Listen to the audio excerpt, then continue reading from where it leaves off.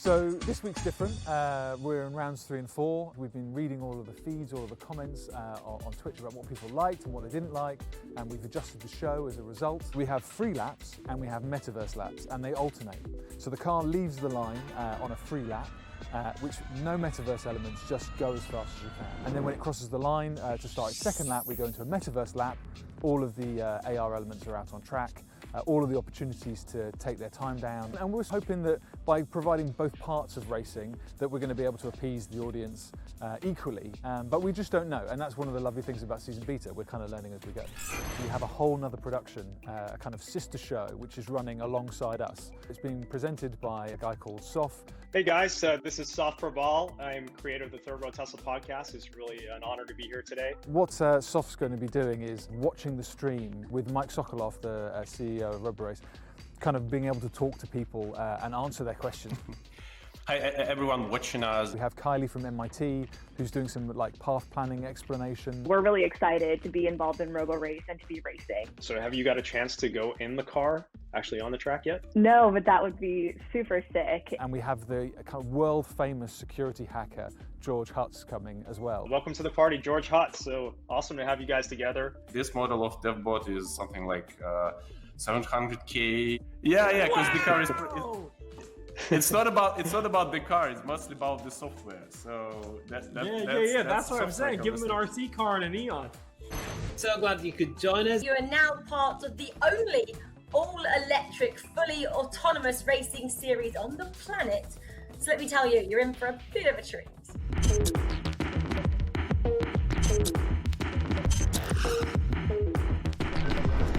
Yeah, we are ready to leave. Copy that, thank you. Right, launching in 3, 2, 1. The car has stopped. What just happened? No, really, what happened? You cannot believe in 5 laps it's working and we stopped. We've got an issue with the car, which battery temperature is too cold. I wanted to have selfie light, and then when I took the selfie, everything stopped. ARG have got this car back on the move again. They're cutting it very fine. But after that, we could start again and finish our race, fortunately. I think that's a big box tick for Team ARG. Hi guys, here we go. Yeah. I'm sure they'll still be a little nervous, just hoping that the car doesn't suddenly veer away. You don't sound very excited, Ilya. Yeah, quite nervous. This one is looking pretty good. They can really put the pedal to the metal. Well in excess of 100 kilometers an hour there, looking and sounding like something out of a science fiction movie. That is what we can call a massively successful run. That's it, 6 laps. All done, boys, well done. Congratulations. Oh, cool. There we go, you can smile now. You can be happy now. I think, guys, that Arrival Racing are going to be a little bit nervous having seen that. How are you feeling about today? We're optimistic in motorsport and particularly in Roborace. You never know what can happen, so let's see. Right, Danilo, we're off and we're at 50. The car is stopping. That's not good. Do we have time to take the car back to the garage and attempt a new run? We should have time, yes. This time we launched, which is more than we've done before. At least we can take some solace in that, I guess. We'll get there. Thank you, guys. Yeah, we will, for sure. Really feel sorry for Team Pisa, Rach. It looks like Acronis SIT have come out fighting this week. Looks like we have the real competitors here. This isn't it. What's going on here? Arrival with a very jumpy start there. So I'm nervous.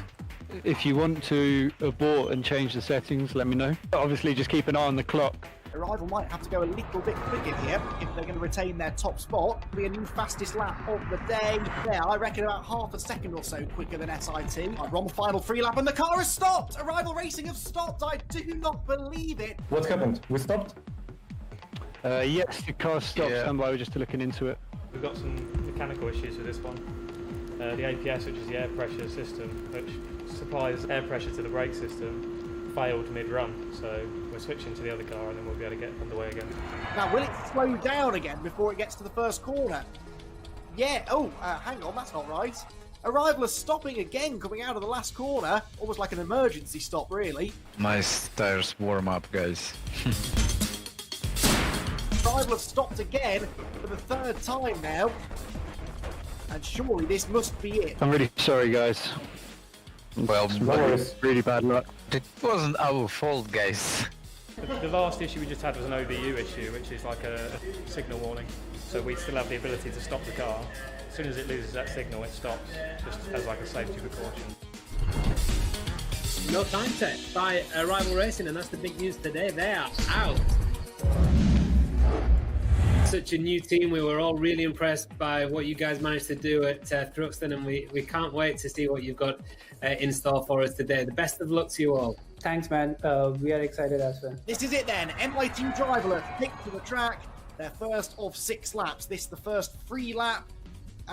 No. It doesn't take to the track. It takes back to the pit garages. So settle down, everyone. MIT session started and they weren't fully ready. They're having some problems with their driver on the car. Unfortunately, the time ran out and we didn't find a kind of promising solution before the end of their session, so they ran out of time and DNS. We're just hearing that unfortunately CMU are not going to be able to run today. It's very difficult to get on the track, but when teams do get on the track, it's very exciting, and it should be because of how difficult it is, and that's partially what makes Roborace so unique. Really pushing the boundaries and seeing what's possible. I always love a story of redemption, and you guys have done that. I mean, I can only imagine how hard you've worked. Congratulations. You get the first place trophy, season beta trophy. Thank you. Couldn't make me happier to see anyone get it. Tomorrow it'd be really good to see all 5 teams get on the leaderboard, just like we did in round 2 at Thruxton. We went from a not so great day 1 to a really good day 2, and hopefully we can do the same here. So tomorrow it's all to play for. Anyone could win it. We are all set to go with round 4 of the Roborace Season Beta Championship. Hand over to Mike right now. And hey, Mike, I'm just going to start off by asking you, how do you think yesterday's race went? I was like in kind of euphoria actually, because now we are finally racing, and it's like that many years and effort spent, and now it's evolving. Every event is like progressing, and that's super cool. So I'm looking forward to what happens today.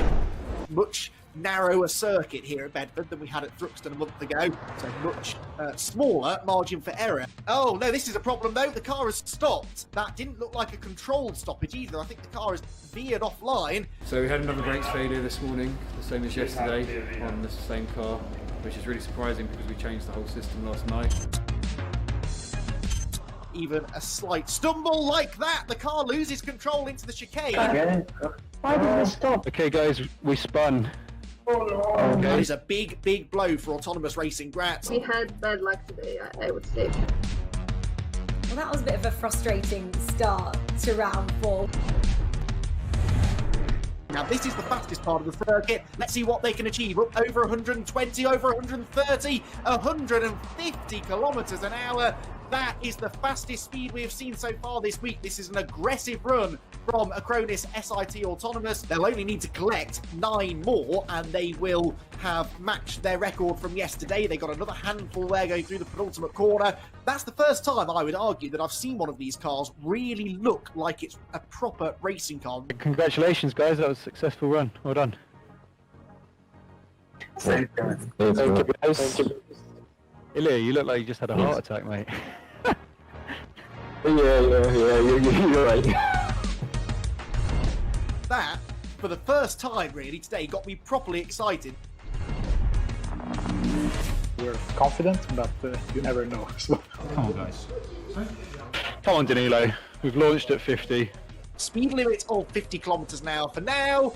And all is not going quite right because it almost drives straight off the circuit at turn 1 and then it scares itself and it stops. So Matt, actually, it's really painful to see a racing car go this slow. So if that's okay for you after this lap, I think we will have collected enough data, and if you want, you can stop the car. It's a great achievement anyway. You've driven laps this season, so well done. Congratulations. Yeah, thank you. Small progress. Disappointment for Università di Pisa, but plenty to build on, some laps in the bank. Today everything should be fine. Oh, that was wide, and that was a problem. That was a mistake. Arrival Racing, it's gone wrong again. The fastest free lap we've seen so far today is a 1:14 from Team Acronis SIT. Can Arrival beat that? Well, they're not just going to beat it, they're going to obliterate it with a 1:10. Last turn. Is it going to be enough? Like, look at the time then. Across the line they come. Hooray! Yes, well done, boys. Well done. Thanks, mate. Were they fast enough to edge out SIT at the top? And there's the answer to that. Not quite. 81 collectibles then on this run for 81 collectibles then on this run for MIT Driverless. Well, the end result is still a little bit of an unknown, but that was, regardless of where they end up in the overall rankings, really impressive stuff from MIT. Congratulations, guys. That's all 6 laps. Well done. Out of everyone, you've made the biggest development jump from last event to this event. I mean, you were actually off track on 3 of the 6 laps that you completed, which unfortunately means that it's a disqualification from this round. That's racing, and we're still very, very happy with our performance today. Even though they've been disqualified, that was an outstanding effort from MIT, and they should be very proud of themselves. Chip, I don't know if you've got a second trophy or if it's the same one, but we'll let you do the honours. You'll never know. Ilya was a little bit reserved after their victory in round 3 yesterday, but I guess you had a job to do as well today, Ilya. Can you relax now? Yeah, sure, of course, we can relax now. So. I think this weekend went really, really well. I feel like we've now done 4 race days in 2020, and the development of the production and the development of the racing series is huge. In the life of a racing championship, it's like a snap of the fingers, right? It's 4 racing rounds, it's nothing, you know? But the amount of improvement and the change that's happened in this very short period of time is just incredible. And if I think about like what will Roborace look like in another 10, 15, 20 rounds of racing, I mean, I can't even imagine it, because we're already in a completely different shape than I thought we would have been. You can get lost in the dream of all the things that Roborace can be, and every time we go out racing, I see a little bit more of it come true, which is pretty magical, actually.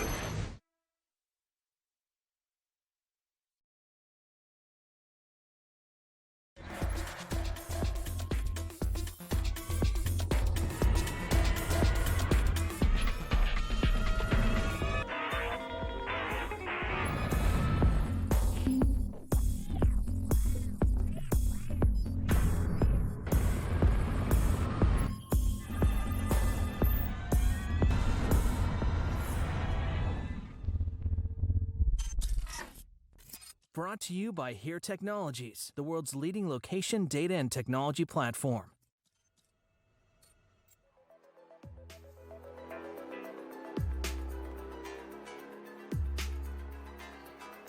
You are joining us for rounds 5 and 6 of the Roborace Season Beta Championship. Brought to you by Here Technologies, the world's leading location data and technology platform.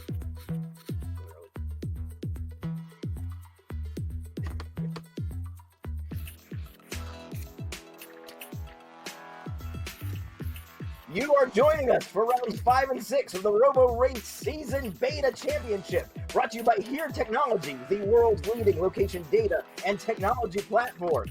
My name is Jason Torchinsky. I'm an automotive journalist. I'm the senior editor of Jalopnik.com, and I'm the author of Robot Take the Wheel, a book about autonomous vehicles, so I'm justified being here. Though this time we are coming to you live out of Nevada at the Las Vegas Motor Speedway in beautiful, rust-free Las Vegas. Now you'll see in the corner of the screen a countdown to the first team heading out to the track. That'll be the first of 6 teams who will each be downloading the most up-to-date artificial intelligence into the race car and seeing who is the fastest. Now we've got a watch party as well, so the racing starts with Team Arrival Racing at 9:40 a.m., so make sure you stay with us and follow the competition throughout the entire day. We are also live on twitch.com/Roborace. Now make sure you hit us up with any questions or comments on the live Twitch chat, which so far has mostly been people talking about Bob's Burgers and The Mandalorian, and we will do our absolute best to answer all the questions that we possibly can. Now be also sure to follow us on Instagram and Twitter on our handle @Roborace. And if you'd like to watch more content around Roborace, you can see the past racing and other cool videos on the Roborace YouTube channel. And of course, we are also chatting live on Discord. So, everybody, welcome to Roborace.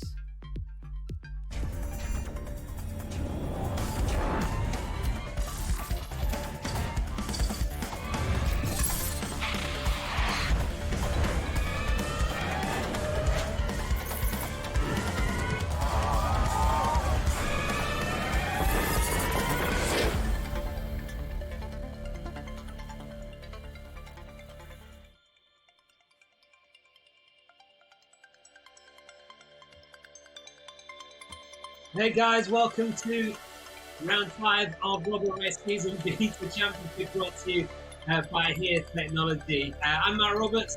I'm joined as always by my co-host Rachel Stringer, and as Jason said, Las Vegas this weekend. Vegas, baby. We can't be there, Rachel, unfortunately, so we've brought a bit of Vegas tours instead. And actually, I've already lost track of what time it is, so that's proper Vegas. I mean, actually, Matt, I'm looking at your screen now and going, you've got the red lights. I've just got some bright white ones behind me, trying to recreate the Las Vegas strip there. And also, I thought I'd put the temperature of my house to about 17 degrees, just to mirror what apparently the weather's like in Vegas at the moment. But so gutted we can't be there. I'm in London again, as usual, but I am very excited that Roborace has ventured over to America for the first time. We had to ferry, didn't we, our cars over there. They are now at the spiritual home of Roborace, Las Vegas. So super excited to be a part of this one. Yeah, you think the red lights are impressive, Rich. I've got craft tables, I've got strippers, I've got all sorts going on over here, but you're not going to see any of that. We're going to keep our focus on the racing. It's taking place at the outside road course, the north variant of the Las Vegas Motor Speedway. And actually, Rich, it's a tricky course, this one, 14 corners. With a number of chicanes in there, so it's going to be a real challenge for the AI drivers to take on. Yeah, we never challenge here on Roborace. That's what it's all about. But if you guys are new to Roborace, well, this is the world's only all-electric, fully autonomous racing series. There's nothing else like it on the planet. And since the last round, that was actually back in December 2020, so a couple of months ago now, our team's been locked down and trying to update and reinvent their AIs because they're about to be downloaded into our race cars, the dev bot, to see who can go as fast as they possibly can. Can't wait to see how the team's been getting on.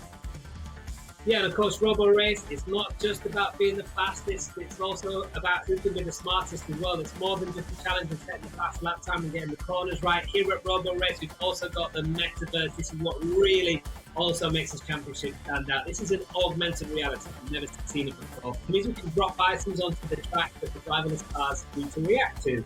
So these are either penalties that if they hit, that will add time onto their lap, or they can be collectible bonuses that if they pick them up, they get time knocked off as well. Yeah, and we made it even more challenging, like I just mentioned, because last time out, the penalties, if you hit one of those metaverse walls that we call them, only added a couple of seconds to your lap time. This time out, Matt, though, we just want to challenge the teams even more. If you hit one of those obstacles, you hit a wall, it's 30 seconds added to your lap time. That's a lot, and that's going to change things up, I'm sure. Yeah, I think that would have come as a bit of a shock to the teams, actually. But this is season beta, you know, this is what it's all about. Roborace will be the tool to make sure that we experiment as much as possible with the racing, which is why they brought in this points change this weekend. Clearly, it was felt that the teams weren't doing enough to avoid the penalties over the last couple of rounds, but I think that's going to change this weekend. Well, they've been told off now then, haven't they? They're definitely sitting up and listening more to the metaverse. Well, I'm sure it'll add a lot of movement to the leaderboard, which we'll see after rounds 5 and 6. For sure. Okay, well, we've not got long to wait to find out now to see how the teams get on. If you just look into the corner of your screen, is it that way? No, that way. You'll see the countdown clock to our first team hitting the track, and that's going to be Arrival Racing. Yeah, it is indeed. Well, it's time now to have a quick look at our teams competing today. From the UK, Arrival Racing currently sit in joint first place in the championship. Let's see if they can stretch ahead of their rivals today. From the Università di Pisa, this team are currently third in the championship, but are still to take a podium. A win today would reward their hard work. From Graz in Austria, Team ARG took second place during round 3. They need a win this weekend to stay in touch with the current championship leaders. From Switzerland, Acronis SIT Autonomous have proved a team to beat. They won both rounds 3 and 4 and sit in joint first place with a rival. From the United States, MIT Driverless have made improvements every single round. They were disqualified though in round 4, but sit joint third in the championship overall. Yeah, those are the teams competing this weekend. Now, our 6th team from Carnegie Mellon University won't be taking part in Las Vegas, but it's for good reason, as I found out yesterday when I caught up with the team principal, Jimmy Hill. So, Jimmy, good to see you. Thank you very much for joining us. I'm really sorry to hear that you guys are not participating now in this weekend's action. Just bring us up to speed, if you would, with what's going on. Yeah, I think for this round, we're going to kind of taking a back seat to things. Really, it comes down to the way we're approaching Roborace is a little bit different than some of the other teams. And, I think when Roborace first started, people think, holy cow, like, that's just absolutely crazy. Autonomous racing as a sport. And so the spin that we're taking, we think maybe sounds a little bit crazy at first, but there's definitely a good reason of why we're doing things the way we are. Can you tell us a bit more about that then, Jimmy? I mean, you've been kind of guarded, and understandably so as well, over the last couple of rounds about what your plans are, but now that you're kind of putting them to not on the back burner, I'm sure you're in full flow, but in terms of the championship, can you tell us a bit more about what you guys are planning? Yeah, so it's one thing to have self-driving cars. The way we're approaching the problem is thinking, well, we want self-learning cars, ones that teach themselves from scratch how to drive, how to race. And we're really excited about this approach just because there's been a lot of breakthroughs in reinforcement learning in particular, in competitive self-play that's led to really, really, really cool achievements in games and robotics. And we think that it could be applied to autonomous racing as well. But there's big challenges with this, really big challenges. And to our knowledge, nothing like this has quite been done before, which makes it really exciting for us. We see it as a huge challenge, a huge opportunity. And we've had some really promising early results. And we're kind of laying that roadmap of, hey, what are we seeing? We're seeing certain things in simulation. What do we have to do to actually get this to the track? So that's what we're working on now, and we're really excited about it.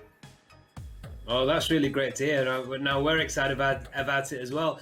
So how close are you to actually getting it on track then, do you think, Jimmy? Obviously, it wasn't in time for this weekend, but how soon can we expect to see you guys back?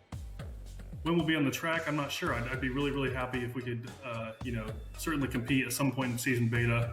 But at the end of the day, it comes down to how well is our approach doing? Is the car safe? Is everybody else going to be safe? So I think that will be obviously the deciding factor on when we actually get in the car. What do you expect to see this weekend? You can put your pundit's cap on for us now and assess the chances of the other teams for us. I do have to root for the Americans, so I'll be pushing along for MIT. I know it's a little bit of a spin from maybe the last couple times we've talked, but U.S. comes first, and we'll keep it that way. So I'm wishing hats off to them and what they're doing. I know they got some good things coming up, so we'll root for them this time. But once we get them back on the track, maybe we'll have a little bit different tone. Are you going to be watching and keeping a close eye? I will be, of course. Keep your friends close and your enemies closer, right? Indeed. Okay, Jimmy, well, enjoy the action this weekend then, and the best of luck with all the hard work that you guys are doing. We look forward to seeing you back in Roborace soon. Absolutely. Always good talking to you. Thanks, Matt. You too, mate. Bye now. Well, I feel like I need to say hello to Jimmy right now in CMU, because if you guys are watching, really disappointing that you guys aren't here with us this weekend, but we love to see that you and the team have such ambitious plans for the future. That was basically what they were saying, isn't it, Matt? That, you know, they want to go into a self-learning car for the future, and they want to compete, not just to be like a bystander. Yeah, and I think, you know, we've seen them develop so quickly in the rounds that we've seen so far. They've been unfortunate, Rach, haven't they, on a couple of occasions, and they weren't quite ready last time out. But obviously they're working on something different, they're working on something new, and that's what Roborace is all about. And looking forward to seeing CMU back, hopefully in season B, when the first proper season starts towards the end of 2021. So the one thing we're missing, of course, is that rivalry between the two American universities.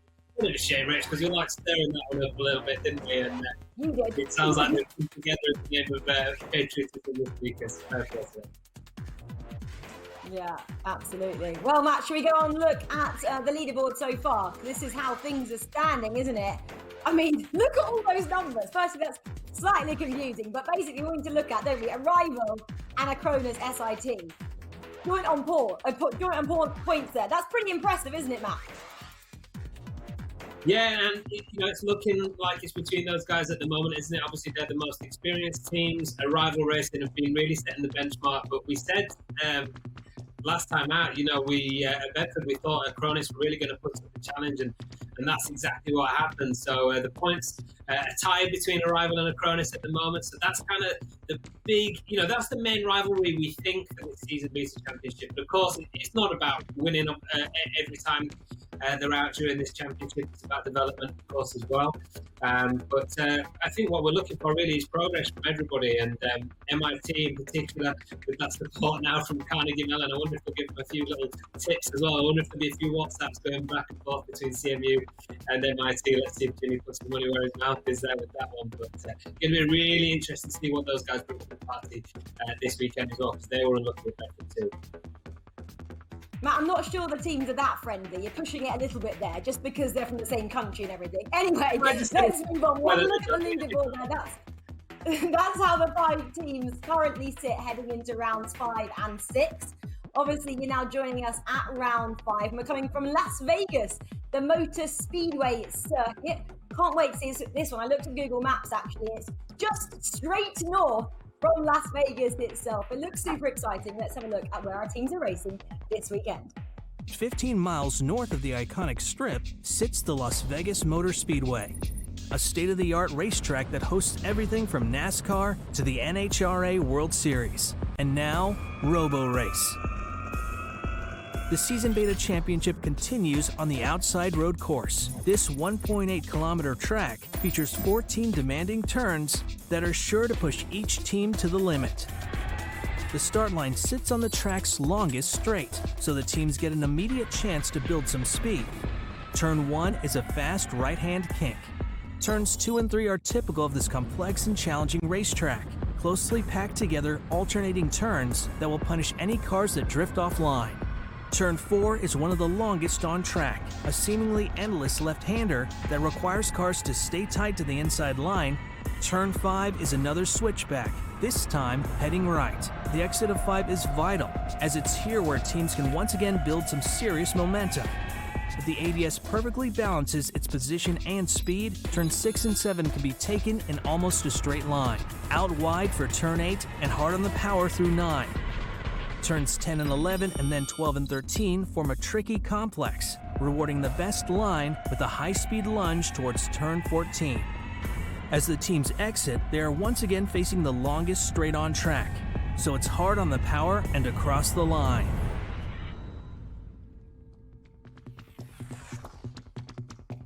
Okay, so that's the circuit then, but it's not just Roborace, the cars and the tracks that are getting bigger and better every time we meet up. It's the team as well. We've got a new member this weekend. Jason Tuchinski joins us. Jason's an automotive journalist for Globnik. Written a book on autonomous vehicles as well. Jason, great to have you along with us. How's it going? You excited about this? It's great. I'm very excited to see the Fancy Roombas run. It's going to be fun. Yeah, Jason, you're hosting our watch party. I'm super excited to watch it, but what can people expect from that? I'm just going to do what I do at every party, hang near the wall, drink a lot, wonder why no one talks to me. Can I be part of it? Love it. Sounds brilliant. That's to be. All right, make sure you join and then get hooked up with Jason and make sure he's not standing on his own in the corner there. Get talking to him, get him involved in that party. All right, not long now before our first team is out on track over in Las Vegas. So let's take a look at them. This is Arrival Race. Team Arrival Racing are arguably one of the most experienced teams in Roborace, having been part of the competition since the very beginning. They were a strong contender in the 2019 Season Alpha Championship, taking wins through the year and becoming one of the top teams. Arrival Racing proved they have the speed and reliability and have been working throughout the off-season in preparation for the 2020 Season Beta. Expect them to be fast from the first lap.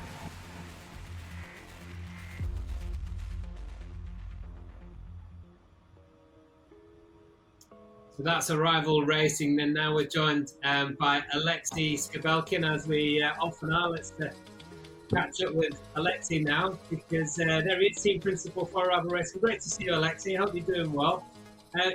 You guys were knocked out of round 3 through no fault of your own at Bedford last time out. What are your thoughts on that now, looking back? Hey, Matt. So yeah, everything is going well from our side.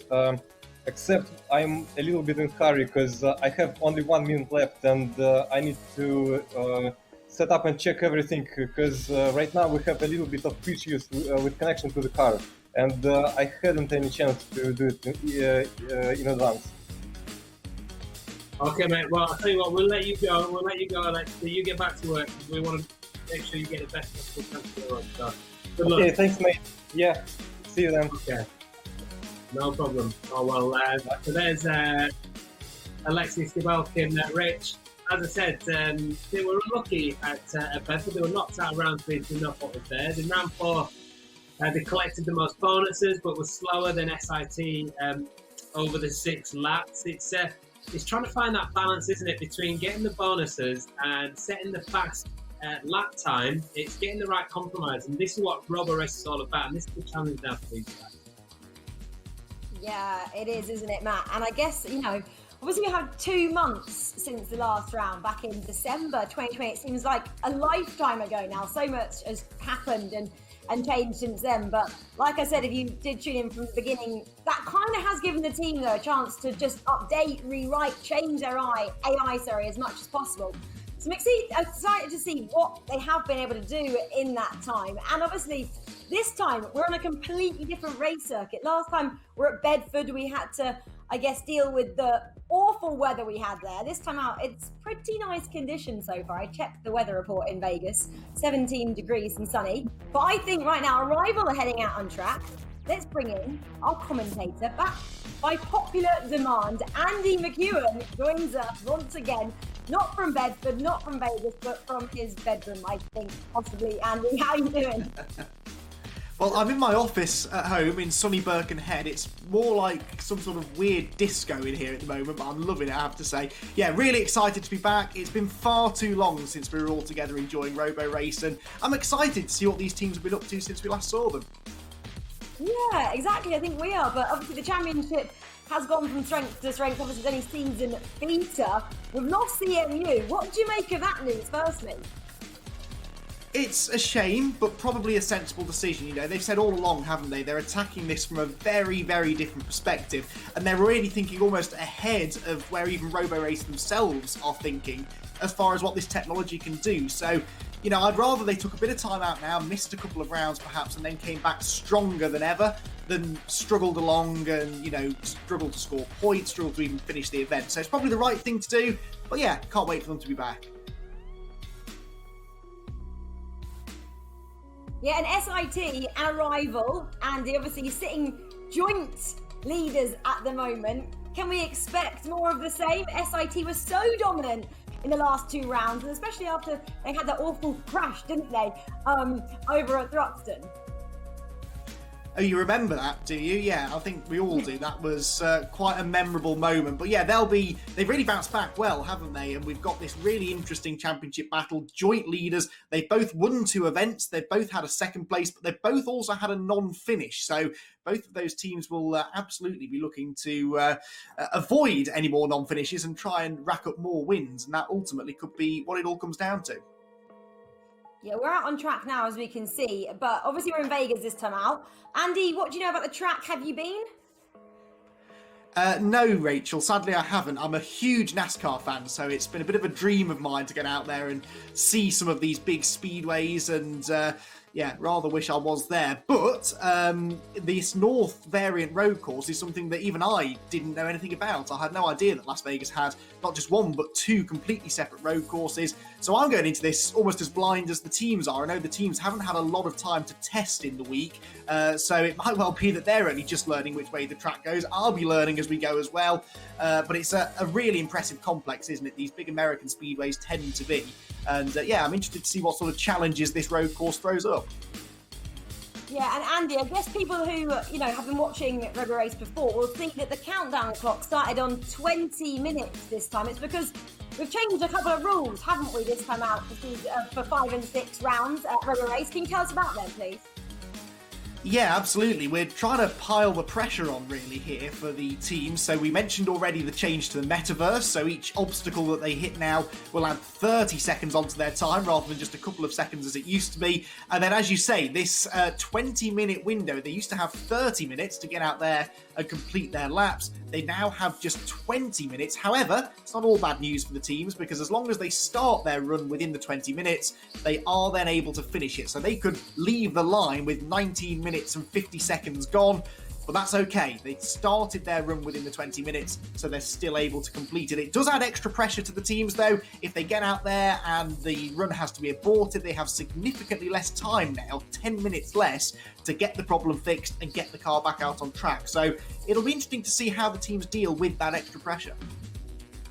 Yeah, absolutely. Well, Andy, I'm going to leave it to you, because it looks like our safety car driver, Reese, has exited the Roborace car and is being, I guess, taken away in that white Jeep. So without further ado, Andy, enjoy this one.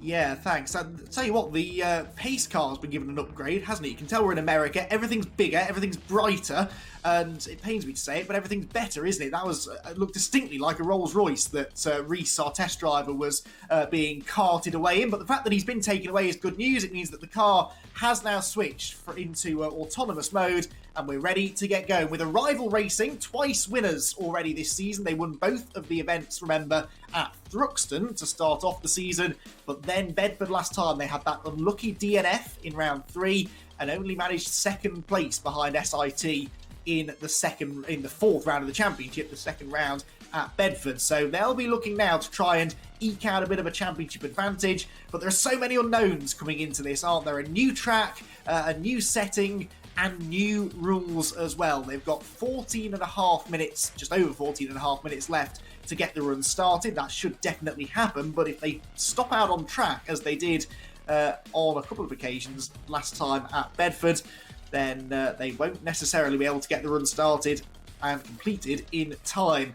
Also be interesting to see how they deal with this metaverse. The whole point of the change to the metaverse rules was that a lot of teams were not really bothering too much with avoiding the obstacles. They could program their cars, or their drivers I should say, to go for the bonuses, which take time off your run, but they weren't really worrying too much about weaving in and out of the obstacle walls, and that's something they'll have to do now. Let's see how they get on then, because Arrival Racing burst off the line and head towards the first corner. Top speed you can see indicated in the top right-hand corner. We'll keep an eye on that, see which teams are really pushing the speed the most, up through 130 kilometers an hour through the first sequence of S's and out onto their first lap. There you can see the location just behind the north end of the Las Vegas Motor Speedway, this famous 1.5 mile speedway, just about 15 minutes drive away from the strip in the centre of Las Vegas.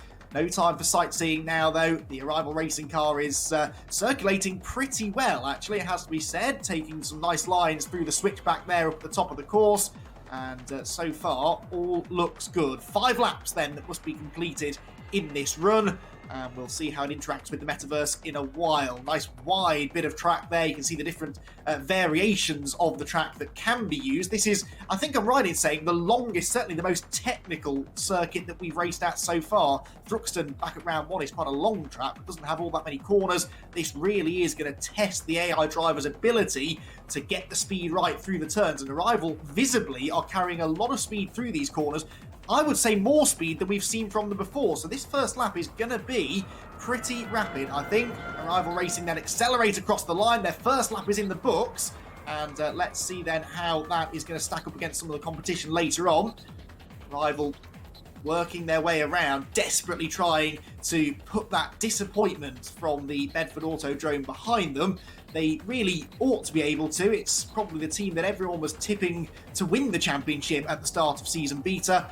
And certainly at Thruxton, it looked as though that was exactly what was going to happen. A London-based technology company who, as well as competing in Roborace, are trying to make electric vehicles mainstream in order to drive the adoption of sustainable technologies, focusing on the production of, in particular, lightweight commercial vehicles and things like buses and vans and trucks, which really rack up an awful lot of miles out on the roads. If we can convert them all into electric, first of all, that will do an awful lot of good for the environment, and also if they can be autonomous, well, you can imagine the possibilities, can't you? For now, though, we're not thinking about boring deliveries or taking the bus to work in the morning. We're focusing on speed and speed alone, and Arrival Racing are really hitting some good top speeds here. 93 miles per hour now is the fastest speed that they have reached as they come now towards the end of the second lap of their run. And the car is stopping. The car stops as it crosses the line. Now, what might this be? Is this a problem with the team's end, or is it something maybe with Roborace? We haven't yet seen a sign of the metaverse, have we? And I wonder if maybe that's a little issue that has cropped up. Either way, the car is going no further, so this will be an aborted run, most likely. In theory, if the car were to start again, they could continue the run, but it's very likely that they will have to reset once again from the line. But we got 2 full laps in, and then the car came to a controlled halt. So good start, a strong start there for Arrival Racing, but unfortunately, it has all gone quiet, even quieter than normal. These dev bots, obviously not too loud, but even quieter and more peaceful now over at the Las Vegas Motor Speedway as the DevBot 2.0 is going no further. Well, that's a shame. It was nice to see the speed building. We've noticed that really in every round, haven't we? When you compare back to the first races at Thruxton, even though that's officially the fastest racetrack in the UK, the top and average speeds were not that high, but then there was a big step forward at Bedford, not just in acceleration, but actually the speed the cars were taking round the corners was definitely up in rounds 3 and 4. And it looked, from what we saw there, that Arrival Racing were continuing that trend, making themselves faster. But what we didn't get to see was how the metaverse would have come into play. And with so many seconds now on offer in the metaverse, and more importantly, so many seconds that could be added on to your time for the obstacles, that is going to play an important factor. There is Reese Smith's very shiny Rolls Royce, which rolls down to the line. And I am getting it confirmed in my ear now that this will be a resetted run because the metaverse did not start as it was supposed to, basically. So they are going to give Arrival Racing another go at this, and I think they're going to reset the clock as well, I heard. So there might be a short delay whilst they just get that all sorted. But the good news is it wasn't an issue from Arrival's end. They will have been panicking, I'm sure, at first, wondering whether or not it was a mistake they'd made. Because, of course, the teams are not at the track, and the quirky thing about the metaverse is that you can't actually see it from just watching trackside. Obviously, you can only watch it, you can only see the metaverse if you're watching it through the broadcast and through the stream. So when the team realised the car was not negotiating the metaverse, they might, first of all, have suspected it was a mistake at their end. But no, they are going to let Roborace work on that, and hopefully Arrival will get a second go at this in just a few minutes' time. So Arrival Racing then, who were one of the first teams to become involved in Roborace, and they were part of an awful lot of the sort of landmark moments for Roborace over time. They helped Roborace to develop the very first autonomous driving vehicle, and within a year they went from absolutely nothing to completing 12 autonomous laps at the Formula E event in Marrakesh. They have since gone on to really push the boundaries of what these autonomous racing vehicles can do. And the fascination will be to see how they get on a little bit later on. Hopefully not too much longer before we see Arrival Racing head out onto the circuit. That was a shame, Andy, wasn't it? Because from what I was, seeing there, and from, I guess, what the chat were saying they were enjoying as well, was that Arrival looked super smooth, they looked super fast, they were getting some good top speeds there. From what I was looking at on camera, I think it got to 151 kph at some point, which looked pretty good. And then, Metaverse usually is meant to come up on lap number 2. Obviously, you didn't see that, so hence why they just stopped going into that third lap. And Rolls-Royce, the big nice white car, which everyone keeps talking about equally on the chat, had to roll in. Reese Smith, our safety car driver, had to pop out again and get back in Arrival's dev bot and go round, and we'll go restart and we'll go again, because that's only fair, because we had some problems last time for Arrival as well, boys, didn't we, when they were out, weren't they, on round 3. Obviously they came back on round 4 and kind of made amends to round 3, but didn't have the greatest round 3 and 4, so we're super excited, weren't they, to try and get some good points on the table this time out. Matt, what did you make of the opening couple of laps which we saw from Arrival just then? Yeah, we're looking at the positives, right? It was really good to see them out on track, and as you said, setting some good top speeds early in the weekend. Now, teething problems like this are not uncommon, are they, in Roborace? When we think back to Anglesey, the issues that we had there, we hardly saw any track action really at all, and then we moved on to Truxton and then Bedford, and these kind of problems have been getting less and less. We had the brake consistent failure that I think you were just mentioning there, Rach, that Arrival, unfortunately, one of the teams that struggled with that. And the team on the ground worked really hard to fix the mechanics of the car. That wasn't something that was their fault.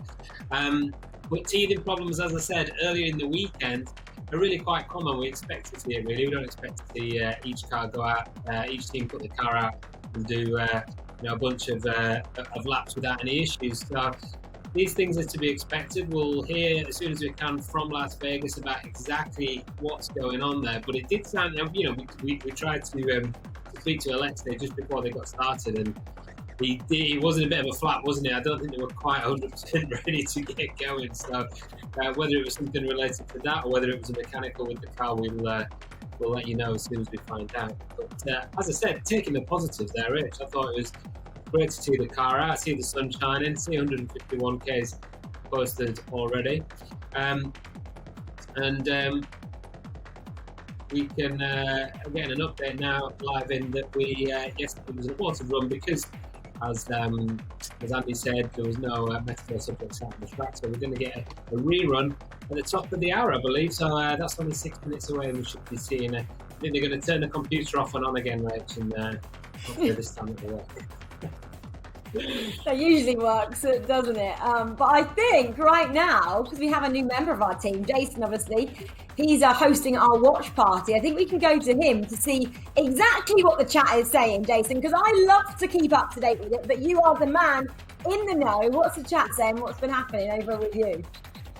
Well, I think, like me, everybody's stunned by the appearance of that Rolls-Royce in the track. And I don't think any of us are expecting to see a Cullinan Rolls-Royce to be the support car, especially in Vegas, where literally you could go on Vegas Craigslist right now and probably find 30 Cadillac Escalades for sale for $2,500 with minor flood or vomit damage in the inside. So I clearly underestimated the amount of resources that were available here. I think we're all stunned. And also people are talking.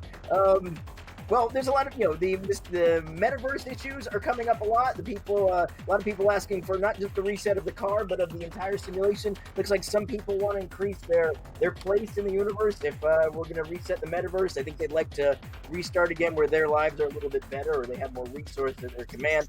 Personally, I think also in Vegas, we're not taking advantage of all of the discarded mattresses available. We don't really need the metaverse to run. I say shut it off, throw a bunch of discarded mattresses on that track, set a couple on fire, and we've got something even better. I mean, you can find discarded mattresses in Vegas extremely easily. We could probably send a guy out in that Rolls Royce and he'll come back with 20 within 10 minutes. Just scatter them around. It'll be much more fun to watch too. I've never been. So I can't comment on that, Jason. But I want to ask you. Obviously, this is your first experience of Roborace.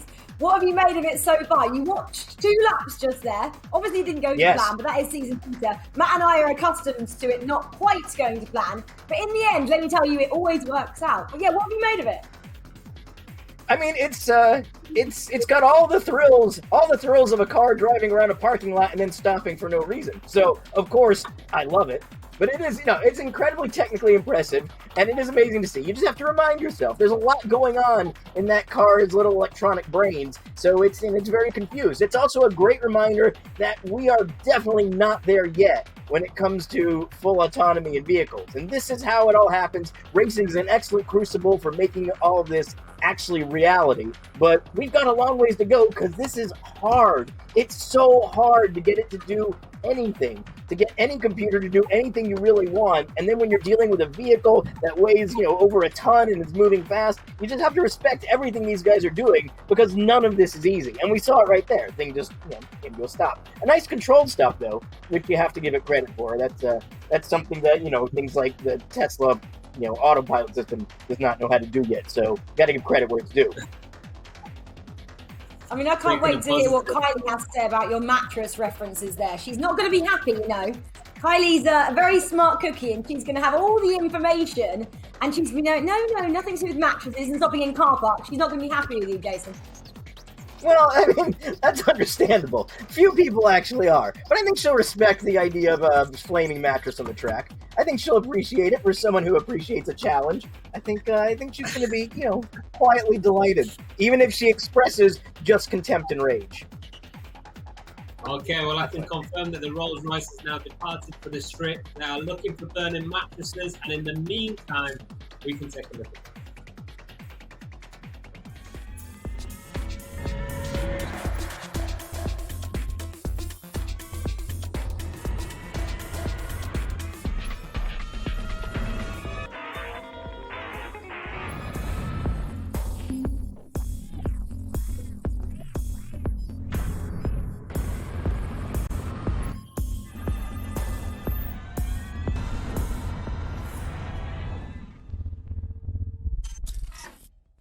Brought to you by Here Technologies, the world's leading location, data, and technology platform.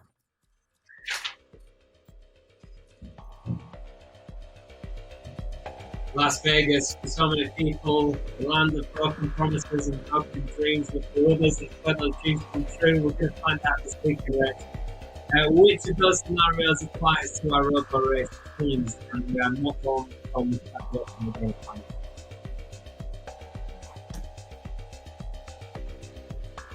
All right, let's bring in Andy then, because Andy, I think just 2 seconds away now. Top of the hour, we're expecting a rival racing to get back out on the track. No virtual object then. That's the official message now, as you quite rightly spotted. And we're going to get a new 20-minute clock, and the track's counting down already. So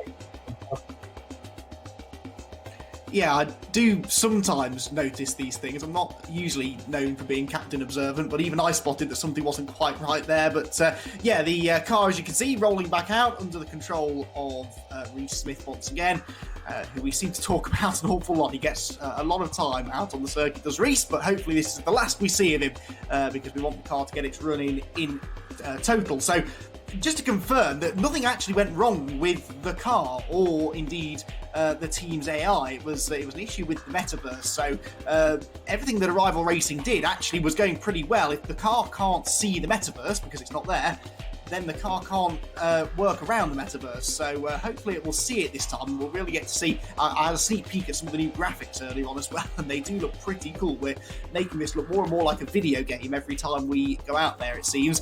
So hopefully we get to see that in all its glory. So the time, as you can see, has been reset to 20 down in the bottom left-hand corner of the screen. Still got over 18.5 minutes of that window to go, and based on the lap times that the Arrival car was putting in before it stopped, we should be able to get the 5 laps in within about 5 or 6 minutes, which is usually the rough length of a run, and that should be imminently getting underway. It's worth mentioning as well that not a lot of the teams have had a huge amount of time to practice this week. It's obviously there's some logistical difficulties with the event taking place over in Las Vegas now. So whilst there was a little bit of testing this week, and a lot of the teams have been able to work on their simulation testing, it's not quite the same as plugging the AI into a real car on a real track. And so a lot of them have found that when they have gone out on track, what they learnt in the simulator hasn't necessarily translated. And MIT, who we'll see out a little bit later on this afternoon, they haven't even done any testing at all. So the first time that they hit the track will be during their run. So that might not be the last time we see a car come to a sensible, hopefully, and controlled stop out on the circuit, because we know a few of the teams are coming into this with significantly less testing than they would like. But as Jason was saying, this is not easy. If it was easy, everyone would be doing it. And just getting these cars to move autonomously is mind-blowingly difficult. And to get it to then go quickly and learn about the track and the track conditions and the metaverse, you know, the grip levels on the track change every lap slightly. And that's just one of the many thousands of things that the onboard computers are detecting and then reacting to. And the next step, as CMU have been saying, is to get it to predict what's going to happen next, to predict the driving conditions that it might end up encountering, and using that to go even quicker. Well, let's see just how quick Arrival will be going. I've remembered to set my stopwatch this time as well, so I'll be timing the laps from my end. I'll give you a rough idea then of what each individual lap time is, and then at the end we'll get the official result, which will tell us not only how quickly they did it, but also how many obstacles they avoid, or how many obstacles they hit, how many bonuses they collected, and what their total time is. And that is the key. It's not the actual time, the real time that they complete the 5 laps in. It's the real time plus the metaverse bonuses and obstacles. And that total time, the clear time, is the one that makes all the difference. So Arrival Racing then, there is the onboard view from inside the car, and AI enabled, and off it goes. The run begins, and Arrival Racing then burst off the line. Let's ride on board for a bit into the first corner.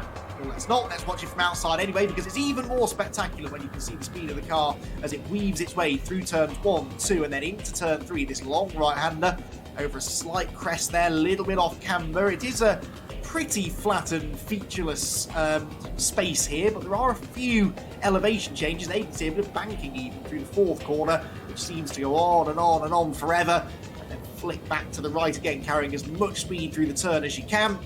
Arrival Racing then once again are go on their first of 5 laps. Speed builds once again then up towards and hopefully over 100 miles per hour as it weaves its way through this little chicane. Got to avoid those curbs, because that will damage the car if you hit them too hard. It will also cause the car to lose control, of course. So the teams will have programmed it to avoid those red and white painted curbs where possible. At least there's no worry about them getting wet, as they have been at previous tracks we've visited. No sign of rain over there in Las Vegas. I tell you, it's snowing here outside my office, so I'm not jealous at all that I'm not out there on the west coast of America. Down into the hairpin, then coming towards the end of the first lap for Arrival Racing, and then after this, hopefully we'll start to see how the metaverse is going to come into play. Comes out of the final corner, crosses the start-finish line, and the benchmark time somewhere in the region of a 1 minute 19 for that first lap. So that is the sort of pace to beat. We do generally see the teams get quicker and quicker, though, as the laps go on. Now that we're into the metaverse, the first metaverse lap, keep an eye to the graphics on the top right-hand corner of your screen. The collectibles, remember, they take time off your run. The obstacles added on, and it's 30 seconds for every obstacle. You can add minutes onto your run if you're not avoiding those obstacles correctly. So expect the car now to go a little bit slower on this second lap in order to safely negotiate the certain areas of the metaverse. On board with the car, you can't see a thing. It is all part of this augmented reality that Roborace utilises. There you can see it again. We've got moving obstacles this time, just to make life even more of a challenge for the teams. And they've got to try and weave between them whilst also getting the collectibles. And of course, you might swerve offline to get one of those collectibles, and then because you've slowed down, that obstacle could come and hit you. So again, the drivers have to kind of predict what's going to happen with some of these metaverse items.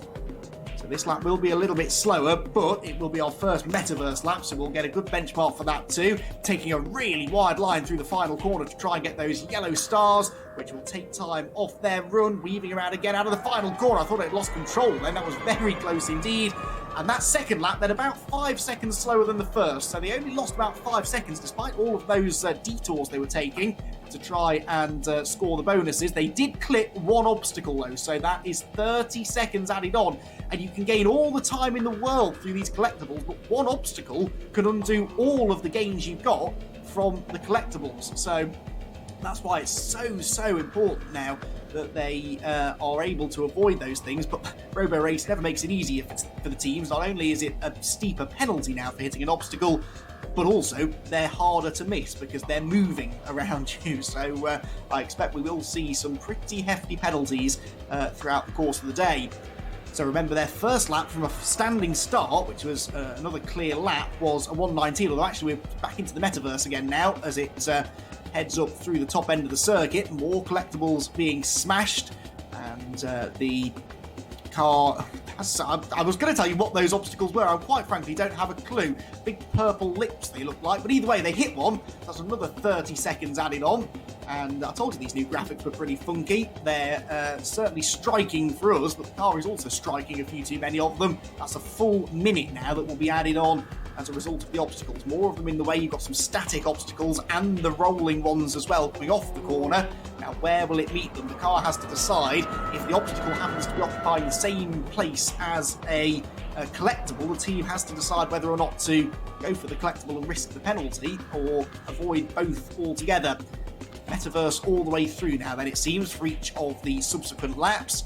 So Arrival Racing more chance here to try and get some bonuses, but they've hit 3 of these obstacles now, so that's 90 seconds added on. Bear in mind, a lap time is less than 90 seconds. That essentially adds a full extra lap time and a little bit more onto their total time. So that's the scale of the penalty we're looking at here. DevBot 2.0 looks absolutely fantastic and is clearly going quickly. The attitude through the corners is a lot racier now, a lot more like this Ginetta chassis was designed to do, really. It was designed to be able to handle high speeds, not only in a straight line, but also through the corners. That's what the big rear wing, the under tray, the rear splitter, are all designed to help keep the car stuck to the ground. And we really want to see the teams testing the limits of the DevBot, which can go an awful lot quicker than we've seen it go so far. And I'm pretty confident, actually, by the end of season beta, we will start to see the teams getting down to some pretty quick lap times.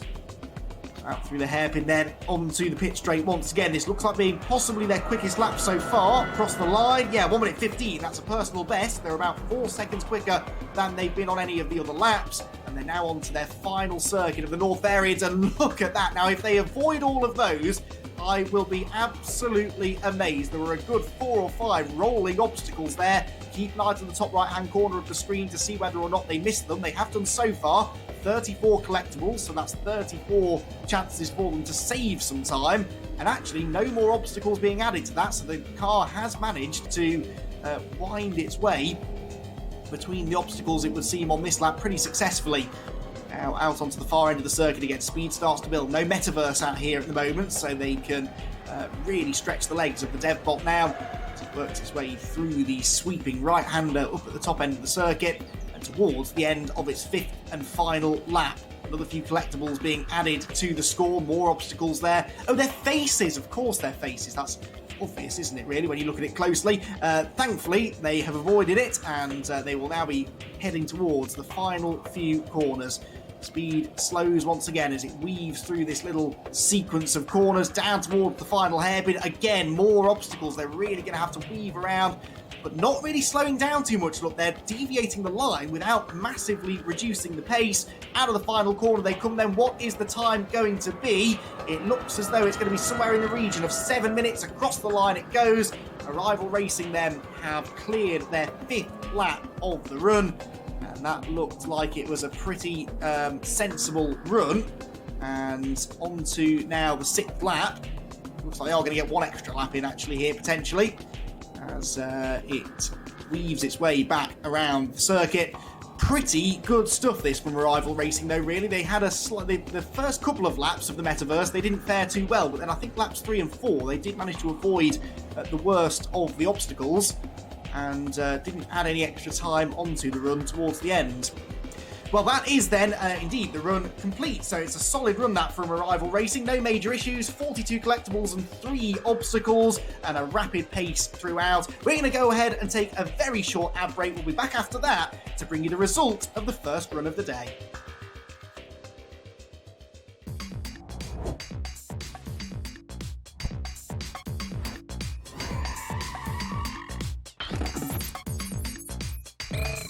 Human.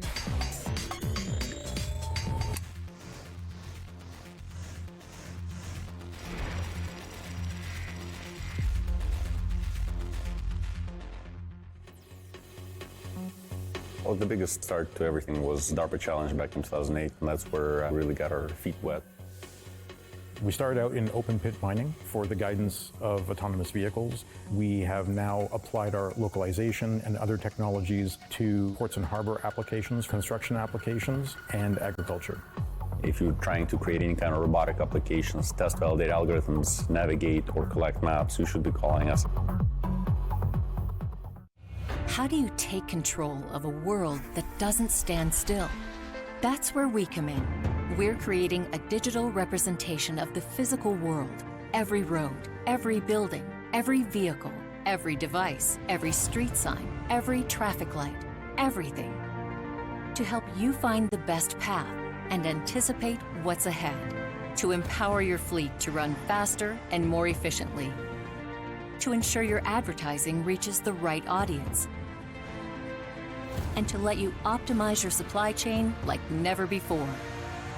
All this is now a reality. At the heart of HERE Technologies is the reinvention of the thing we used to call a map, continuously updating and evolving from 2 dimensions to 3, from outdoors to indoors, and from human scale to machine scale, where accuracy is measured in centimeters. This reimagined map is the core enabling dataset for the 21st century, the foundation for endless opportunity, for businesses, for cities, for people, and for society as a whole. Welcome to HERE.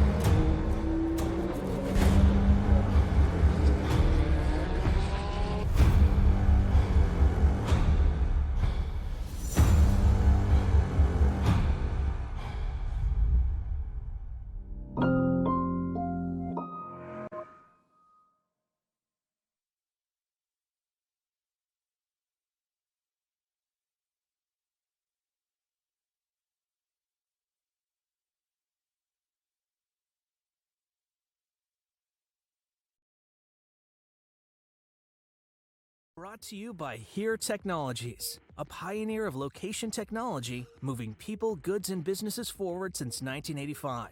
Every day, businesses and developers around the world rely on HERE's leading location platform to build innovative solutions and offer services that touch millions of lives. Whether it's helping fleets and supply chains run more efficiently, making journeys and deliveries faster and safer, or unlocking the next breakthroughs in autonomous driving, with location, now we can. Learn more at here.com.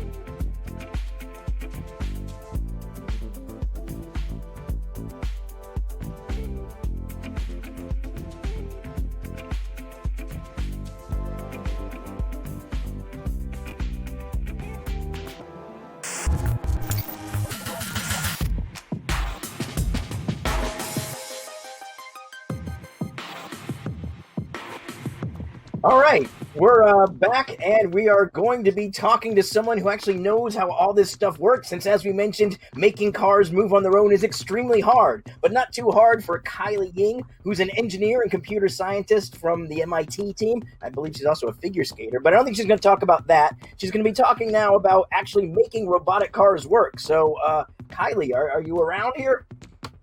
There you are. Hi, Kylie. Nice to see you. Yeah, nice to see you, What do you want to talk to us about? Yeah, so for this segment, I thought it would be very interesting to discuss, what is it like to be an engineer on one of these teams? So what does the workflow look like? Like, how do you, given this problem, like, where do you even start after you enter Roborace?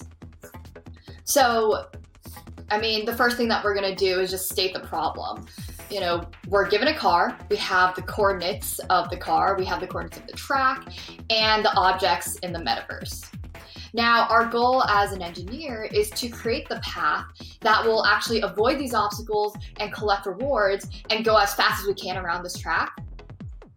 And then actually send commands to the car so that the car is able to follow this path that we come up with. And, I'm part of planning and controls for MIT, but I think planning is more fun to talk about. So let's kind of explore that. So how do we even come up with the right path? And the very first step that we go through is, we just think. We're brainstorming good ideas and bad, and we're just trying to come up with like as many solutions as we can. And this part also typically... real quick about this? Yeah, I was just wondering, how much, when you're coming up with this initial path, how much of it has to do with the ideal racing line on a given track? Is that like where you start, or are you starting from just the safest path around the track? Yeah, that's a great question. So remember that we're given where our car is, and then we're given the coordinates that bound this track. So we have like the outside and the inside coordinates around the track. And in order to find this optimal racing line, like how do you would, in order to tell the car where to go, you would actually have to find which coordinates around that track you have to hit in order to follow that racing line. So the very first, I guess the base racing line that you can have would just be the midpoint around the track, right? And this is nowhere near the optimal racing line because, it's actually in racing. I know that some people out there might not be familiar, but you don't actually want to necessarily take, the tightest curve or the fastest way to get around a turn or something at each point. There are ways to optimize for like, if you're going really, like if the path is really straight after a turn, you want to accelerate out of that turn really fast. And so there's different ways to take turns to make like an optimal racing line. And ultimately, this comes down to an optimization problem. And in order to find this optimal path that you're talking about, teams actually have to come up with an algorithm that'll find it. So I do think that that's like a good place to start. I think that it's good to try to figure out like how to get an advantage over your opponents right there. But keep in mind that Roborace is super cool because we have this metaverse and because we have these virtual obstacles and rewards and, these little faces and stars and whatever floating around that will add or deduct time. And, as we just saw from Arrival, I believe that's who went previously, they went around this, like one lap around the track took a minute or two.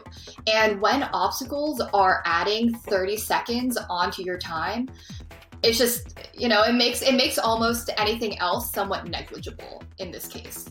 How does the car informed of the obstacles? Like, how is it actually seeing where they are? Like, what are you actually telling the car to know where the obstacles are? What data gets sent? Yeah, so that's part of mission control. So that comes from the Roborace organizers. And just like how we're given the coordinates of our car and of the track, we're actually given coordinates of these obstacles at every single time point that we're getting this data from them, which is actually, it's very different from reality, because in reality, if you're in a self-driving car on the road, you can't necessarily get the coordinates of everything very accurately, right? Like in the real world, we would need different types of sensors like LiDAR, radar, you guys might have heard of, cameras and these things. And that's what's going to tell us where these obstacles are in real life. But here we kind of, get a little shortcut, and Roborace just tells us where these obstacles are. Is the car capable of seeing physical, like if we went with my burning mattress idea, could your car adapt to that and see these things and avoid them just like it avoided metaverse objects? Your burning mattress idea? I'm just saying, it's Vegas. There's plenty of old discarded mattresses. We would just fling a bunch of flaming mattresses onto the track. Is the car capable of weaving around those as well? So I think this will differ for like each team, but it really depends on what kind of sensors that each team is trying to take advantage of. And my best guess is that most teams are just taking this data, these coordinates given by Roborace, because that's the easiest thing to do, and just planning a path with that. And so my prediction is that most teams probably don't have any type of object detection capabilities built into the car yet, because building these algorithms is hard, and we only have so much time. So if there were a ton of burning mattresses on the track, I would say that most teams probably would not be able to avoid those intentionally. Wow, that's a big deal. Yeah. Okay. Yeah. So go on. Yeah. So what happens next? So you've got your path. Mm-hmm. You've got your path. Then what? How does it move from there? Right. So I mean, as I was saying, like, even though we have a path, we still have all these obstacles that we have to consider, and there are so many different types of algorithms floating out there for object detection and how to avoid things and take the least amount of time. And I talked actually briefly about this in my previous live segment on Roborace from the last event, or the last 2 rounds.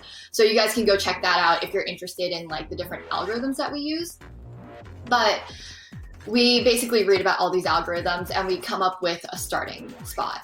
And then from there, it's just refining that idea to make sure that it's computationally attainable, that it's something that we can realistically do given our timeline and so on. And we want to make sure that this is really the direction we want to go. Otherwise, after you code for a couple hours, you realize, oh wait, just kidding, I want to do something else. Then you have to start over again. And that's never exactly fun. But once we have decided where to go, then that's when we start crafting our algorithm. And an algorithm, for people who aren't familiar with that term, it's literally just a set of rules for the computer to follow. And, a super simple example of an algorithm would be making the computer print out 10 numbers starting from number 1, right? So first you assign a variable and you give that variable the quantity 1. So let's say I, the variable I equals 1. And then you're going to loop. So you're going to tell the computer, while this I, whatever the value of I is less than 10, then we're going to print out that number and then we're going to add 1 to it. And then you're going to reiterate through this loop. Sure. I'd like to just brag for a moment that I could write this in AppleSoft Basic with a for next loop, just in case anybody needs that. But go on, please. But I mean, that's the building block of a lot of these algorithms.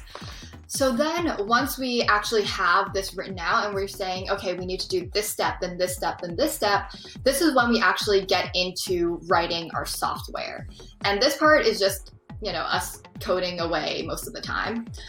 But I think that it would also be very interesting to talk about a good principle of software engineering. And that is to break down this huge algorithm. I mean, iterating 1 through 10 is very simple, but when you're trying to get a car to race around a racetrack as fast as possible and avoid a bunch of different things, that's slightly more complicated, right? So we want to break down this really large algorithm into smaller pieces. And for example, let's think about a car. So when we're driving, we have the steering wheel that specifically controls, whether our wheels go left or right. And then we also have the gas pedal, which controls whether, we're launching ourselves forward. And then we also have the brakes, right? So you have these different components that when you put them all together becomes a car. Now And that's in a software, good it's place to actually pause on there, because you're right, it all becomes a car. So we're just gonna begin to kind of wrap this up real quick. So once you've got all that, you're bound on the track, you're actually doing your stuff, and we can see it's so difficult. So one last thought on all this. How do you feel like you guys are going to be doing this round here? I think that we have some good potential. As I said earlier, we didn't really get a chance to test our car in real life. So I think that this will be interesting. Hopefully there aren't any super unexpected surprises. And, last time we did well, but we just went out of bounds a little bit. So I'm hoping that this time we got that issue fixed and we do well. All right. Look, Kylie, this is always super, super informative and exciting. None of this is easy, and it's actually great to hear this in this level of detail, to know exactly how these things are actually out there and actually really driving. I think now we're actually going back to Matt, who's going to be bringing us back to the results of what just happened. I think. Yeah, that's right. Thanks, Jason. Thank you, Kylie. That was absolutely fascinating stuff there. A real insight for anybody who's just joining Roborace for the first time. So complex how these cars work, but that was beautifully explained there by Kylie. And we look forward to seeing MIT in action later on. But the benchmark for this weekend, round 5 in Las Vegas, has been set, Rachel, and it's been set by Arrival Racing. And after a little bit of a wait, we can see now exactly how well they did.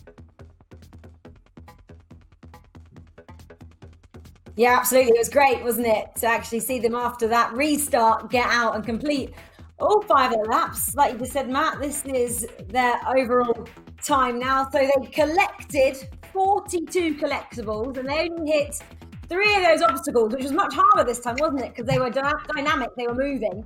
They got a max speed there of 147.6 kph. Total penalties 1 minute and 30, because that was obviously 3 obstacles and they were 30 seconds each. If you hit them, total rewards 1 minute and 24, meaning their result time, their overall time in the end, 7 minutes 17 seconds 0.29. Right now though, Matt, when you look at that, you're like, yeah, looks good, but we don't really know, do we? That's the benchmark. It's been set. I can't wait to see how the other teams get on, especially SIT, who have been so good, especially over the last 2 rounds, haven't they? Yeah, they have. They'll have been watching that with interest, but let's find out now from the team themselves about how they feel about that run. We're joined by the team principal of Arrival Racing, Alexey Skabelkin. Alexey, the obstacles and the collectibles, they're just about leveling themselves out. Are you happy with that run? Yeah, the run itself was pretty nice, so we are very happy with the results. Looks like we need to tune the distribution between the obstacle set and the collectible set a little bit, not to avoid all the obstacles if that's possible. But this is for the next run. Okay, well, you've got lots to build on because, as you said, the actual run itself, the performance of the AI driver, Alexey, was really strong. For the first run of the weekend as well, it's really something to build on for you. Yeah, we are a very experienced team in performance targets and so on. We have very good controllers and path planning algorithms in here, so that's why.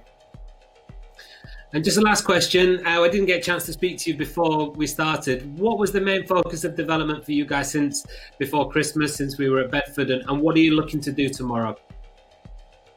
Okay, so we were looking into the prediction algorithms, of course, because for now we have the dynamic obstacles instead of static, so we need to predict where they will be in like second or 2. And now we're implementing the following logic into the racing scenario, which means that we will follow the obstacles if we cannot avoid it, because now penalties for the obstacles hitting are very high. Okay, well, we look forward to seeing how you guys get on tomorrow, but well done for today, Alexey. Thanks for joining us. Cheers, mate. See you tomorrow. Cheers. There we have it, Alexey there from Team Arrival Racing, and they've set the standard so far for round 5. 4 more teams to go though, so nothing's set in stone just yet. And the next team to take to the track are Team Pisa. Let's find out a little bit more about them right now.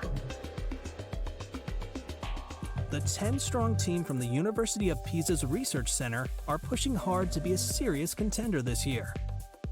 Team Pisa debuted at the 2017 Formula E Berlin E-Prix in the Human plus Machine Challenge, putting in competitive times and trailed the Technical University Munich by just 4 seconds. They were back in Season Alpha for the Localization Challenge at Zalazone, but also missed the top spot by a matter of seconds. Team Pisa has grown and gained experience. Will this be their year? We're about to find out.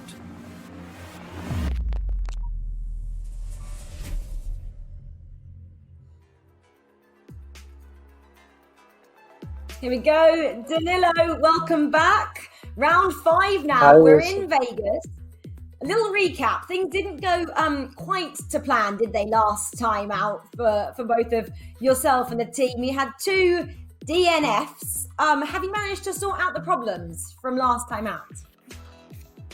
Hi, Rachel. Good to see you. I'm glad to be in the US, even if virtually. So, yeah, we sorted out most of the issues, but we still have, we're not quite happy because we didn't have enough test time. So there were some technical issues in the past weeks with the cars and things like this. So I think we're still not to our full potential. So, but still we're making good progress. So we're optimistic on what it will be. That's what I love about you, Danilo, and Team Pisa. You're always super optimistic heading out into these runs. Last time out, though, you had Reese Smith, the safety driver, going out in the dev bot for you guys. And we also capped the speed limit, didn't we, at 50 kph. Are we going to see similar from you guys today? I think, actually, not. I don't know yet. So we still have to decide that. I think we can go faster, but we will have to agree with the track team on what's the best way to proceed. Probably there will be a driver inside. As I said, there was not enough time for testing, so we're still playing this at the moment. So let's see.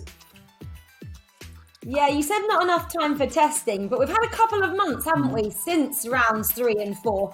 What else have the team managed to work on and develop in those 2 months?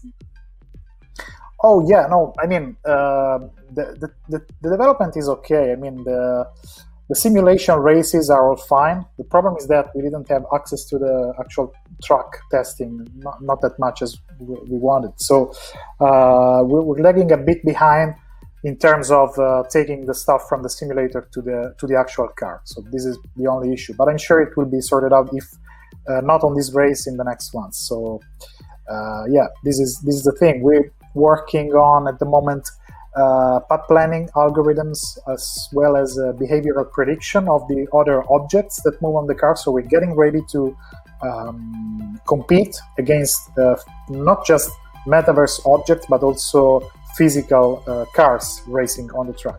So we're on track with that, and we expect great improvements in the next weeks. So we'll see. Stay tuned. We're tuned, we're ready and waiting, Danilo. Thanks so much. Can't wait to see how you and the team get on in Vegas. And I want to see how you go against those dynamic metaverse that we've put in place this time, just to challenge you guys more, because we like to keep you guys on your toes. But Danilo, thanks so much for chatting to us and giving us a little bit of an insight into what the team is looking to achieve this time out. Good luck, and we'll talk to you later on. There you go, Danilo Carporale there for Team Pisa, and that'll be the next team out on track right after this.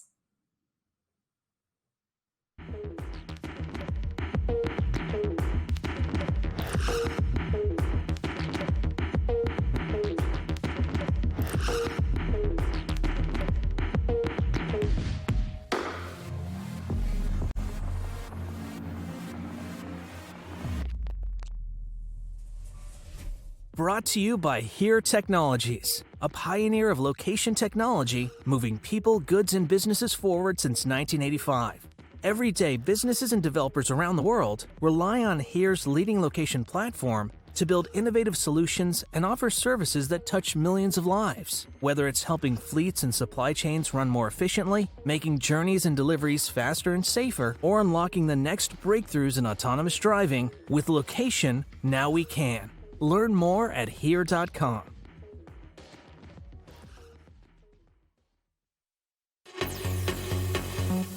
Well, the biggest start to everything was DARPA Challenge back in 2008, and that's where we really got our feet wet.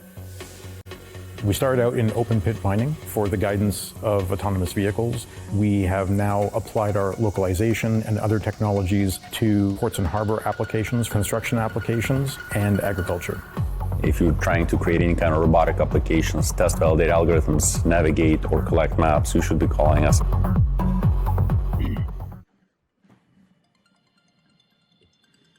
You know what, guys? Even the commercial breaks on Roborace are interesting. We're always learning. And, you know, this is what it's all about as well. You know, the long-term goal of Roborace, contributing to a much more efficient, sustainable, safer and integrated future. And obviously all the partners that we have alongside working towards that.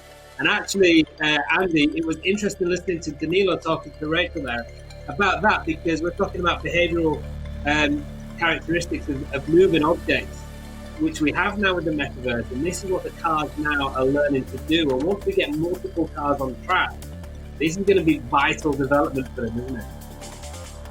Yeah, and this is where it starts to become relevant in the real world, right? Because if you want a car that will drive you from your front door to work, and you can just sit back and answer some emails or whatever it is you want to do, then your car needs to be able to react to other road users, you know, and we all know what it's like driving around on the roads in Britain and indeed any country. There's always some idiot that wants to change lanes without indicating, or stop suddenly, or speed past you on the inside lane. And it's these unpredictable moving objects that the AI has to be able to adapt to, and it has to be able to do it quickly and consistently for this technology to ever have a place on the roads. And so that's really exciting, and it was a real nice surprise to see that. Actually, I didn't know that was happening at this round at Las Vegas. I actually quite like the fact that they don't tend to tell me what's actually coming with the metaverse. There's always something new they throw in there. So I kind of felt like I'm a bit like the AI. I don't know what's going to happen next, but it's always exciting.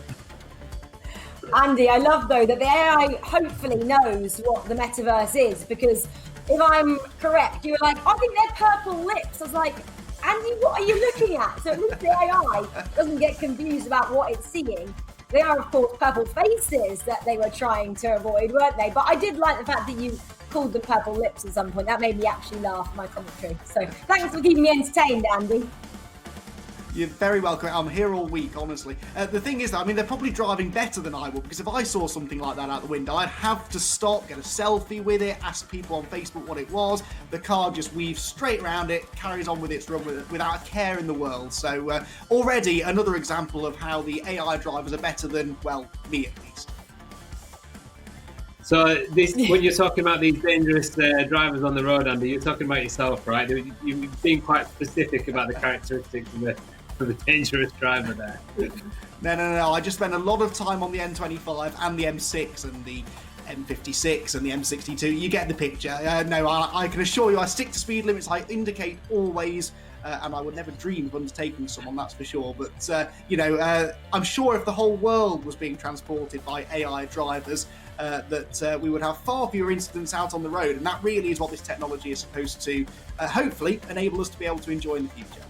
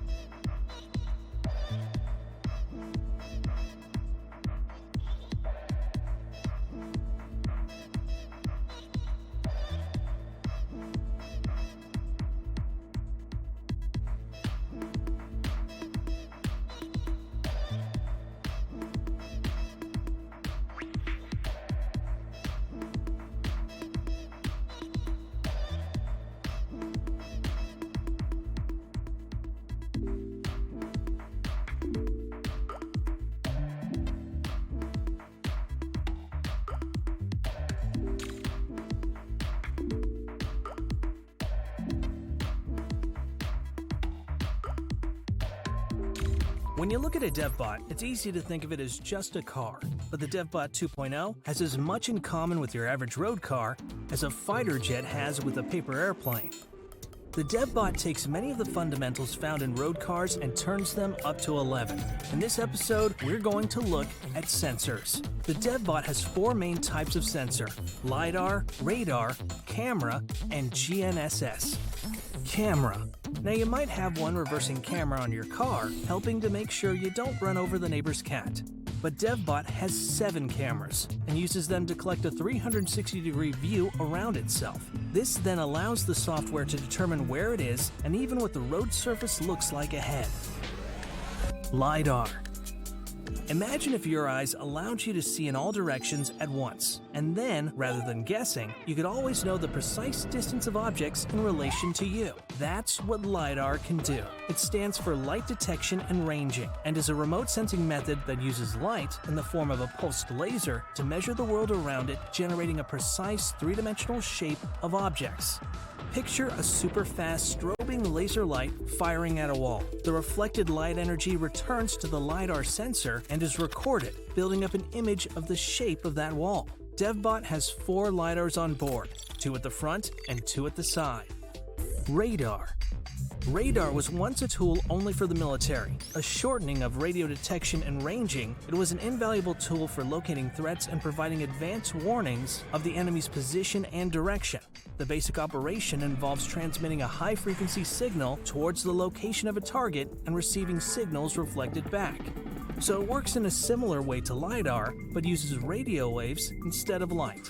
The DevBot has 1 radar system on board, mounted at the front and allowing it to detect the presence and direction of objects ahead of it. GNSS.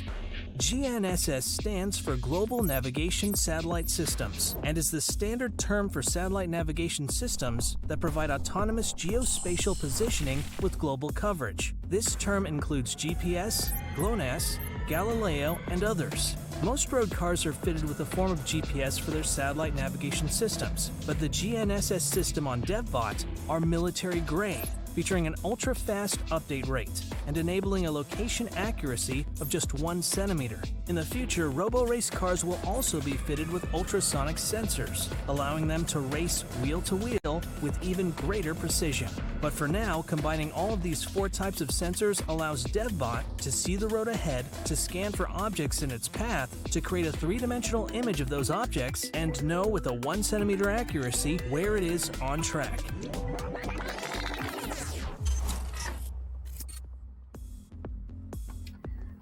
Hi, everybody. We are back here at the watch party, and we've learned an awful lot about sensors and autonomous vehicles. And just looking at the chat here in the watch party, I'm noticing a few themes. One of the things I'm noticing is that a lot of the people watching this spend their time in high school instead of playing sports or talking to people, either playing around with computers or trying to learn things about computers. We have several people who have mentioned that. And that's a worthwhile goal, because look at all these, these well-adapted dorks and geeks that have now making autonomous vehicles run around on a track. So, nothing to be ashamed of there. That's how the world actually gets done.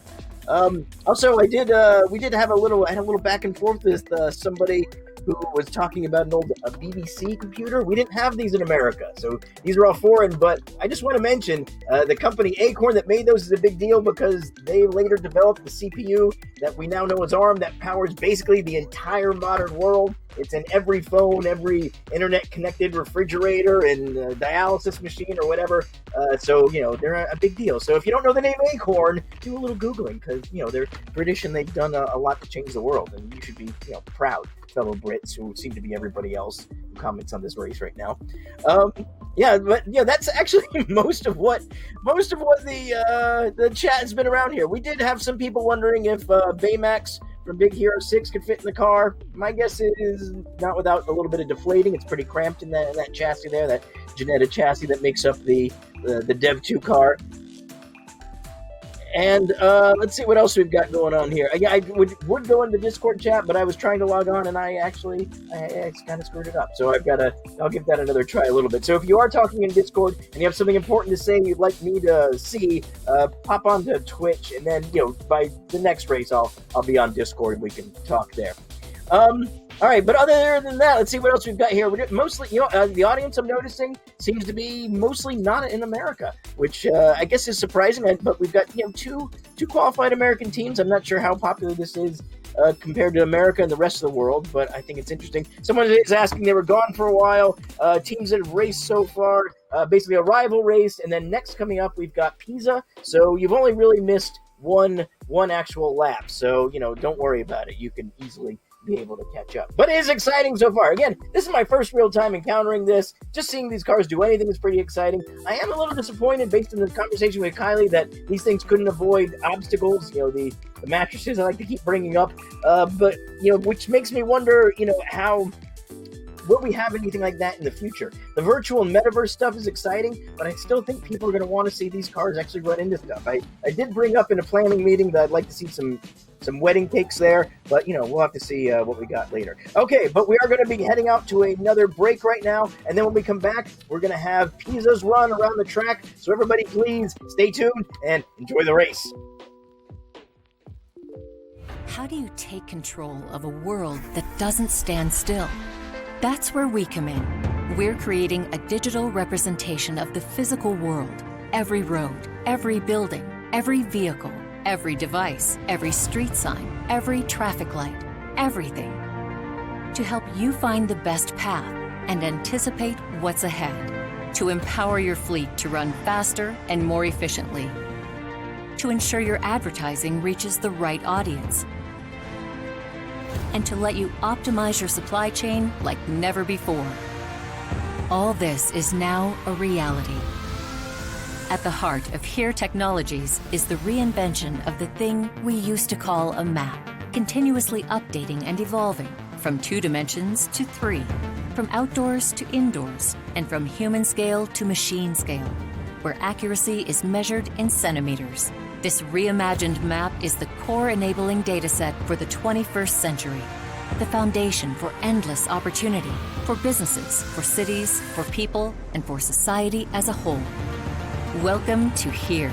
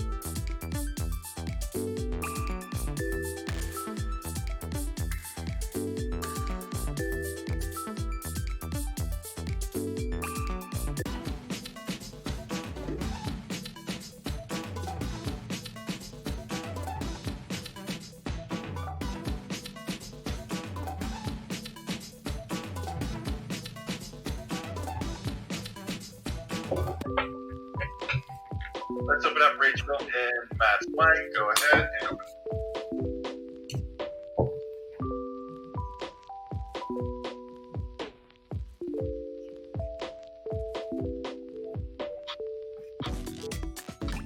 Matt, that's a nice view, isn't it? Looks pretty nice there in Las Vegas. At the moment, that countdown clock has started for Team Pisa's run.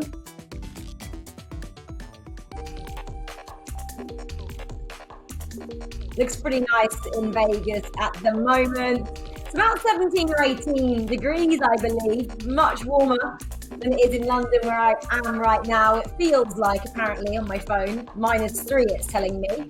I actually just got word from Reed Smith. He's the safety car driver. I messaged him. It's 22 degrees track temperature right now. And a lot of you as well were saying that white Rolls-Royce car looks pretty nice, and Reese also said it's a beast. Confirmation, it's a pretty sweet car out there in Vegas as well. So yeah, pulling out all the stops right now, aren't we, in round 5 and 6? Matt, looks pretty good so far. Arrival setting the standard. Team Pisa are up next. Their clock though has started, and that makes me a bit nervous. 18:30 now, and we haven't seen them out on track, but I mean, they've still got time, haven't they?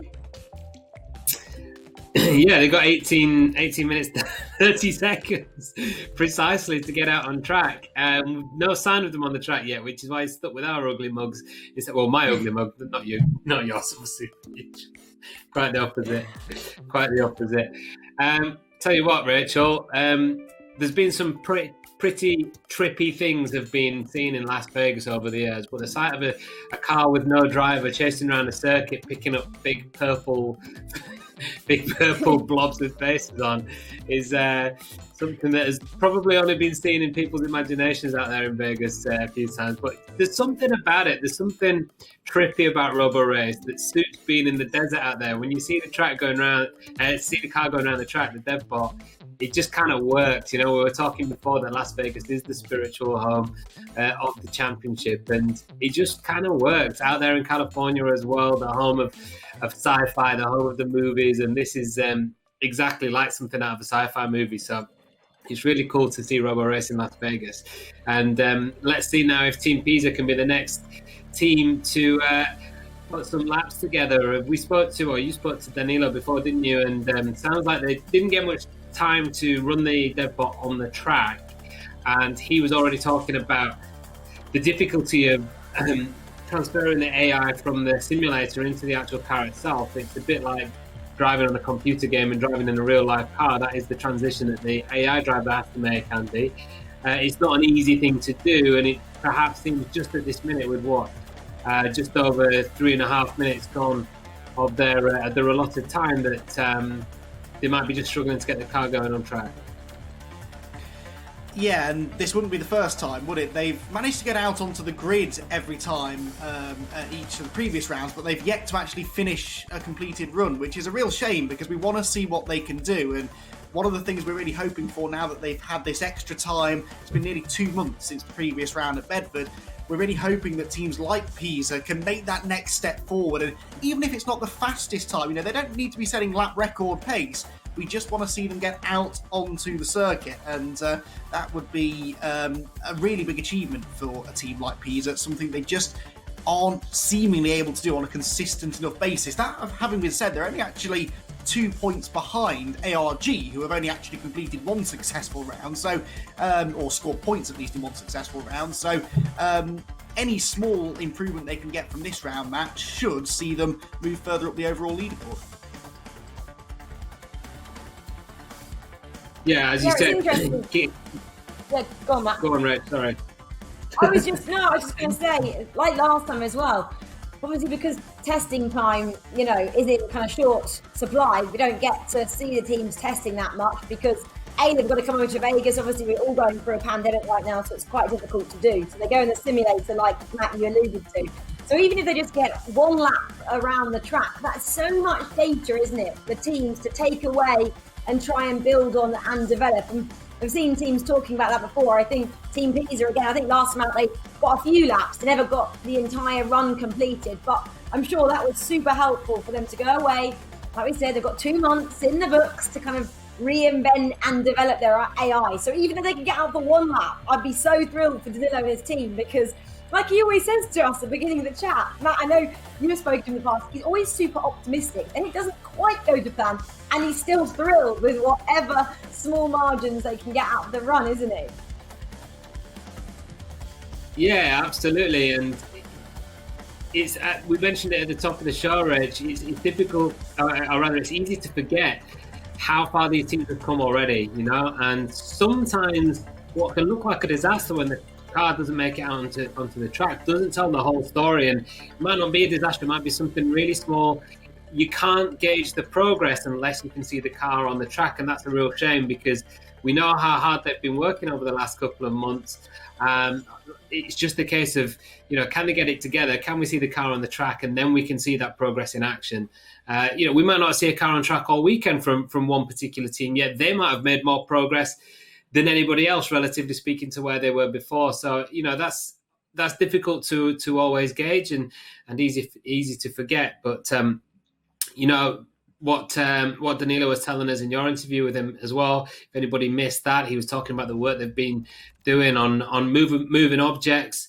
As you can see, that's their kind of milestone statement there, what they've been focusing on, the trade-off between safety and performance in the presence of moving objects on the track, and a completely re-engineered big parts of the code in this direction. So that is a massive amount of work, and that is a big change in the code and in the software that they're introducing to this weekend to deal with those moving metaverse objects and to tackle the future challenges of moving objects on the road, which is, of course, the ultimate aim of Roborace. So, again, as Andy said there, we know that they've been working hard. We just want to see Team Pisa. We want to see what they're fully capable of, because we just haven't quite been able to see it yet, have we, Andy? And that's a real shame. Yeah, I mean, I think you've touched on something really important there. You know, we're all three of us used to working in what I like calling normal motorsports, where you've got real drivers or riders out on track, and we're used to dealing in tenths, hundredths, even thousandths of a second. And if someone can go out there in one practice session and go 2 or 3 tenths of a second faster than they went in the previous session, that's a huge gain. So when we see a car go out on circuit, make it through 2 or 3 corners and then stop, and then next time it comes out it does 1.5 laps and then stops, to us it's still a failure. It looks like the car hasn't done what it was supposed to do. But actually, to the teams, they'll probably say, well, hey, we did, you know, an extra lap than we managed the first time. We've managed to maybe incorporate some elements of metaverse. They'll make big steps that maybe to our relatively untrained eyes don't really seem like particularly big steps at all. And also, when something does go wrong, to us, we would have absolutely no idea where to even start. Apart from the fact we can tell you it's not working, we couldn't begin to tell you exactly what is wrong. Whereas the teams, they can delve into that code, thousands upon thousands of lines worth of code. It makes my head hurt just thinking about it, but they can dive into it. They know exactly where they need to go to pinpoint the problem, and generally they've been pretty good at solving those problems. The trouble is that there's usually another problem waiting just around the corner. The teams love this kind of thing. It's all problem solving at the highest level, and watching them work on this on the job really is fascinating. What's a shame as well, boys, I guess, is the fact that right now it looks like the perfect conditions, doesn't it, to put in a good lap? And that's something which we haven't seen yet, because this is the first time that Roborace has come over to America. We've been in Bedford and Thruxton and then Anglesey right at the beginning of the season. And we've had, you know, rain. I think it was last time out. Was it Team ARG? The car even stopped because it was too cold and the battery wasn't quite used to the temperature going so cold. I think it was like 8 degrees Celsius. So this time out, you know, I mentioned track temperatures like 22 degrees. I think it's about 17, 18 degrees out there in the air temperature as well. So this is a chance just for perfect conditions to really see what this car is capable of. And it'll be such a shame if Team Pisa don't move from that position that we're watching right now. 10.5 minutes on that countdown clock. But okay, I think we've just heard they are pretty much ready to go, which is super encouraging. 10 minutes. We know, don't we, that the first team, Arrival Racing, completed their 5 laps in just over 7 minutes, I think it was. So there is enough time if they head out now. And this is exciting. The door is being closed. We're about to see some action, I think. I think so, Rach. And don't forget, these new rules with the smaller time window, they have given something back to the teams in that you don't have to get all of your laps in within the 20 minutes. As long as you start them within the 20 minutes, then you can then go on and complete it. So although they've got just under 10 minutes left, that's just 10 minutes to start the run. Once it starts, then that's okay, they're good to go. Now, for those of you new to Roborace, this that we're seeing now, the car about to leave the pits, this is not the start of the run, nor is the first little bit of driving around to the start line. The run only starts when the car is in autonomous mode and leaves the line in autonomous mode. So that's the defining moment. If it can get off the line in autonomous mode within the next 9 minutes and 20 seconds, then the run begins, and then the team hopes and prays and crosses their fingers and toes and everything else they can think of that the car will make it round the 5 laps. It looks like it's 1 lap without the metaverse and then 4 laps with the metaverse, and because we haven't seen Team Pisa run a huge amount, we don't really know how they're going to handle the metaverse, especially now with this more dynamic aspect with the moving obstacles. So, yeah, fingers crossed we are about to see the car head out, but they have still got a little bit of time to get the run started, guys. Okay, well, as we wait for Team Pisa to get out onto the track, then let's just remind ourselves of the challenge facing them this weekend. It's not just about the metaverse, it's also about taking on the challenge of the track, and this is the Las Vegas Motor Speedway. 15 miles north of the iconic strip sits the Las Vegas Motor Speedway, a state-of-the-art racetrack that hosts everything from NASCAR to the NHRA World Series, and now Roborace. The Season Beta Championship continues on the outside road course. This 1.8-kilometer track features 14 demanding turns that are sure to push each team to the limit. The start line sits on the track's longest straight, so the teams get an immediate chance to build some speed. Turn 1 is a fast right-hand kink. Turns 2 and 3 are typical of this complex and challenging racetrack. Closely packed together, alternating turns that will punish any cars that drift offline. Turn 4 is one of the longest on track, a seemingly endless left-hander that requires cars to stay tight to the inside line. Turn 5 is another switchback, this time heading right. The exit of 5 is vital, as it's here where teams can once again build some serious momentum. If the ABS perfectly balances its position and speed, turns 6 and 7 can be taken in almost a straight line. Out wide for turn 8 and hard on the power through 9. Turns 10 and 11 and then 12 and 13 form a tricky complex, rewarding the best line with a high-speed lunge towards turn 14. As the teams exit, they are once again facing the longest straight on track, so it's hard on the power and across the line.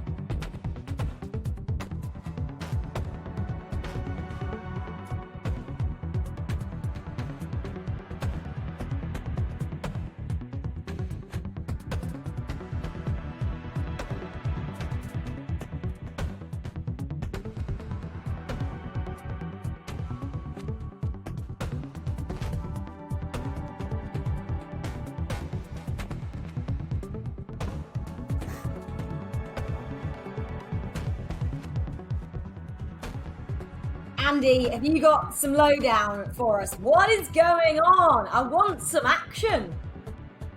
Well, I think, don't quote me on this, but I think we might be able to deliver that for you, Rachel, because Reese is out of the car, isn't he? The Rolls-Royce has motored off back to the garage, so I think we're ready to go. And look at that, just in the nick of time. 2.5 minutes left to get this run started, and it looks like Team Pisa are finally going to get out there. They had all sorts of problems last time at Bedford, didn't they? They had an issue with the ADS, or they were testing a new ADS software, which they weren't completely convinced was going to work.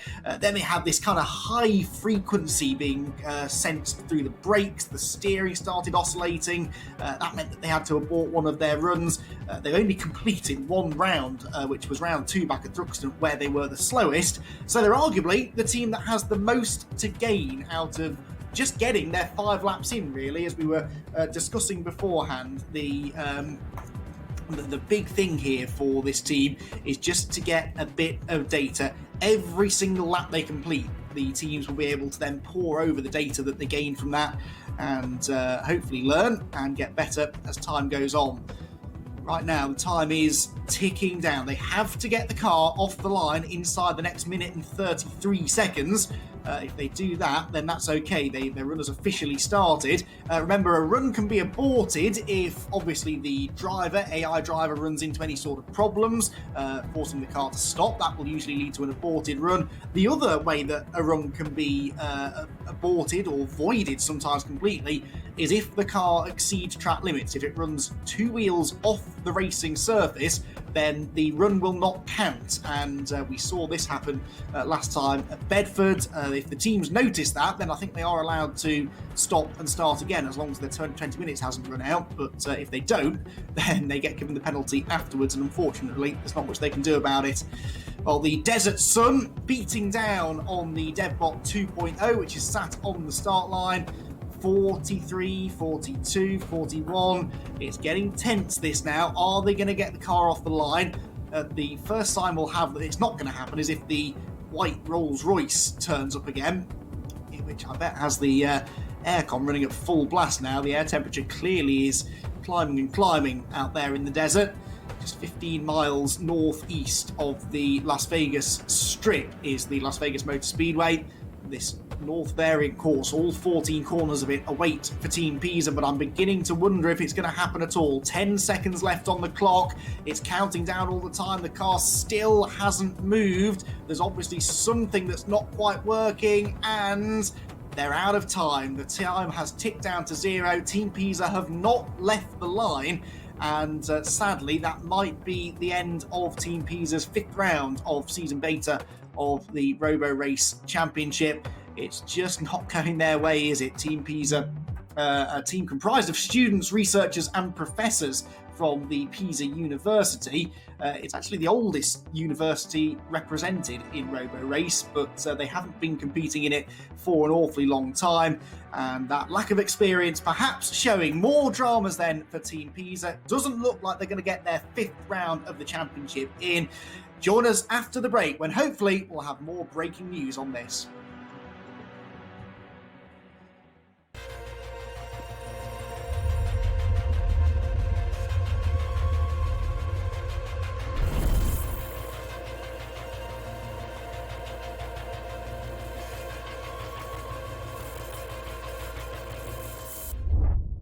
How do you take control of a world that doesn't stand still? That's where we come in. We're creating a digital representation of the physical world. Every road, every building, every vehicle, every device, every street sign, every traffic light, everything. To help you find the best path and anticipate what's ahead. To empower your fleet to run faster and more efficiently. To ensure your advertising reaches the right audience. And to let you optimize your supply chain like never before. All this is now a reality.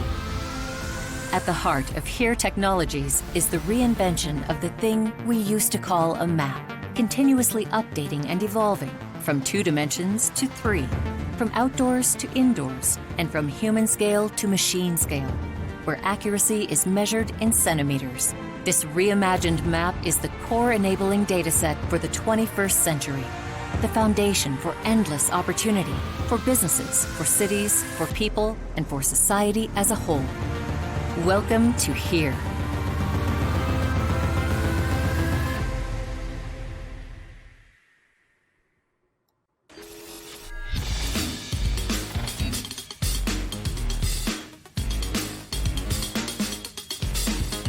Hey everybody, and welcome back to the watch party. It's been clearly a fascinating day of racing, very exciting stuff with that Pisa car so confidently and defiantly sitting there immobile on the track. That's the kind of racing we came here to see. It's pretty incredible. But in addition to one thing that Pisa car did do while it was sitting there on the track was look good because, of course, of the great design of the Dev 2 car that they're using here. And that reminds me to talk about car design because we actually have someone I'm going to be talking to, a car designer themselves, a junior designer who's currently joining us from the Netherlands. His name is Alain, and it's possible I'm going to mispronounce this name because it's got letters and combinations I'm not comfortable with. Alain Snoodijk? Alain, how do I pronounce your name? Either of the names. What am I doing wrong? Snoodijk. Snoodijk. Okay. Yeah. That's much better. It's a typical Dutch name. It's a lovely Dutch name. I'm a big fan. Now, you're nice part to of meet you too. the... it's nice to meet you. Of the Open Metaverse team, and why don't you tell me a little bit? So you're a student, or you've got a master's degree from Delft University of Technology, and you are a designer. You've done some interesting work for Volvo and Polestar and Volkswagen. Why don't you just tell me a little bit about what you're working on? Yeah, so I studied product design in Delft, in the Netherlands, as a bachelor, and I did a master as well in product design there. And during the master, you can choose some electives in the direction of transportation design. So that's what I did, and I graduated last year.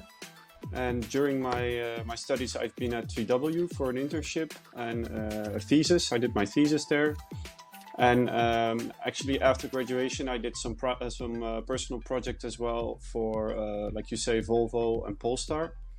So that's my.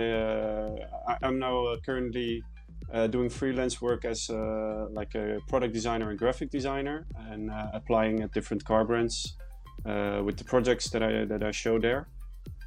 Yeah. And tell me a little, just so I get a sense of your design. Your personal aesthetic and what you enjoy. Tell me some cars that you appreciate the design of that people might be familiar with now. What are some things that stand out to you as really good examples of automotive design? I think if you talk to many car designers, that they usually relate to the older cars because most of us are kind of petrol heads, so we like the old cars. Sure. But I think also some modern cars are really good looking. Of course, I think actually that more and more companies or studios, they really make beautiful cars, a lot more than it used to be. So lots of the modern cars stand out for me. But I think what is more important in actually the car design of today is that you think about the product not only as just the car, but also as the means of transportation. So for me, attractive is important, but I think it's really important that the concept or the behind the car is clearly well thought about, and that it all matches with the brand. That's I think what is really important for me. And I think there's some also some American startups who are doing a really good job with this kind of mobility solutions that look really attractive to me. Canoe is a good example, I think. Californian. I'm a big fan of Canoe. Their microbus style car I like a lot. Yeah, that's a very clever design. For me, it's a really modern approach on what a vehicle should look like. Right. Especially as we come into autonomy, the interior becomes that much more important. So you want to maximize that volume. That makes sense. Yeah. Can we take a look at some of your sketches? I think we have some here, so we know exactly what you're talking about. All right, which one do you want to bring up first? Oh, look at this guy. What's this one? Yeah, this is actually quite an early project from 2018. So this is the project that I did when I was intern at VW. And actually, what I learned in school is, like I say, to really think about the product itself and about not only see it as just a car, but as the means of transportation. And that was also the center topic of this project. So the idea is actually that you have a capsule inside a shell. So the capsule itself is meant for large transportation, so over large distances.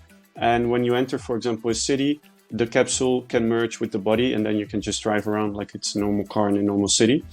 So it's really a future aimed. 2030 was the direction at that point. So and, are you saying the passenger capsule might become part of like a mass transportation system and then get placed into like a chassis? Yeah. I got you. I did a case study on the Hyperloop. It could be like part of Which Hyperloop. right now is just somebody driving a Tesla Model X in a sewer, basically. But hypothetically, I've seen that. Yeah, so actually the most important thing is that the car or the system enables you to travel like every road that you want to take. So it's not only a car that is enabled to go in the city or to go on a highway. It's actually a multi-purpose vehicle. And what is also interesting, I think, is the layout of the interior. So it's two persons facing each other in an autonomous vision of the future. So you don't need to drive yourself. And in the way they are positioned, it's really for you can really enjoy to conversate with each other and to have really a much more direct interaction than just sitting next to each other and both watching the road or even sitting behind each other. It's more like you have your private space inside the car. It's an attractive design, and I like how you've kept some degree of the VW look with that kind of wide grille that they're kind of using now. But one thing I do want to ask about, and this is something I've noticed in almost every recent auto designer, is the particular way wheels are emphasized to really exaggerated degrees, and they almost become part of the body. What's going on there? Why does every new car concept seem to have this very similar looking exaggerated wheel design? What's going on in the thoughts of modern design schools there? I think a big part of the way that these projects are intended is that you as a student need to show your creativity and you need to stand out with the idea that you have. And of course you can do something with a really feasible product, so something that is directly maybe can go through production or something, but that's not the vision that you want to show. So you want to exaggerate a little bit and show a bit more of this coolness of the car. And we also try to come up with like modern approaches for wheels. So maybe the wheel is not like we know the 5 spokes of the rim, of course, is traditional, but there can be so much more inside a rim. You can do anything else. Like you say, you can make it part of the body. You can integrate it in the tire, maybe even in some cases. So that's you try to explore some future options and to come up with a really cool idea, basically. That certainly makes sense. Absolutely. All right, we're going to be wrapping up here pretty soon, but before I let you go, one question: are you familiar with the Dutch car called the Kanta? Tiny little city car. No, actually, I'm not. Oh, I saw those when I was in. They're tiny and they park them on the sidewalks. And I think they made a ballet that used them. I was just hoping I could meet an actual Dutchman who would know about the Kanta, but no, sorry about that. I will check. That's all right. I just thought I'd check. These are fascinating things to see. All of these, I love seeing where new car designers are going, and I especially really like that capsule concept where you can have your own stuff in mass transport to a regular car. That seems brilliant, and best of luck to you. And I hope some wise automotive maker snaps you up as soon as possible. Yeah, thanks. I hope so as well. Yeah. Yeah. Thanks again for coming out, and yeah. Thanks. You too. Okay. Bye-bye. Bye-bye.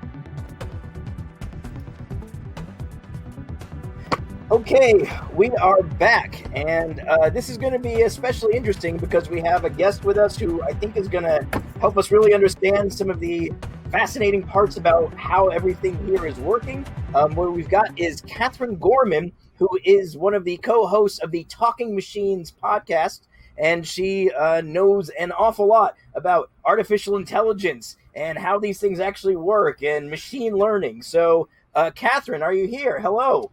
I am, Jason. Hi. Thanks for having me on. Thanks for coming on. We appreciate it.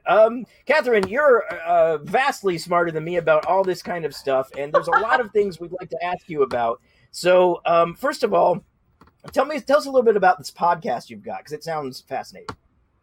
Oh, thanks so much. Yeah. So the podcast that I work on is called Talking Machines. I'm the co-host and co-founder, and we really focus on the reality of machine learning and artificial intelligence. We spend most of our time talking to researchers, to the practitioners, both in industry and in academia, who are making the systems that are piloting these cars, these, as we like to say, embodied robotics, right? Because it's an artificial intelligence system that's driving around a chassis or whatever you want to put it in. Sure. And so it was particularly interesting to me this morning when I heard that CMU was not going to be participating because they were trying to refine their system for reinforcement learning, which I think is a fascinating direction to take this in, because this allows you to not only, it's focusing the system on being trained by the real world around it, as opposed to just a set of data points that you're presenting it with. It's sort of like the next step in the metaverse. It would allow for those burning mattresses, right, on the field if you were going to throw those out and have to have the robot respond to them. So I think that's absolutely fascinating. I can't wait to see what else happens today. Yeah, I think the concept of the interaction, making these things actually have to deal with the miserable chaos of reality that we all have to deal with, I think is only fair. And I think that's what makes this interesting. And this brings up an interesting point because, and you can correct me if I'm wrong, but I've heard or read things that suggest there's a lot of machine learning that goes on where they become black box-like, where there's a set of rules and instructions, but nobody's really entirely sure just what is going on artificially, cognitively inside these things. So can you explain that a little? Because that's a fascinating place we find ourselves in, where we don't really understand how these things do what they do. Yeah, absolutely. So I want to say again that I myself am not a practitioner, just a very excited outside nerd when it comes to things like this. But you're talking, I think, a lot about when we're looking at the idea of neural networks, right? And when we create a neural network, it can have many, many layers. And when you get to a point where you've created enough layers that the programmer who's presenting that network with the problem might not be able to understand all the decisions that it went through in that neural network to arrive at the answer that the programmer has been given. So it's a black box. You can't see the decision that the system that you've created is making, which I think is really fascinating, but it is also like a part where this can be kind of frightening, right? Like you've created this thing that you can't actually interrogate yourself. Yeah, absolutely.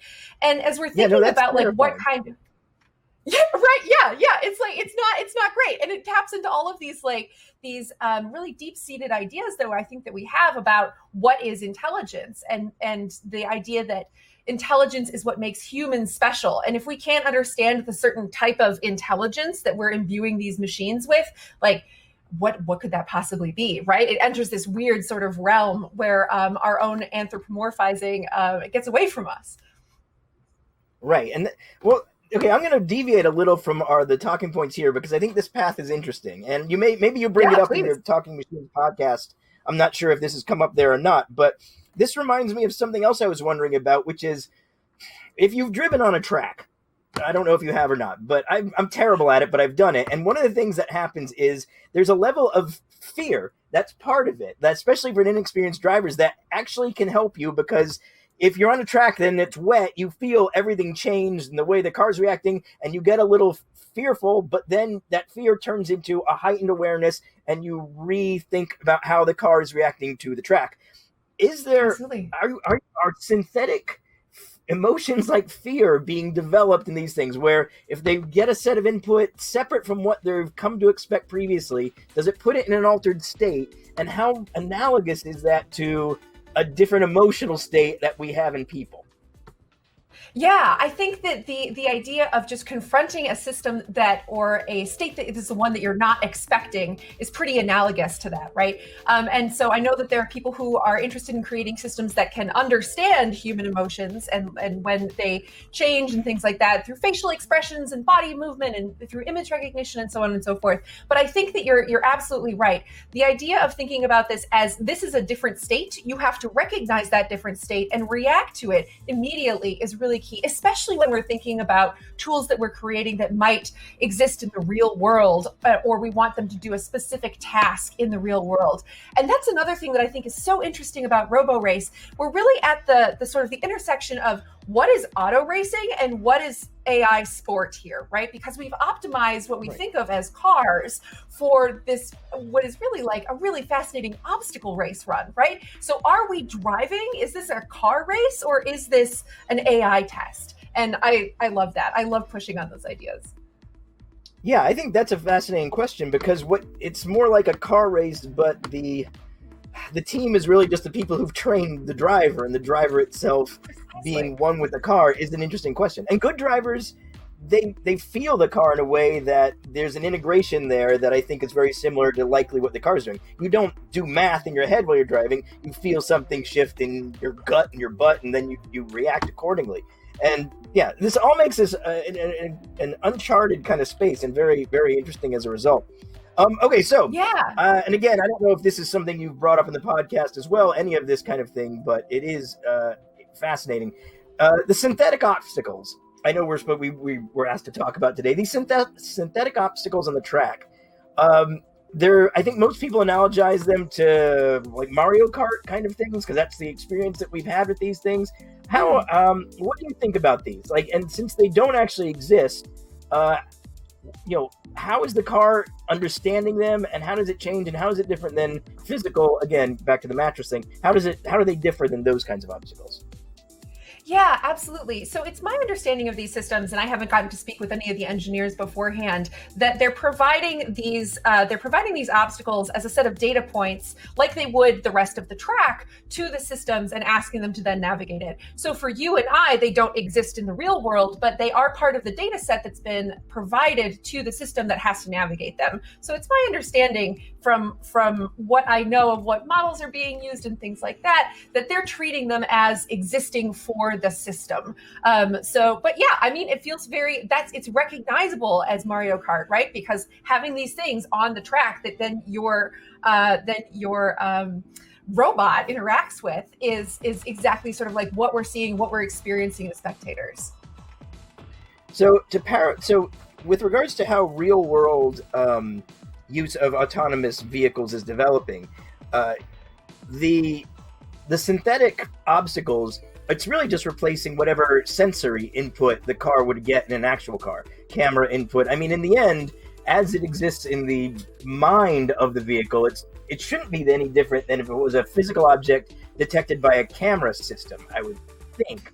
So, but there's still that extra whole other layer of camera systems to understand. And then I was talking to Kylie about some tech in these cars, and she was saying that some of these cars can't even detect physical obstacles. So I guess what I'm asking is, how much do you think what's happening here on the racetrack is applicable to the development of autonomous vehicles in our messy, chaotic world? Yeah, I think these are actually two different things. So I think that we're seeing that Roborace is a really interesting experience and experiment in AI sports. But the idea that you're not asking these embodied robots to react to the real world, and that's the hard thing that you are asking a vehicle to react to if you are thinking about an autonomous vehicle or a self-driving vehicle. I was at a talk a couple of years ago by Andre Carpethy, who's at Tesla now, and he was talking about about how when they're training their systems, they were putting ketchup on the windshields of systems that were being autonomously driven because they were trying to train it for anything unexpected, right? You're probably not going to get hit by a catch-up truck when you're on the road, but at some point, just being able to make that data that robust is going to be helpful for that system to train it to be able to encounter unexpected things, or at least say, this is an unexpected thing, I should stop now until it's resolved for me. So I think that we're looking at a little bit of a slightly different thing here, but I think it's a really interesting way to democratize these ideas of what is an autonomous vehicle and what is an artificially intelligently controlled robot, right? Because these things look and feel like cars. Auto sports involve cars. But I think that really helps us to push on these ideas when we do things like this, when we have Roborace. I think the ketchup thing is fascinating because I think it's not frivolous at all. That's incredibly important because the world is full of mud and rocks. I live in the South, and driving this summer, you fly through masses of insects that could easily disable the sensors of almost any system now. And it's crazy that actually, that's why also I don't think the crop of Teslas that are out there can ever be fully autonomous because they have no means to clean sensors. And we're going to need that. Having a dirty car in the future is going to be life-threatening at some point. So I don't know what to make of that. But they'll have to figure out sensor cleaning systems. Do you have any thoughts on the design of the cars as they are now? Any thoughts about the way they're designed or what you think of autonomous vehicle design down the road? Yeah, I think it's absolutely fascinating, and I've loved the intersection between Robocar and Dev 2, and really seeing what it looks like as we take humans out of the physical parameters of what we're expecting for these cars. And I am fascinated to see what it will be like for the next generation when we're thinking about humans further out of the loop, and we're really thinking about like purpose-built things on wheels, right? Like how will that further change the design? I was talking to someone about Roborace a couple of days ago, and they said like, this is the Model T design, right? And that's a really interesting moment to be in because the Model T sort of decided a bunch of design principles for cars and automotive and vehicles as we moved forward. So what are the fundamental design principles that are getting made now that we're going to think of as assumptions later? And what will it take for us to push on them? So I think it's fascinating to see. And plus they just look cool. They're so ergonomic and it's amazing. Yeah. And Model T is a good example because actually you drive a Model T completely differently than a modern car. The pedals do completely different things, and it's weird. So we may see things now that are just dead ends that we figure out later, or we may have versions that are just cargo, whatever. It's all fascinating. All right, so I just want to remind everybody, you have a wonderful podcast called Talking Machines, where all of these kinds of issues get covered, and probably a hell of a lot more, and I'm sure it's fascinating, so everybody should listen to that. And look, Katherine, thank you so much. This has been really exciting to hear your opinions. Yeah, and hopefully we'll see you again. So thanks again for coming out. Great to talk. Yeah, thanks so much. All right. Thank you. Okay, next up, I want to remind everybody we are chatting on Twitch. We have a Discord chat. We're also on Twitter at Roborace, and we have a YouTube channel. All of these things you should be, possibly by law, engaging with to the full amount. So if you have anything interesting to say in the chat, let us know. If you have anything you want to share with us on Twitter, please do that. So every way you can engage with us, I'm basically ordering you to do so. So get that done. All right, let's go back over to our pals Matt and Rachel and see what they're checking out now.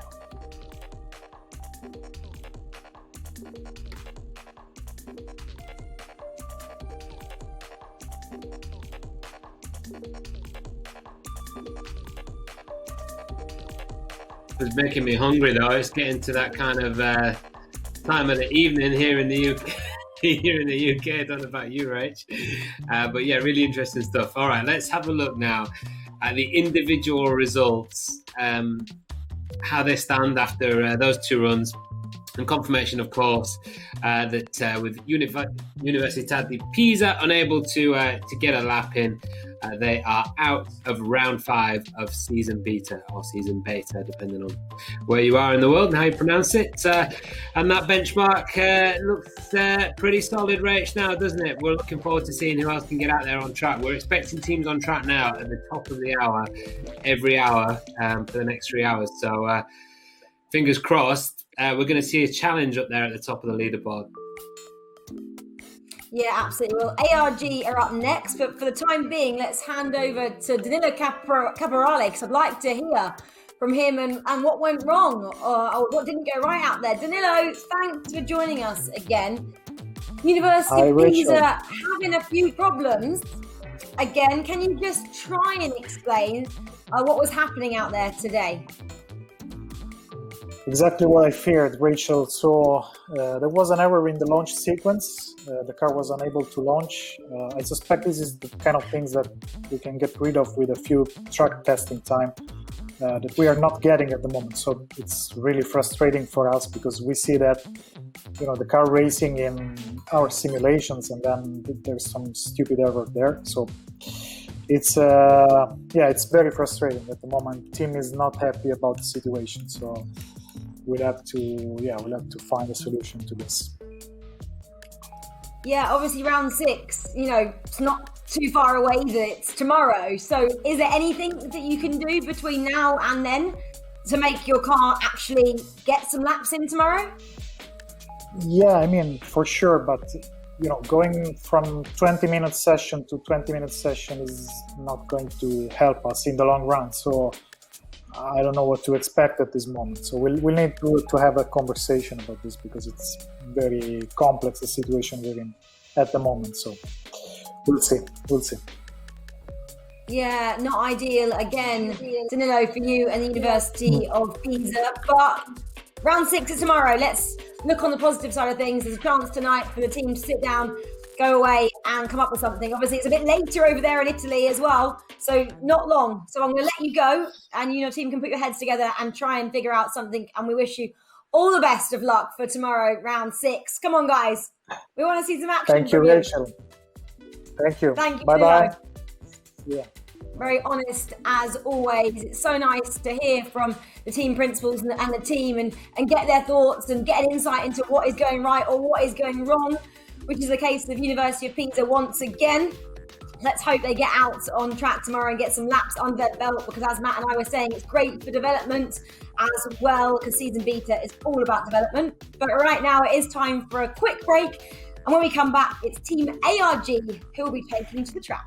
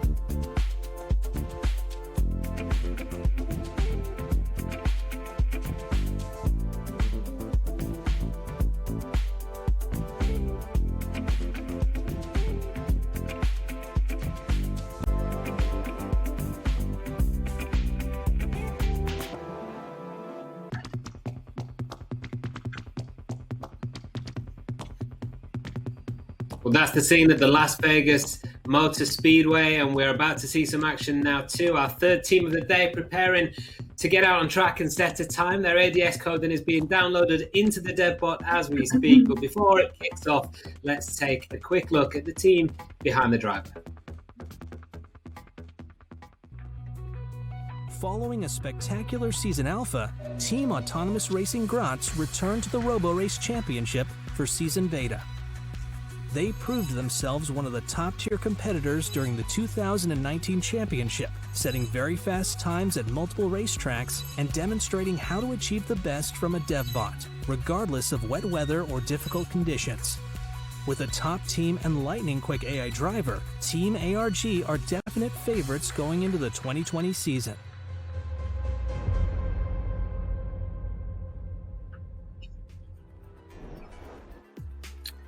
So that's the story of Team ARG. I'm delighted to be joined by one of the team members now, Jasmina Zubaca. Jasmina, great to see you again.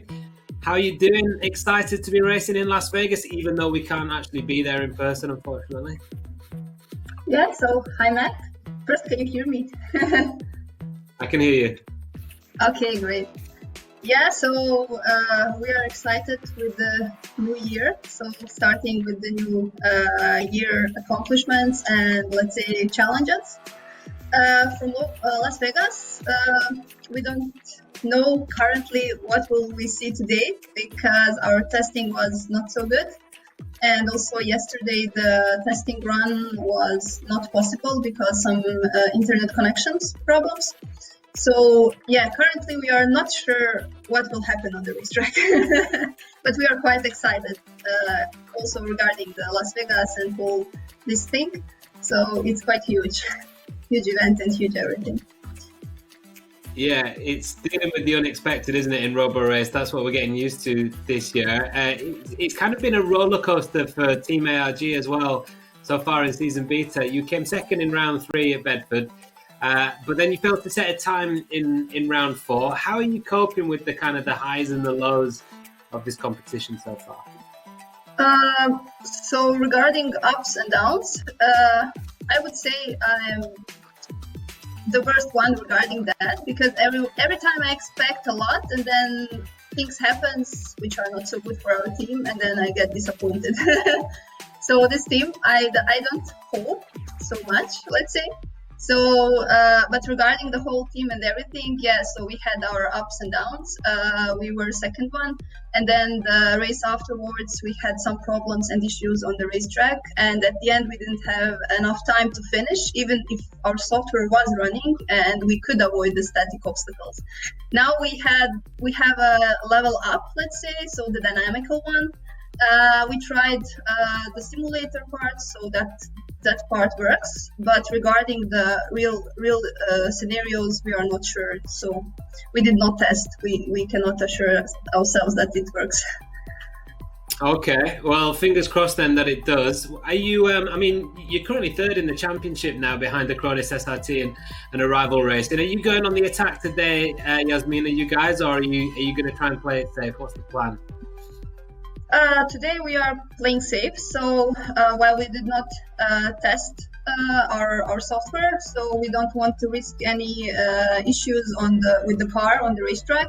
So therefore, I cannot say that we are attacking them, but today we are testing our software, our stack. So let's say we are playing on the safe side. Okay, well, we're very excited to see what you guys bring to the Las Vegas party today, Jasmina. You've only got 3 minutes until your run starts, so we wish you the best of luck and we'll leave you to it. Thank you. Yeah, thanks, Matt. Hear you later then. Okay, Team ARG even all set to go then over at Las Vegas Motor Speedway in just a couple of minutes' time.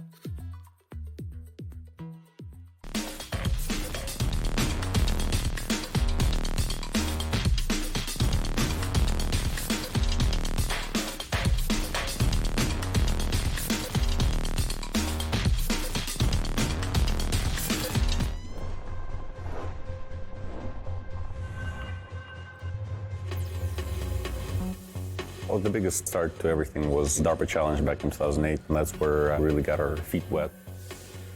We started out in open pit mining for the guidance of autonomous vehicles. We have now applied our localization and other technologies to ports and harbor applications, construction applications, and agriculture.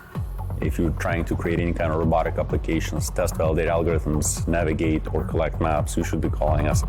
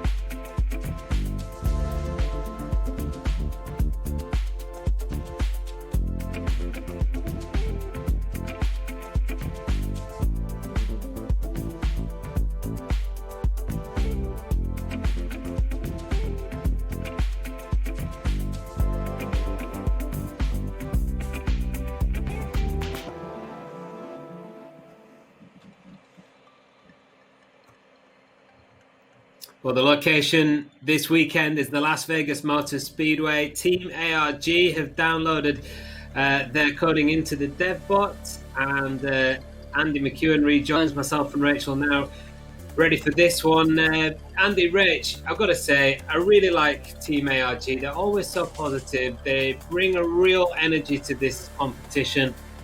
They've had some bad luck, like everybody has so far this season. But I really hope for their sake that they don't struggle the same issues that Team Pisa had here, and in terms of translating the driver from the simulator into the actual DevBot, because of course they've had this lack of testing time, and it would just be nice to see them just have a little smooth run here, wouldn't it, and get some laps under their belt again. Yeah, I mean, Andy, you're probably thinking the same as me. It seems like at the moment they may have similar problems to Team Pisa, who we spoke to earlier and we saw didn't manage to get any laps in because of the lack of testing, but seems to maybe be a running theme that all these teams are struggling with this. And we mentioned it earlier, they are running really well in the simulator and they just can't translate it to the track. And they said they're going to be playing it safe today. That's if they get out on track. They were, and we can remember, only one of two teams who did complete all 6 laps in round 3.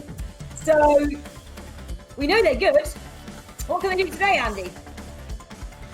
Well, we're about to find out, because I believe they are almost ready to launch off the line. But yeah, just because something's working well in a simulator doesn't necessarily mean it's going to work well in real life. I mean, I am a world championship winning racing driver on a simulator, but I can guarantee you that if you plug me into a real racing car, I would be quite a lot further back down the grid. So, you know, reality is a very different situation to simulations. As accurate as modern simulations can be, it's never quite the same as the real thing.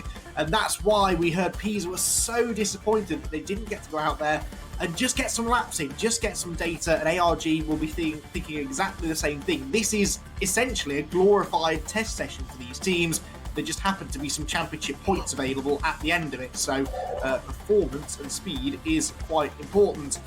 Whilst ARG are a little concerned that they might have some issues, they have at least got the car off the line, so this is it. The second car moving under its own steam out on circuit today, and it is the car from ARG, Autonomous Racing Graz, which makes a slightly more sedate run through the first corner. The fastest individual lap we've had so far today, somewhere around a 1 minute 15. So will be interesting to see how close ARG can get to that pace. That, of course, was set by Rival Racing, the only other team to have successfully completed a lap so far. But ARG are off the line and underway then, already collecting collectibles, funnily enough, through the metaverse, as they try to outscore Rival Racing. And that's the big thing, I think, with these new obstacle rules, the extra 30 seconds per obstacle now. You don't have to have the fastest AI driver anymore to win these things. You have to have the most accurate. If you can go out there and set absolute lap record pace, but if you collect too many of those obstacles, then it doesn't matter. You're going to lose minutes potentially, or add minutes onto your time. So ARG, with this slightly more slow and steady approach, it doesn't look as spectacular and it doesn't look as quick from the outside, but if they can score better out of the metaverse, it could prove to be a winning strategy. Weaving their way now through the final part of the first lap down towards the hairpin. You can see there the moving obstacles making their way through, and you can imagine, can't you, if they were cyclists perhaps, or slow moving traffic in another lane. That is a really relevant bit of testing for this technology that could be used on the roads in the relatively near future. Right, first lap is complete. It's not very quick, let's be honest. It's a 1 minute 40 roughly, a good 20 or 20, more than 20 seconds actually slower than Rival Racing's first lap from a standing start. But they haven't hit any obstacles. Remember, Rival hit 3 obstacles. They had 90 seconds added onto their time. Now, yes, they managed to get 42 collectibles, but that still meant that they added more time on than they lost. If ARG can avoid those obstacles, this could still prove to be a winning time. The speed also looks to have built up now on this second lap. The car just carrying a bit more speed through the corners, the change of direction a bit more aggressive.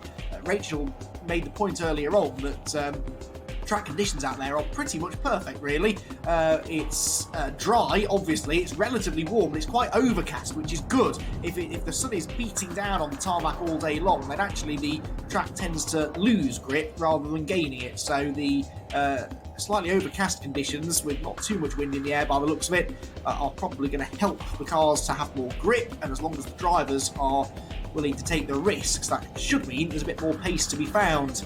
So far then, so good for ARG, a trouble-free run for the time being, which is not what happened for them last time at Bedford, remember.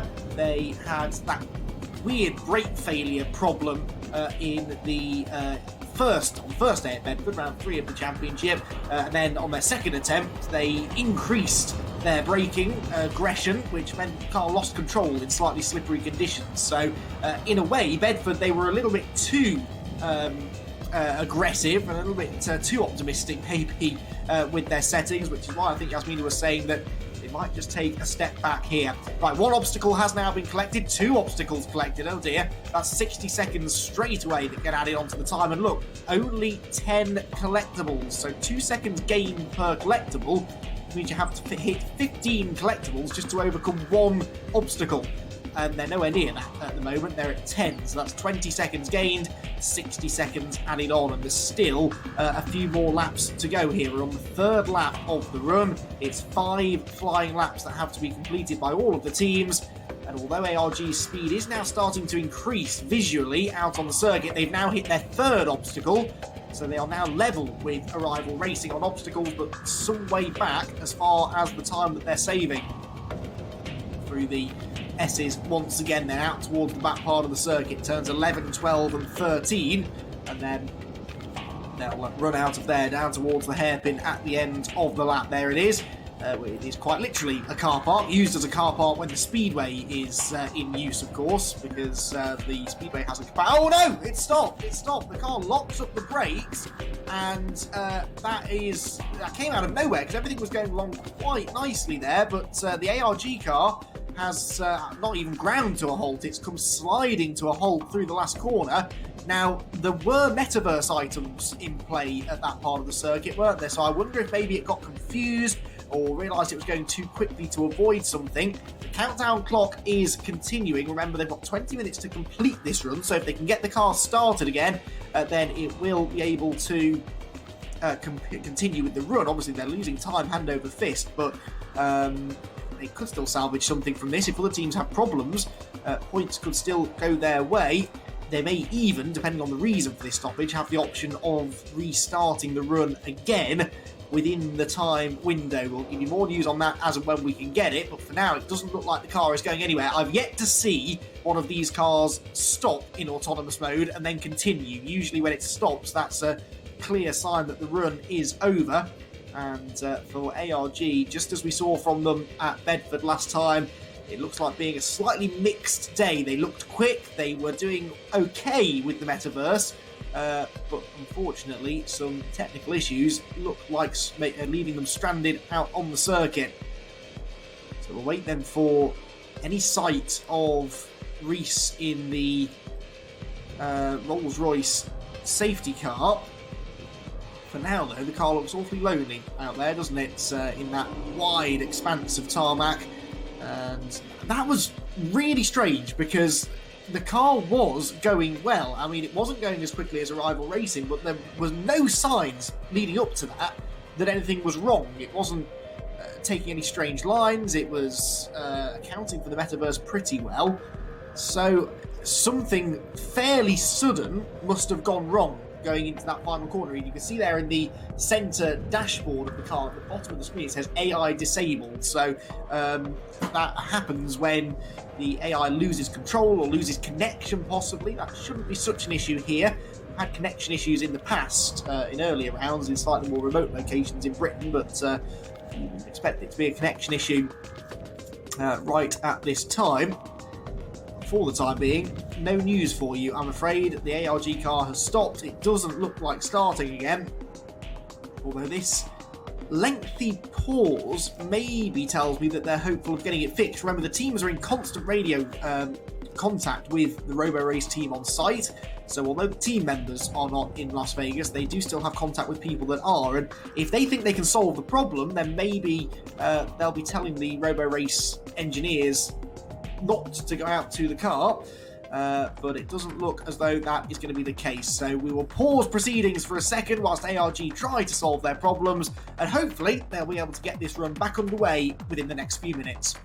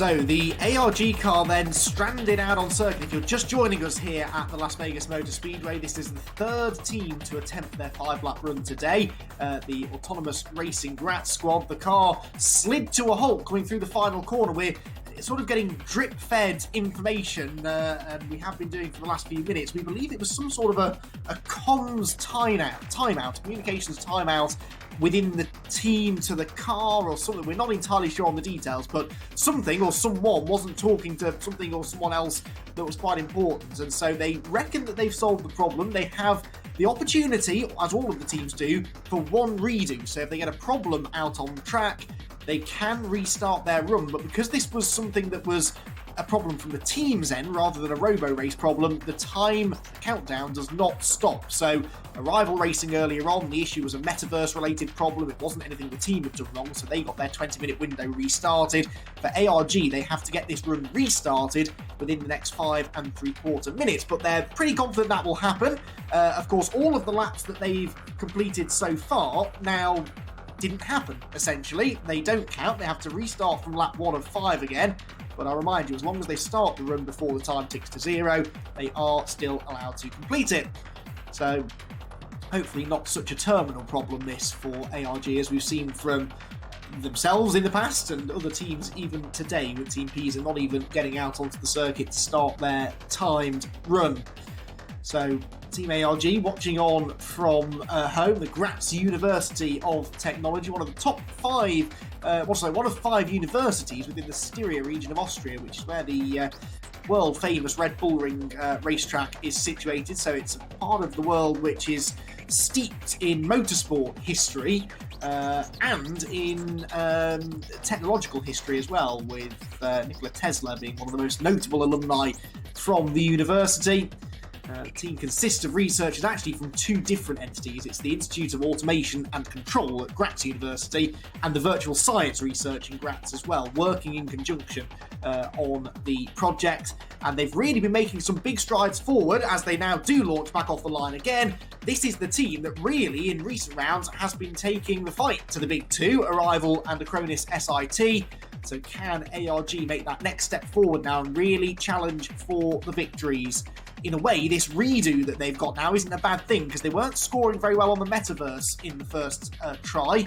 So let's see if they can improve on that this time around. The first lap, then we will monitor against the Arrival first lap, which was a 1 minute 19.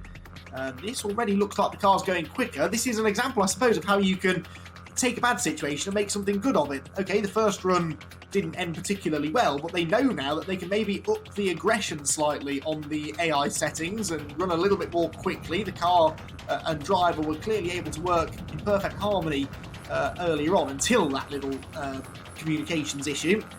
And so maybe they can start off now at a quicker pace. Remember, their first lap from a standing start in their initial attempt was a 1 minute 40. So we'll see if they can get underneath that time now. I reckon they probably will. This looks quicker. They're already heading down into the final complex through turns 11, 12 and 13. This little flip-flop chicane section.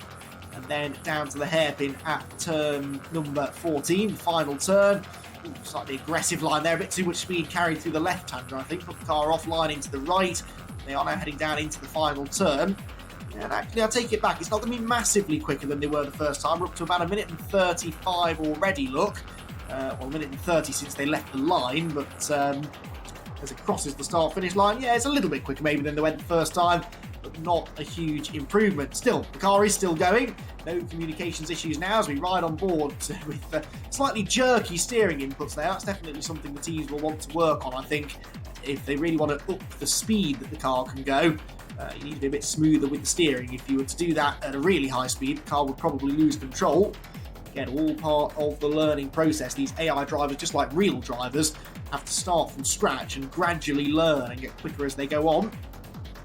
Let's see how much they've learned from their first attempt. Well, maybe not a huge amount as far as the metaverse goes. One obstacle already has been hit. That's 30-second penalty. 4 collectibles means that 8 seconds of that will be taken off. So it's a net loss of 52 seconds at the moment. And we're not even halfway through this run yet. Up through the chicane again. This long right hand that is turn 8 and then into 9. And there are those obstacles again. 5 collectibles have been put in the bag. 6 now. Can they avoid that obstacle? Looks as though they have. So ARG are staying out of trouble for the time being. They've got essentially 90 seconds in hand already over Arrival Racing, simply based on Arrival's penalties, with 3 obstacles collected for the current joint championship leaders. Through the chicane, through the hairpin, at the end of the lap. Not really bothering too much with the metaverse items, are they? I think they're just going for a nice smooth run. Jasmina was saying, wasn't she, to Matt pre-race that they'd had some issues in practice, issues in the run as well there with a second obstacle hit, but they have at least now got further than they did the first time around. So they're on to their third lap now, which they didn't quite manage a few minutes ago. So roughly halfway through this run for Autonomous Racing Graz, who have built a brand new ADS system, which is apparently better at dealing with the metaverse. They didn't use it at the first round at Thruxton, but they did manage to put it to pretty good use at the Bedford Autodrome.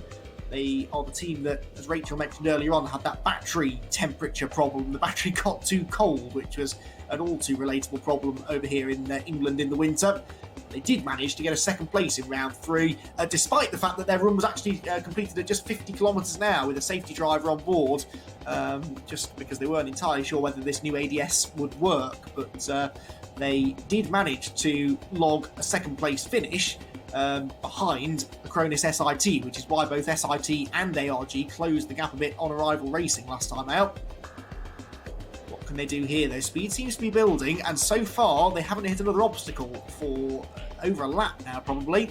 10 collectibles in the bag, 20 seconds gained, 60 seconds lost. No, there's another one. You saw it run through that purple face, and the obstacle count now matches that of Arrival Racing, but remember Arrival had 42 collectibles and we're only at 11 right now for ARG.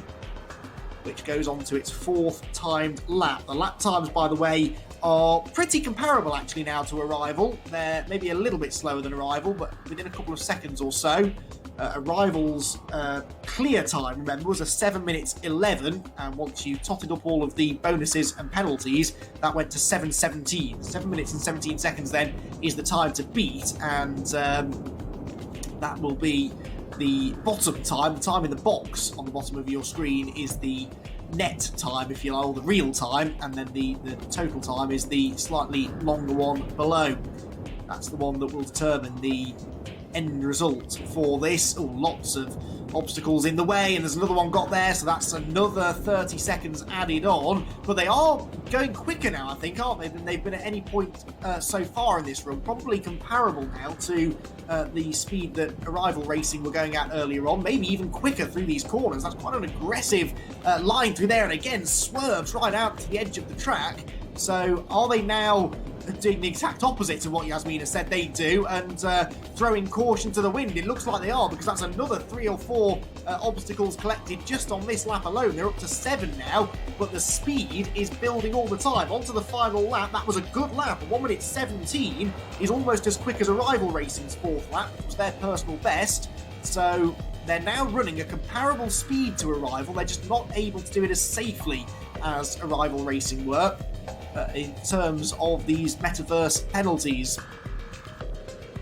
up through the opening sequence of long sweeping corners, you've got the tight right-hander at turn 3, the long sweeping left-hander there at 4, then into this deceptively tight right-hander at turn 5, over a slight crest, then back out along the far end of the circuit, weaving around left, right, really testing the precision of the AI systems. Oh, right out to the edge of the road. That was a lot of speed carried. This is the fastest I've seen this car go. I don't think we've seen even a Rival going quite this quickly out on the circuit. Maybe the top speed isn't as high, but they're really focusing on corner speed. I think a Rival had a bit more acceleration, but the speed that ARG are taking through these twisty sections is really quite impressive. It almost looks as though they're getting towards the limit of what the car will do through some of the tight corners, which is what we like to see. That isn't what we like to see, though. 2 more obstacles hit as they come through the final corner. What is the time going to be, though, as they come across the start-finish line? Well, the outright time is a 7 minutes 26, which is actually only about 15 seconds slower than Arrival Racing, but because of all of those obstacles, the total time is going to be several minutes slower than their rivals. 11 minutes and 21 seconds. We'll get that confirmed for you in the next few minutes, but it looks as though they are going to slot into 2nd place on the leaderboard. Not difficult, I suppose, since we've only had one other team complete their run, but the ARG squad are going to be pretty happy, I think, to have got through their 5 laps on the 2nd attempt at least without any major dramas. Well, we'll go away and calculate the points and the time for you now. We'll have an official result from the Autonomous Racing Graz squad after this short break.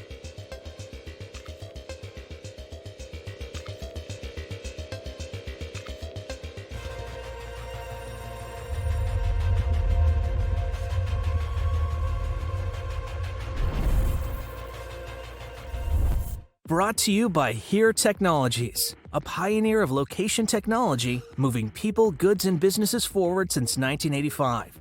Every day, businesses and developers around the world rely on Here's leading location platform to build innovative solutions and offer services that touch millions of lives. Whether it's helping fleets and supply chains run more efficiently, making journeys and deliveries faster and safer, or unlocking the next breakthroughs in autonomous driving, with location, now we can. Learn more at here.com.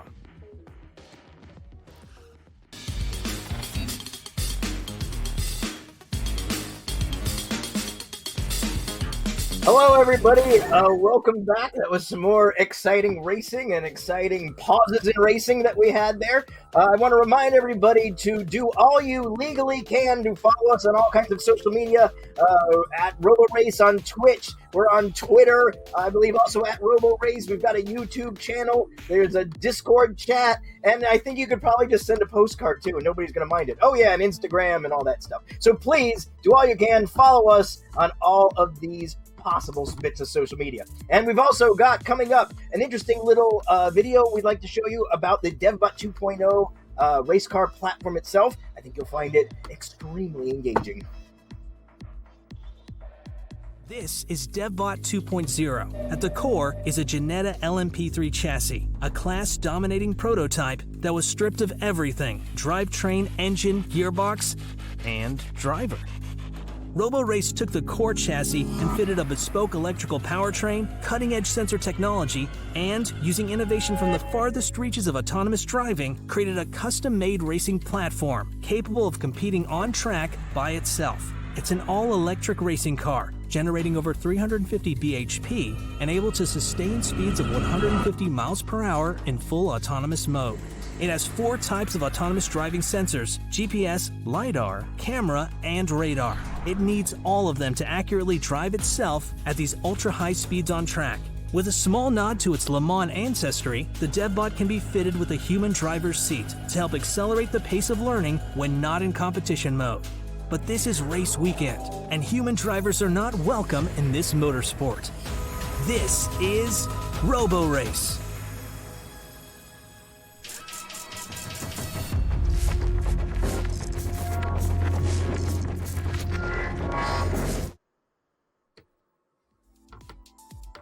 You know, it's just so refreshing to finally encounter a sport where humans are not welcome. Because, frankly, we've had it too easy for too long. But speaking of being human and too easy and too just speaking of being human, we have someone here who's going to talk to us, someone named Ziming Chang, who's one of the designers who's taking part in the open metaverse portion of the Roborace's free to join, open to all little program that allows young, up-and-coming designers to create augmented reality elements that'll be used during Roborace's latest season. So, Ziming has brought a thesis project which he calls M-MR, M-MR, M-MR. I'll have to ask him for clarification on that. That was the conclusion of his master's degree in automotive design at Coventry University. So, Ziming, thanks so much for coming out here. Hello? Can you hear me? Yeah, I can hear you, Ziming. Can you hear me? Yeah. The connect is maybe have some problems. Yeah. That's okay. I can hear you. Well, Okay. we're glad to have you here. And first off, I just want to ask you, what exactly does MMR mean? And which one of those M's stands for meat? Yeah, the MMR means it just means the man-machine relay racing. You know what I mean? It's just like the concept is a little bit like the Roborace pivot, and it means the human driver will have an AI teammate, and the AI robot driver, and will completing a whole racing with the human driver. Yeah. Gotcha. Now, what was the initial spark that gave you your initial inspiration for this project? And can you talk us through this, and what actually made it appealing to you? Just walk us through what this project is. Yeah, initially I want to make it a fantastic project. It looks have a really cool outlook, and it looks like a Le Mans LMP or just like a hypercar. Or in this progress, the robo racing has really inspired me, and I just want to do a AI robot car and combine it with the human driver car. Yeah, so this is the initial ideas. I see. So we've got, looks like we had 3 themes here. Theme 1, Theme 2, and Theme 3. And it looks like you still have some kind of a suggestion of a passenger or driver's compartment on the car. But I'm guessing this is never intended to hold any kind of human. Is that right? Sorry, my connectors have some problems. Could you repeat it? Sure, not a problem. So I'm noticing the car's design, there's a swelling in the middle that still looks like it suggests a place for a human driver, but it looks like in the later versions, you've eliminated it entirely. So this was designed from the start to be something only autonomously driven. That's correct, right? Yeah. The concept is the racing need to completed by the human AI driver, and so I created the 2 forms. one form is the Robomate and Robo mode, and one form is the human driver mode.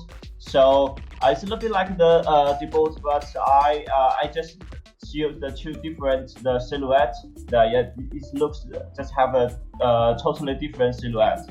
Yeah, in the different modes. Now I see there's is there a quick release battery set up on this? Can you tell us a little bit about that?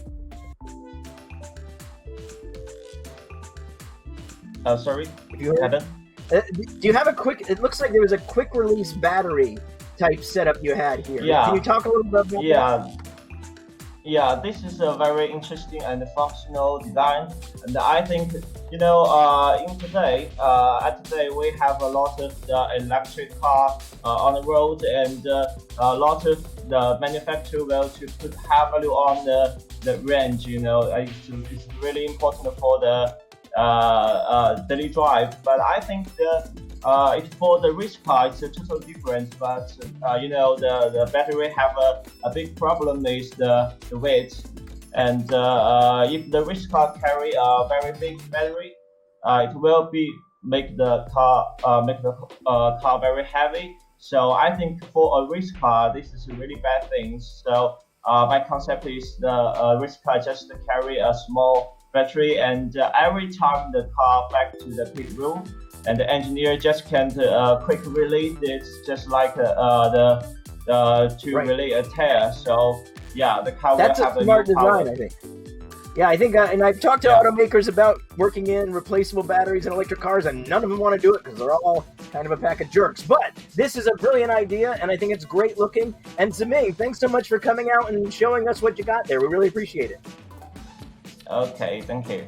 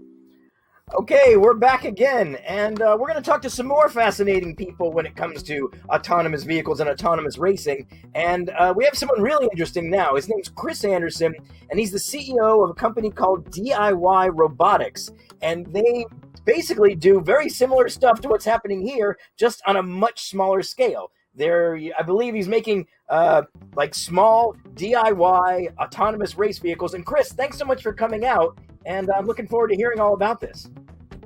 Thanks. Just a tiny correction. Not CEO of DIY Robotics. DIY Robocars is a community, and Donkey Cars is the project most people use. I'm actually CEO of a company called 3DR, which is in drones. So that's something else entirely. All right, my apologies. But so let's talk a little bit about DIY Robocars and the Donkey Car. So why don't you just explain what is the Donkey Car? Well, I've seen in the chat that a lot of people were watching this and wondering how they could do it themselves and for $400, etc. And that's basically our mission. Everything you're seeing right here, the autonomy, the cameras, the LiDAR, the virtual track, everything, you can do this. You can do it yourself, and you can do it in the real world. And so basically you have, cars that look like this, which are basically just RC cars with a Raspberry Pi and cameras and various sensors that you can run safely indoors or outdoors. They cost less than $400. Amazon even sells one called a Deep Racer, which has exactly all the same sensors that you would see on the big ones, including the LiDAR and the stereo cameras and all that.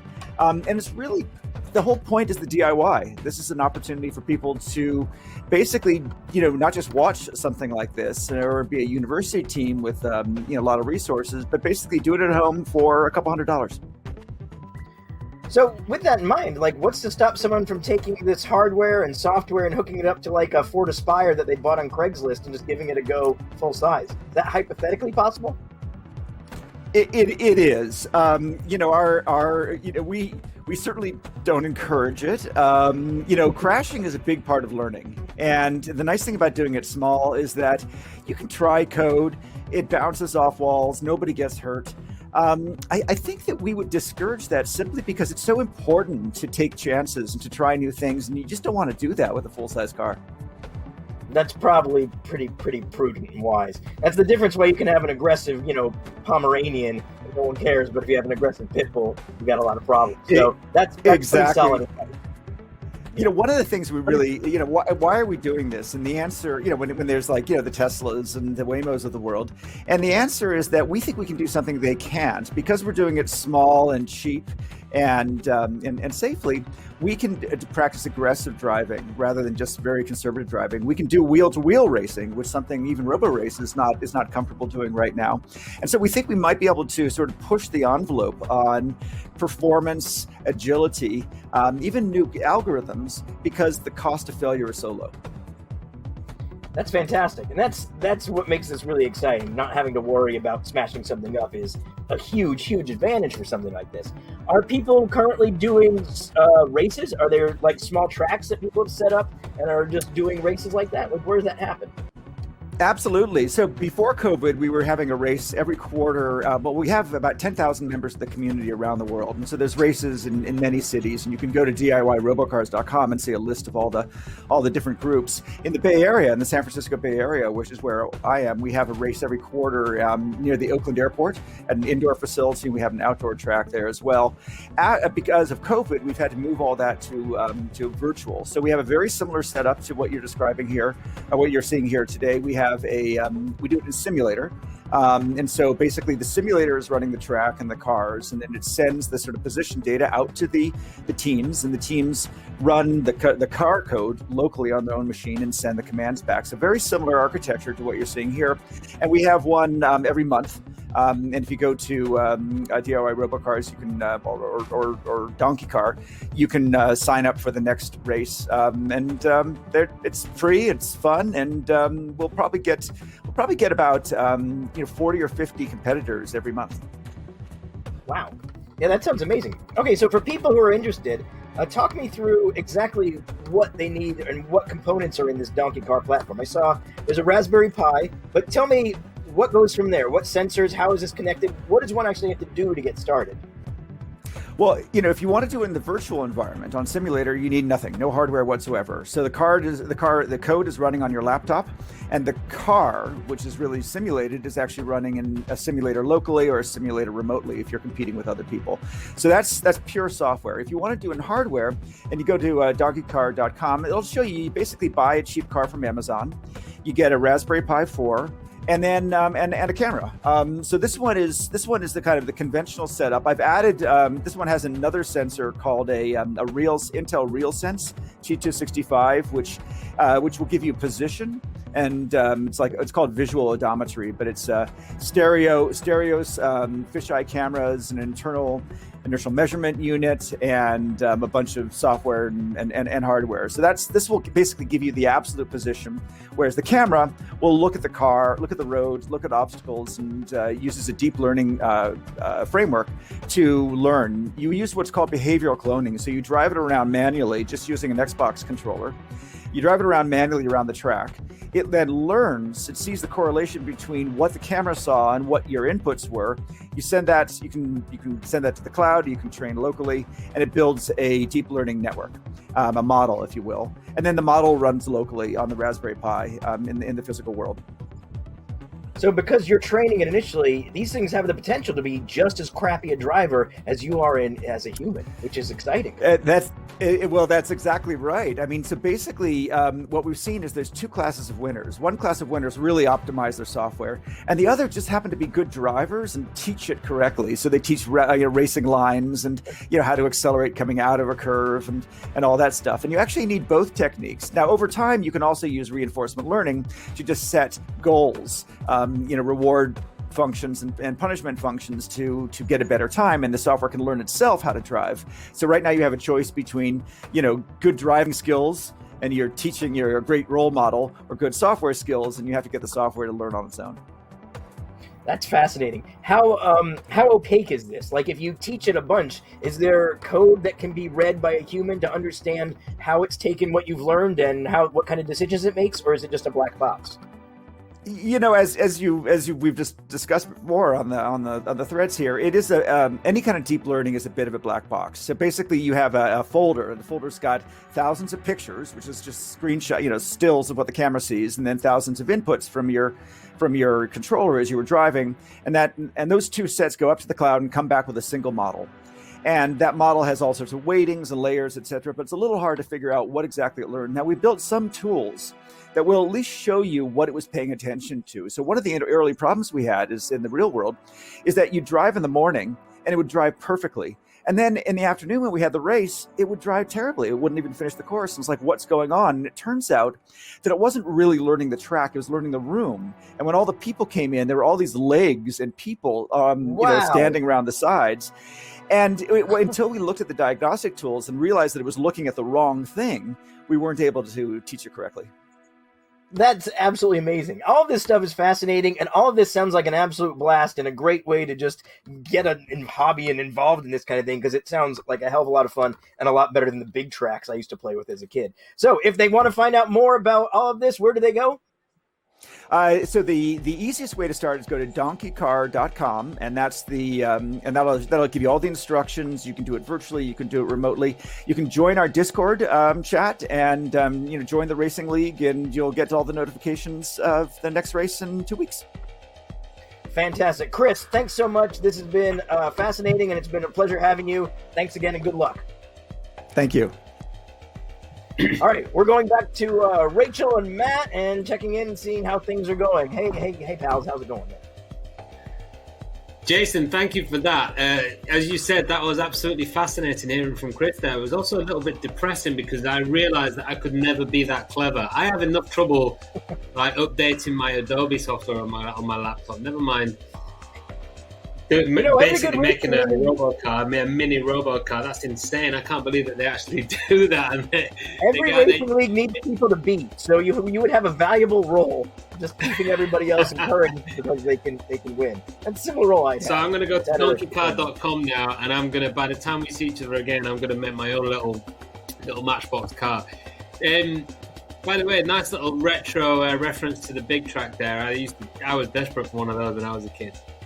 Right? I never had one either, but they always seemed really cool. I guess now that I'm an adult, I could treat myself and get one, even though I don't think they do it a lot, but they were pretty cool. Ask Chris, will make it. Chris will make one for you. Oh, yeah, even better. I'll have him, he can make a better big track. What do you reckon to that, Rach?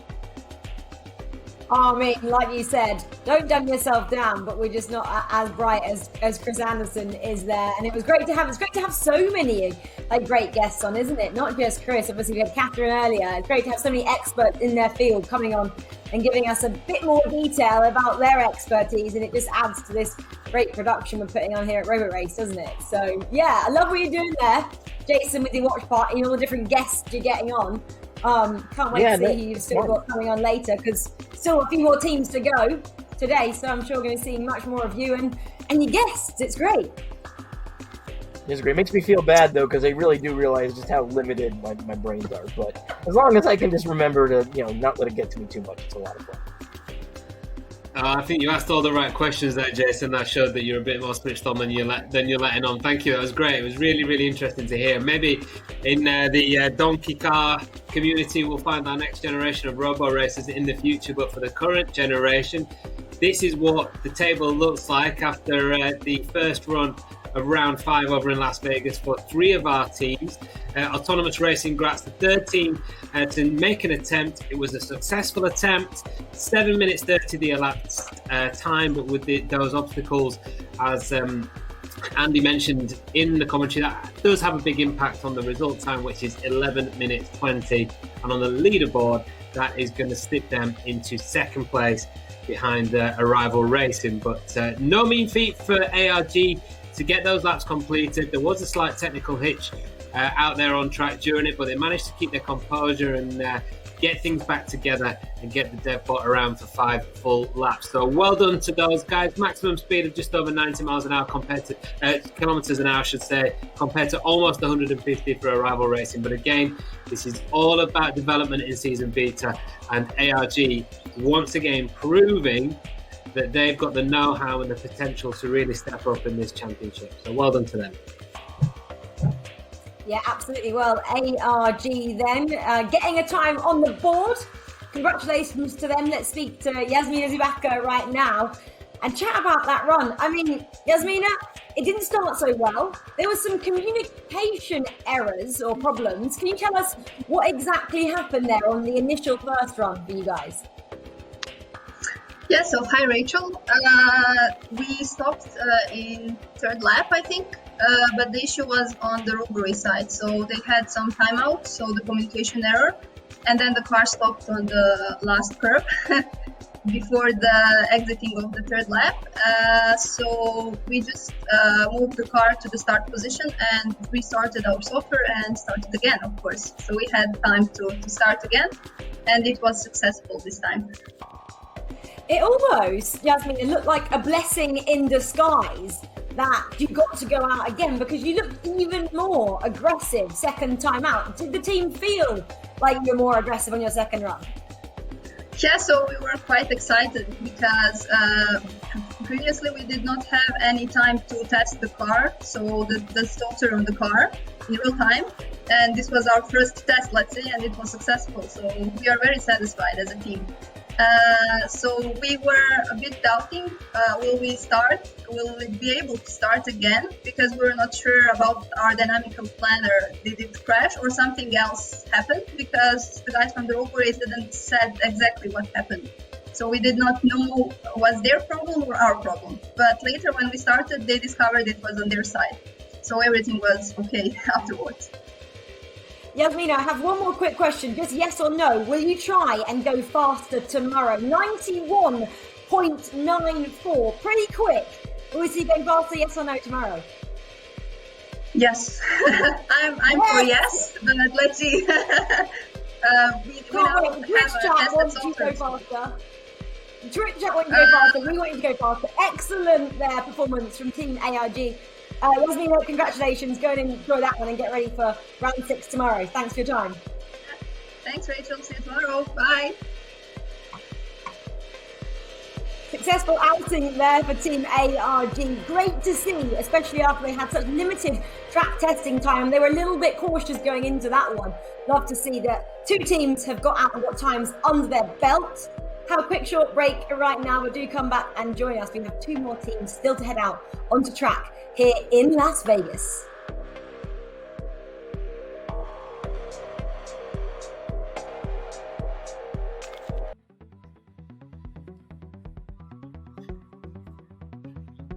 Nature could be well playing its part over in Las Vegas. Looks like there's a weather front moving in there over the Las Vegas Motor Speedway. Hopefully we're not going to see rain out there in the desert. We had enough of that over here in the UK when we had our first few rounds of this season beta at Anglesey, at Thruxton and at Bedford Autodrome, where we were promised sunshine out there. Let's hope it holds out for the two remaining teams. The next up out of those two remaining teams is Acronis SIT Autonomous.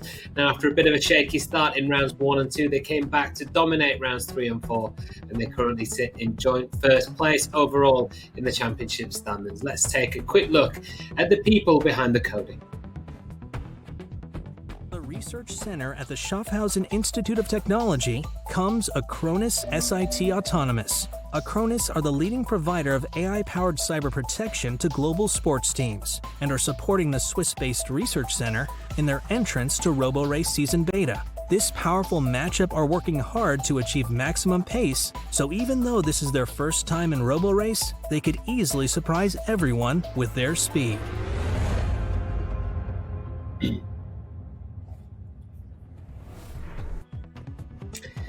And I'm delighted to say now we're joined by the team principal of Acronis SIT, Ilya Shimchik. Ilya, thank you very much for making some time for us ahead of your run. Nice to see you smiling, still happy after rounds 3 and 4, which were really strong for you guys. What's the mood in the team been like over the past couple of months? So it was a very hard working session for us past few months because we need to improve our software and need to adapt to the dynamic obstacles, and hopefully we'll see how we can show our results right now. But maybe, as you heard from other teams, we had only one testing session on track, and it's very not sufficient, not enough to understand how well our software and how reliable our software. So, and actually it's an interesting thing happened with us. So we had issue which happens only on the track. So, and we faced this issue only once during the past testing session, and right now we don't know either we fixed this issue or not. And that's why we don't know what we can see right now, because in simulator, in hardware in loop simulator, everything going very smooth and fine, but we don't know will this issue be reproduced or not. So that's the main thing right now for us.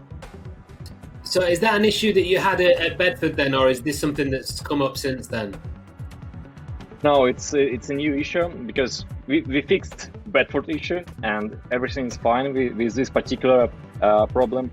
But as I said, 2 weeks ago we had a testing session on track, and on this test session we find new bug in our software, and this bug only reproduced on the track, not in the simulator. So we don't know what to expect now. And I can say right now we are in Vegas, so we are going all in. So we don't know either we fix it or not, because it's the first time we are on track after the tests. So we'll see. Okay, well, I like the style. I like the rolling the dice in Vegas. That's the attitude to have. If this issue shows up, how are we going to see it? Is it we're going to just see this car stop on track or not get going? Just so a little heads up for our commentator Randy. How will he know if you have this particular issue? So we'll see that the car will switch to our backup planner. I would say to our backup mode, and it will go very safe. I mean, slower speed, but without changing trajectory. So it will go probably the same trajectory like racing line all the laps without avoiding obstacles. So that will mean that we switch to the backup mode. Oh, I see. Okay, so the worst case scenario we hope is that you're still going to get points for making it out on the grid today, and then you'll have something to go tomorrow. Okay, great. Okay, well, that's really interesting to hear from you, Ilya. Thank you very much for that insight, and we wish you the best of luck. Fingers crossed that you don't have that issue today. We'll catch up with you later on.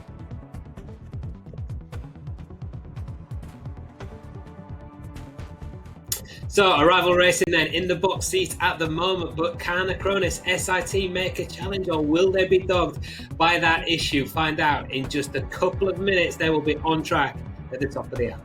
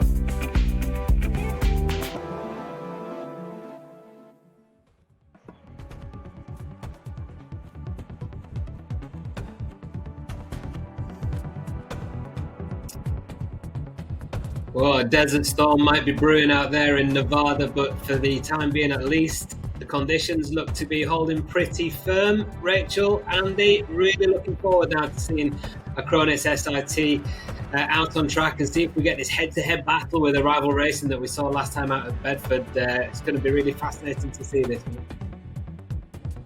Yeah, and Andy, I love that Matt asked the question there. What do you look out for if things aren't going to plan? So you know exactly what to look out for now. Going a bit slower and basically, I guess, going through the obstacles or the collectibles, because that's what he said, didn't he? That won't particularly go to plan, but they'll just try and get as many laps out there as possible. As we know, it's all about collecting data in season beta.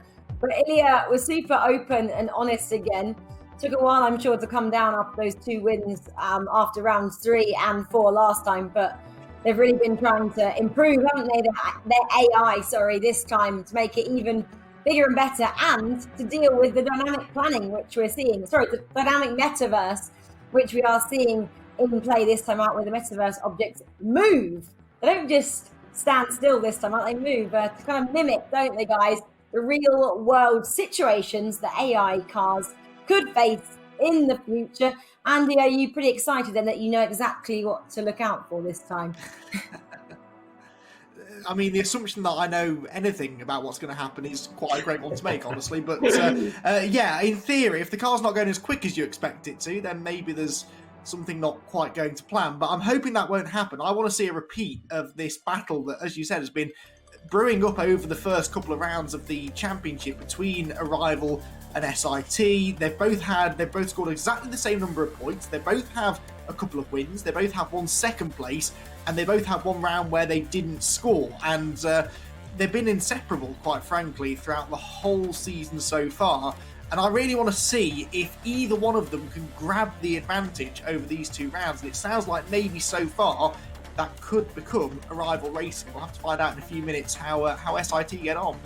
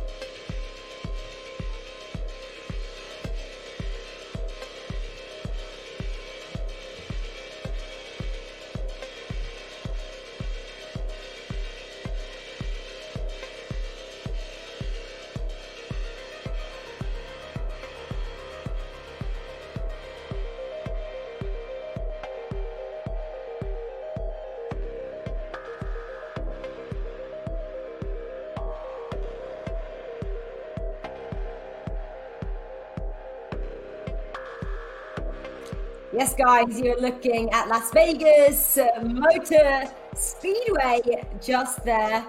And yeah, it's getting a bit grey, but you know, it's better weather over in America than it is in the UK, where we are broadcasting from.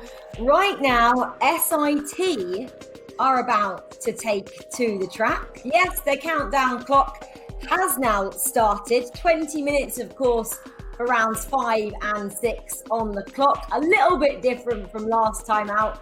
And for people who did join us, it used to be 30 minutes, but you know, making it a bit more challenging for the teams now. Like I mentioned, though, SIT are next up. We got to speak to the team principal, Ilya Shimchik, before the break, and yeah, I guess they got a great deal to build on after the past 2 rounds when they took the win on both of those occasions. But again, like the other teams we've seen before them today, they had limited testing time and they had a few problems arise 2 weeks ago. They haven't quite had a chance to sort out yet, especially when they get onto track. They can kind of sort them out on the simulator, but not quite on the track. But I'm quietly confident. I'm not even that quietly confident. I've just opened my mouth on camera, live on air, so clearly not. But yeah, I think these guys could do well again today, and they seem like the guys to beat, really, don't they, Andy? They're certainly in form, aren't they? I mean, they had that disaster at Thruxton where they had that now infamous incident with the pit wall and then bounced back so well at Bedford, winning both of the rounds at Bedford and taking advantage of a bit of a stumble that week from Arrival Racing and using that to catapult themselves properly into championship contention, joint championship leaders, as we've said. So they've proven already they can bounce back from adversity, possibly more than any other team in Roborace. But it does sound, as we said, like they've got these sort of worries, these concerns. They don't really know what's going to happen. And for a team, that must be the worst feeling in the world. You're the other side of the world watching your algorithms and your AI systems going out in the car on the track, and you do not know if it's going to work properly, and there's nothing you can do at this point. There's nothing the team can do to fix the problems. All they can do is plug it all in and hope for the best, and I'm sure they're going to be really quite nervous, excited but nervous to see exactly how they get on. Hopefully the car gets out there, hopefully it starts its laps, and if it does so, it just needs to get through safely, because we've seen already that we had quite a slow time from ARG. So all they need to do is get around safely, and they're almost guaranteed to go ahead of ARG, and they could then be on for some decent points. Yeah, absolutely. I did mention that the time had just started. It's going to stop for the moment. We're actually going to push it back a couple of minutes. That's why there's no longer a clock in the corner of your screens. So don't worry about that. Nothing's going on. It's just, again, because we're broadcasting all around the world. Teams being in Europe, we're obviously in the UK, and then the track is in America, is in Vegas, of course. But yeah, so the clock has just stopped for the time being. So we'll get an update for everybody at home when that restarts again. The 20-minute clock will start again, and they'll get a chance to go out on their runs. So they've got 20 minutes to complete the 5 laps, which are up today. And this is a picture of Vegas at the moment. It's looking a bit grey, but I'm sure we're going to get some action on track for you real soon.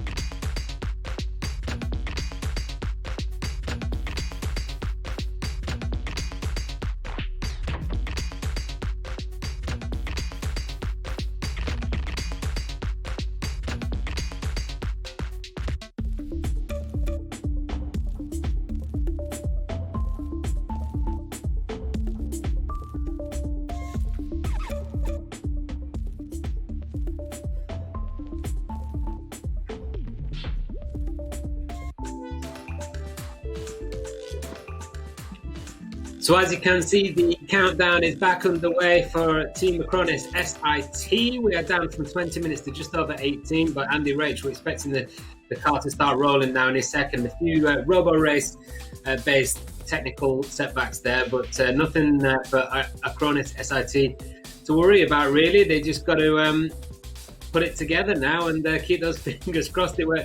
When we spoke to Ilya before, Rach, he was already nervous. This last sort of extra 10 or 15 minutes that they've had to wait won't have done his ticker any good.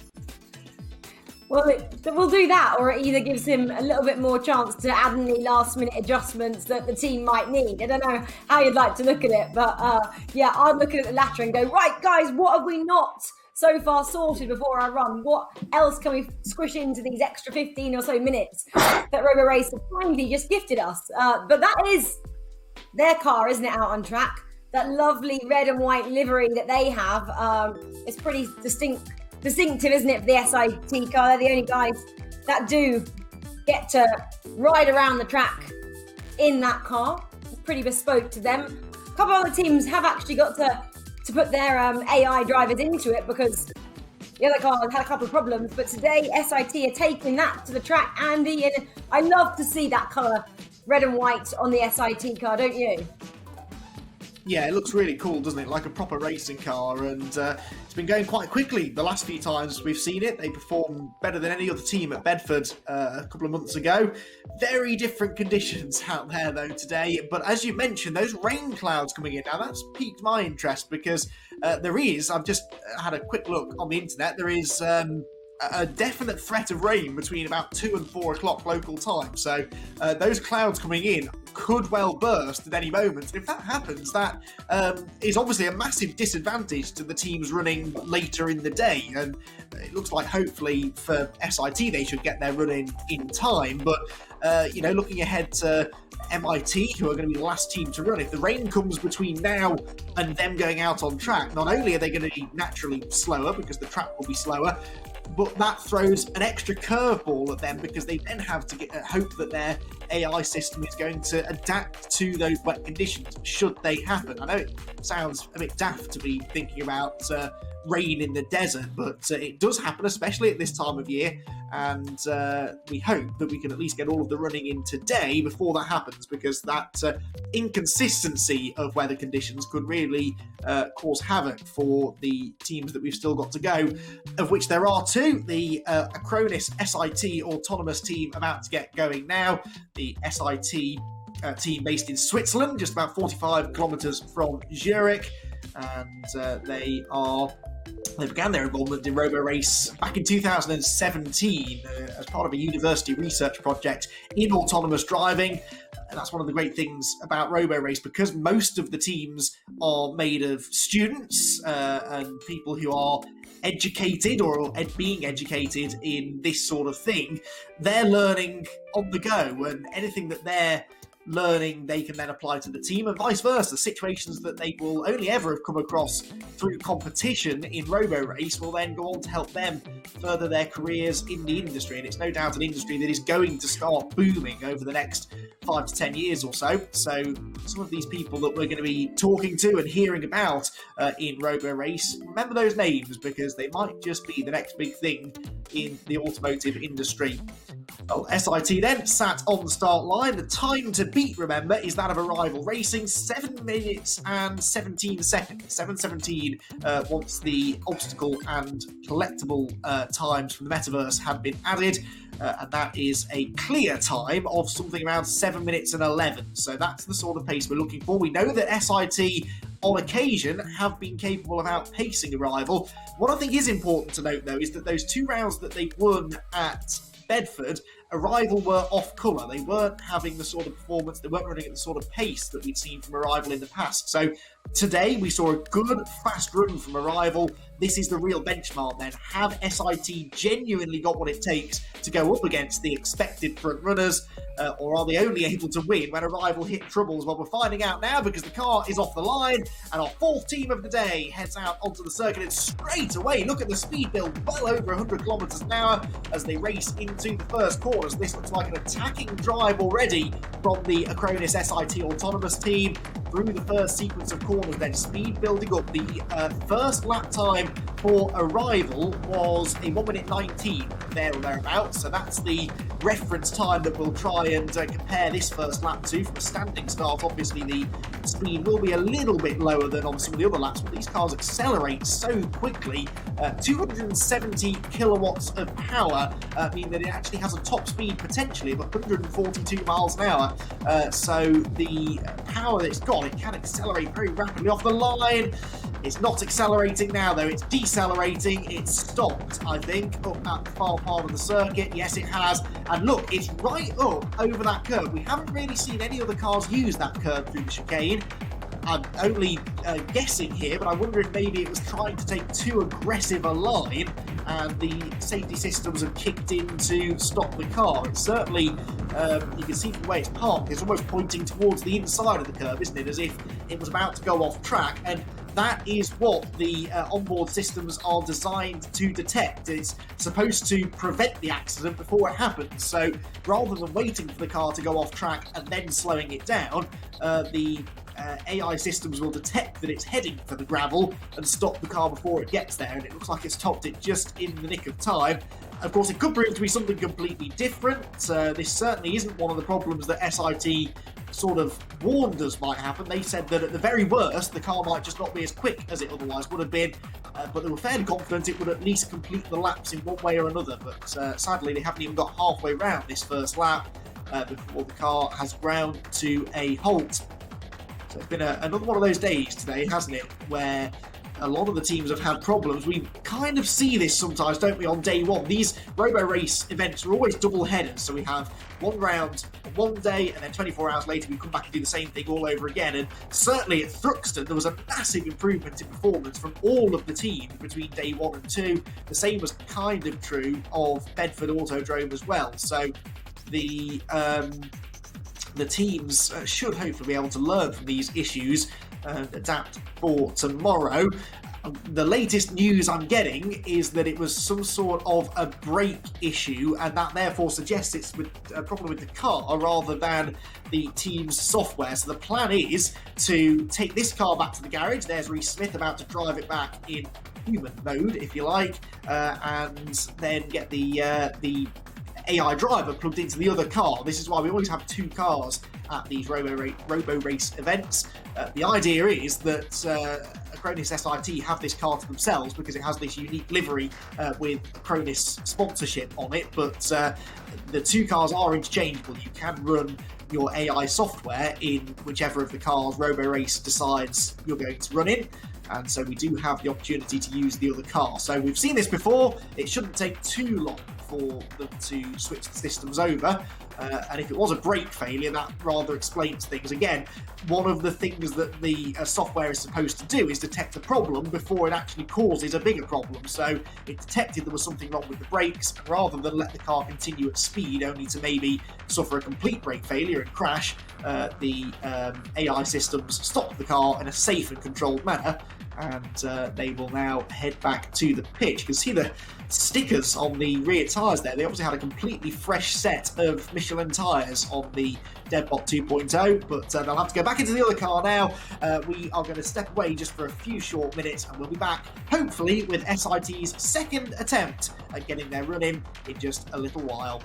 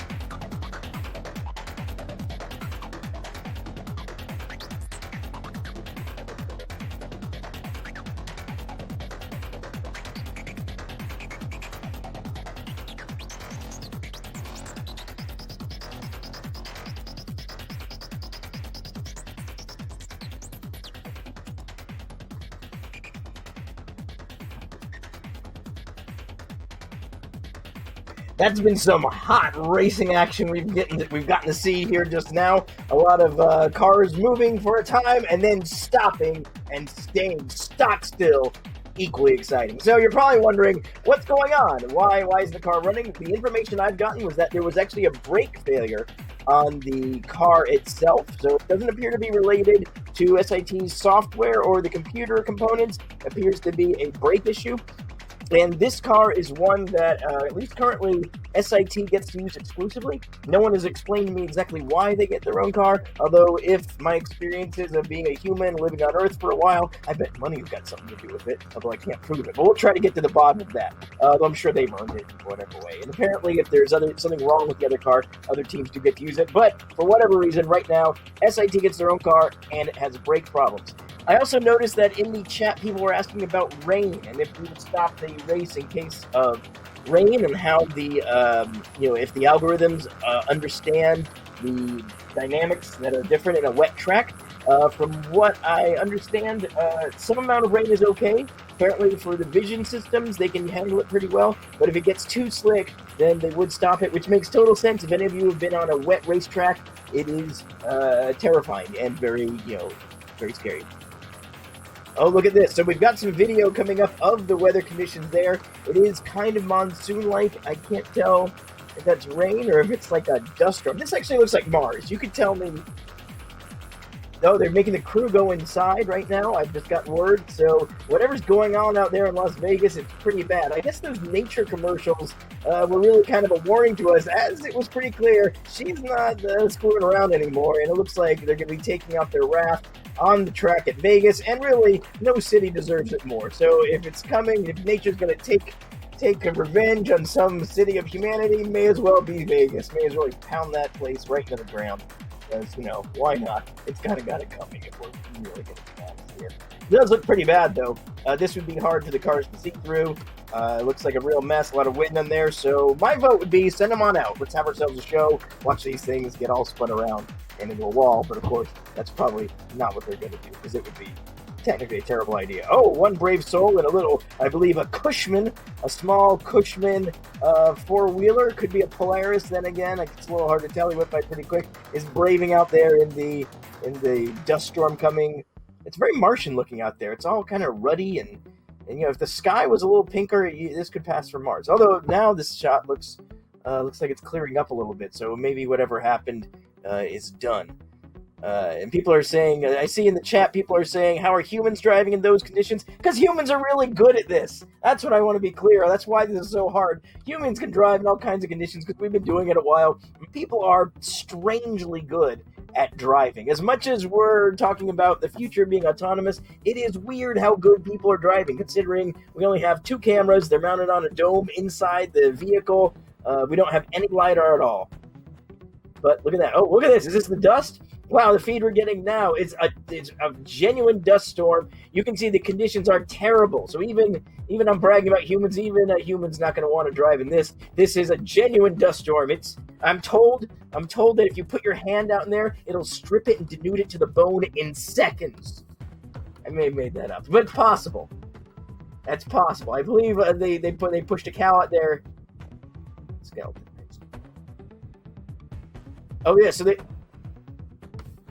I'm being told, the cameras are being covered with bags, so they don't get all abraded in this horrible dust storm that's coming through, and it is pretty bad. I see there's like a cloud over there, like a dust devil running around, spinning around there. Anyway, it's pretty nasty. Like, the skies are genuinely dark. This is dangerous conditions for everyone. If anybody watching this is in Vegas, I recommend you get underground immediately. Go open a manhole, climb in there is probably the best course of action. Brave the hordes of the chuds under there, but I think you'll be okay. You can see those clouds of dust just whipping around there. There we go. Now it's exciting. Let's see. So people are asking in the chat, how would cars account for the extreme winds? My guess is poorly. My guess is the cars would get pushed around a lot. Maybe they would they'd be able to detect that they were getting moved in a lateral way and try to compensate. But I think this would be different. Driving in crosswinds is not easy. I drive a lot of very light, tall cars that pushed around a lot in crosswinds, and really, there's not a whole hell of a lot you can do. Let's see, people are saying, someone's comparing this to snowfall. I'm not sure which one's better. That's a hard argument. Dust storms hurt. It's like, being sandblasted. It's great for exfoliating, though. If you have one and it's mild and you just want a full body exfoliation, you can just step out in there and you'll feel fantastic. Don't actually do that. I don't want to be liable for anybody, hurt from dust. Let's see what else we got here in the chat. Someone says this is fine. I totally agree. What the hell is that noise over there?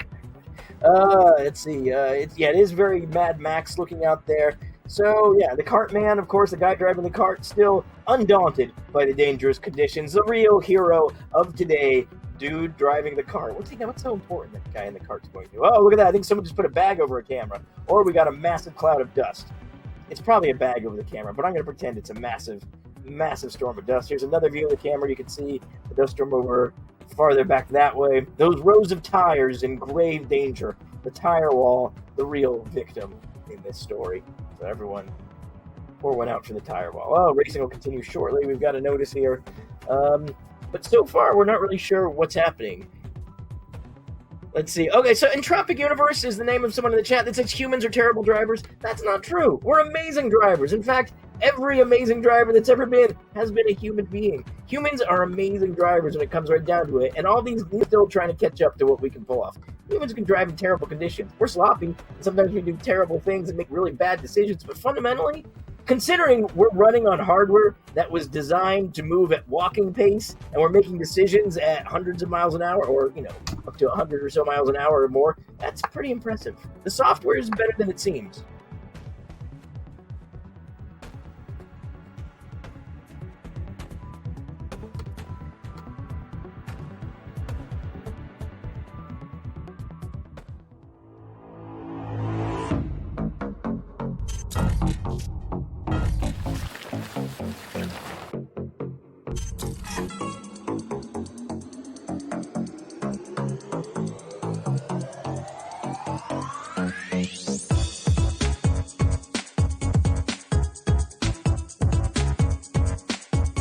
So this week's different. We're in rounds 3 and 4. We've been reading all of the feeds, all of the comments on Twitch about what people liked and what they didn't like, and we've adjusted the show as a result. We have free laps and we have metaverse laps, and they alternate. So the car leaves the line on a free lap, which no metaverse elements, just go as fast as you can. And then when it crosses the line to start its second lap, we go into a metaverse lap. All of the AR elements are out on track. All of the opportunities to take their time down. And we're hoping that by providing both parts of racing, that we're going to be able to appease the audience equally. But we just don't know. And that's one of the lovely things about Season Beta. We're kind of learning as we go. We have a whole nother production, a kind of sister show, which is running alongside us. It's being presented by a guy called Sof. Hey guys, this is Sof Prabal. I'm creator of the Third Row Tesla podcast. It's really an honor to be here today. What Sof's going to be doing is watching the stream with Mike Sokolov, the CEO of Roborace, kind of being able to talk to people and answer their questions. Hi everyone watching us. We have Kylie from MIT who's doing some path planning explanation. We're really excited to be involved in Roborace and to be racing. So have you got a chance to go in the car, actually on the track yet? No, but that would be super sick. And we have the kind of world famous security hacker, George Hutz, coming as well. Welcome to the party, George Hutz. So awesome to have you guys together. This model of DevBot is something like 700K. Yeah, because the car is...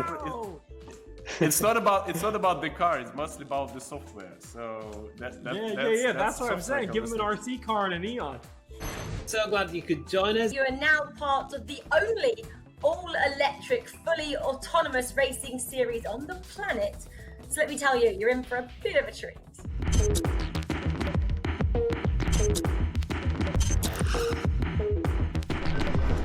Yeah, we are ready to leave. Copy that, thank you. Right, launching in 3, 2, 1. The car has stopped. What just happened? No, really, what happened? You cannot believe in 5 laps it's working and we stopped. We've got an issue with the car, which battery temperature is too cold. I wanted to have selfie lights, and then when I took the selfie, everything stopped. ARG have got this car back on the move again. They're cutting it very fine. But after that, we could start again and finish our race, fortunately. I think that's a big box ticked for Team ARG. Alright guys, here we go. Yeah. I'm sure they'll still be a little nervous, just hoping that the car doesn't suddenly veer away. You don't sound very excited, Ilya. Yeah, quite nervous. This one is looking pretty good. They can really put the pedal to the metal.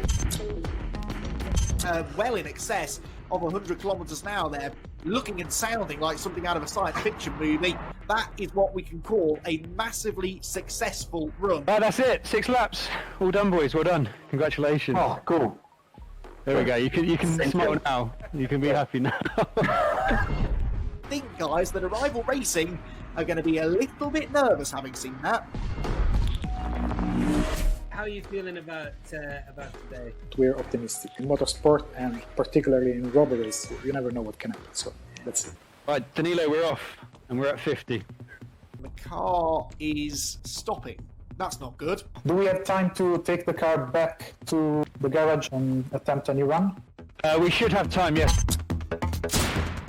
Oh, I don't believe it. The car has stopped again. It hasn't even made its turn 2 this time. We launched, which is more than we've done before. At least we can take some solace in that, I guess. We'll get there.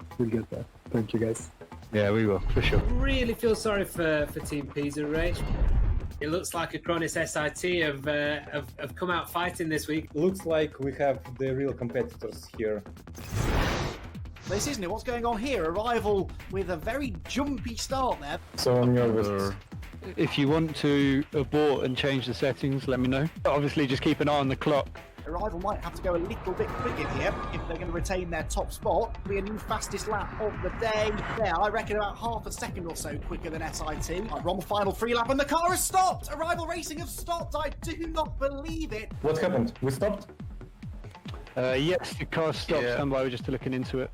We've got some mechanical issues with this one.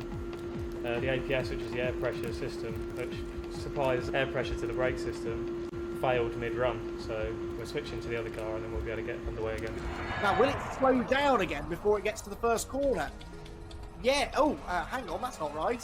Arrival is stopping again coming out of the last corner, almost like an emergency stop, really. Nice tires warm up, guys. Arrival have stopped again for the 3rd time now. And surely this must be it. I'm really sorry, guys. Well, really bad luck. It wasn't our fault, guys. The last issue we just had was an OBU issue, which is like a signal warning. So we still have the ability to stop the car. As soon as it loses that signal, it stops, just as like a safety precaution. No time check by Arrival Racing, and that's the big news today. They are out. Such a new team. We were all really impressed by what you guys managed to do at Thruxton, and we can't wait to see what you've got in store for us today. The best of luck to you all. Thanks, man. We are excited as well. This is it then. MIT Driverless picked to the track. Their first of 6 laps. This the first free lap. No. It doesn't take to the track. It takes back to the pit garages. So settle down, everyone. MIT session started and they weren't fully ready. They're having some problems with their driver on the car. Unfortunately, the time ran out and we didn't find a kind of promising solution before the end of their session, so they ran out of time in DNS. We're just hearing that unfortunately CMU are not going to be able to run today. It's very difficult to get on the track, but when teams do get on the track, it's very exciting, and it should be because of how difficult it is, and that's partially what makes Roborace so unique. Really pushing the boundary to seeing what's possible. I always love a story of redemption, and you guys have done that. I mean, I can only imagine how hard you've worked. Congratulations. You get the first place trophy, season beta trophy. Thank you. Couldn't make me happier to see anyone get it. Tomorrow it'd be really good to see all 5 teams get on the leaderboard, just like we did in round 2 at Thruxton. We went from a not so great day 1 to a really good day 2, and hopefully we can do the same here. So tomorrow it's all to play for. Anyone could win it. We are all set to go with round 4 of the Roborace Season Beta Championship. Hand over to Mike right now.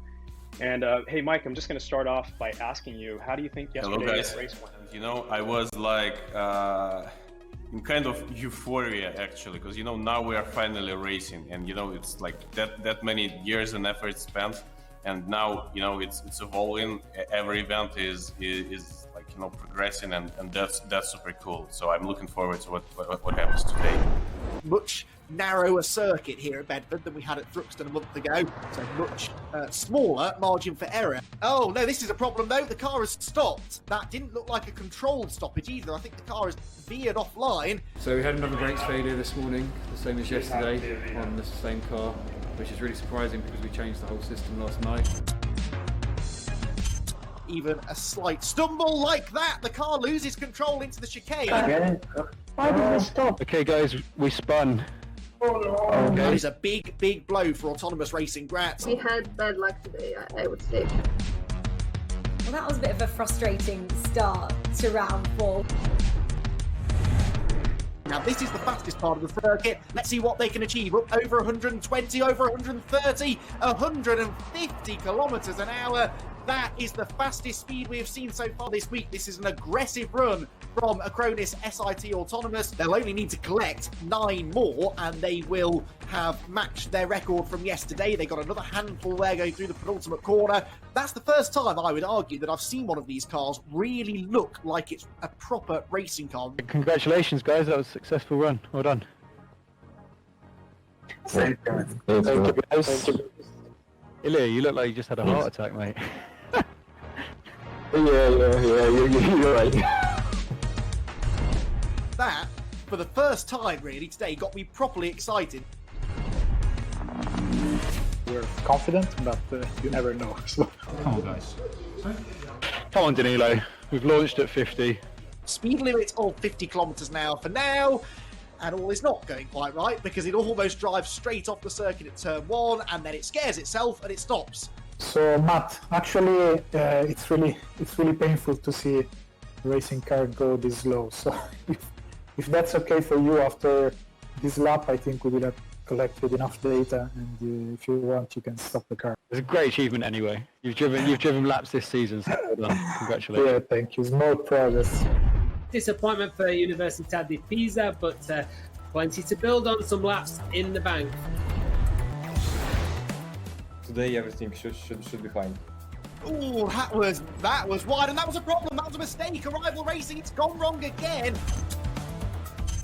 The fastest free lap we've seen so far today is a 1 minute 14 from Team Acronis SIT. Can Arrival beat that? Well, they're not just going to beat it, they're going to obliterate it with a 1 minute 10. Last turn. Is it going to be enough? Let's look at the time then. Across the line they come. Hooray! Yes, well done, boys. Well done.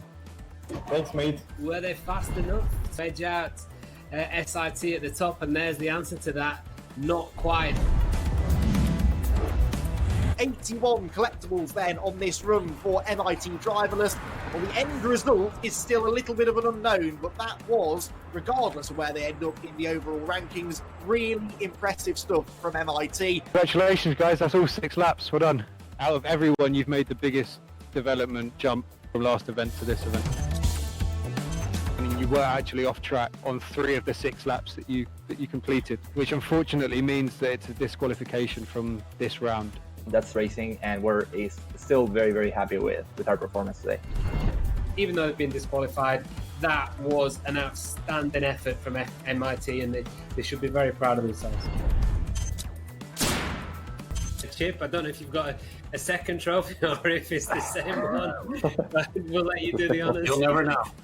Ilya was a little bit reserved after the victory in round 3 yesterday, but I guess you had a job to do as well today, Ilya. Can you relax now? Yeah, sure, of course we can relax now. So. I think this weekend went really well. I feel like we've now done 4 race days in 2020, and the development of the production and the development of the racing series is huge. In the life of a racing championship, it's like a snap of the fingers, right? It's 4 racing rounds, it's nothing, you know? But the amount of improvement and the change that's happened in this very short period of time is just incredible. And if I think about like what will Roborace look like in another 10, 15, 20 rounds of racing, I mean, I can't even imagine it, because we're already in a completely different shape than I thought we would have been. You can get lost in the dream of all the things that Roborace can be, and every time we go out racing, I see a little bit more of it come true, which is pretty magical, actually.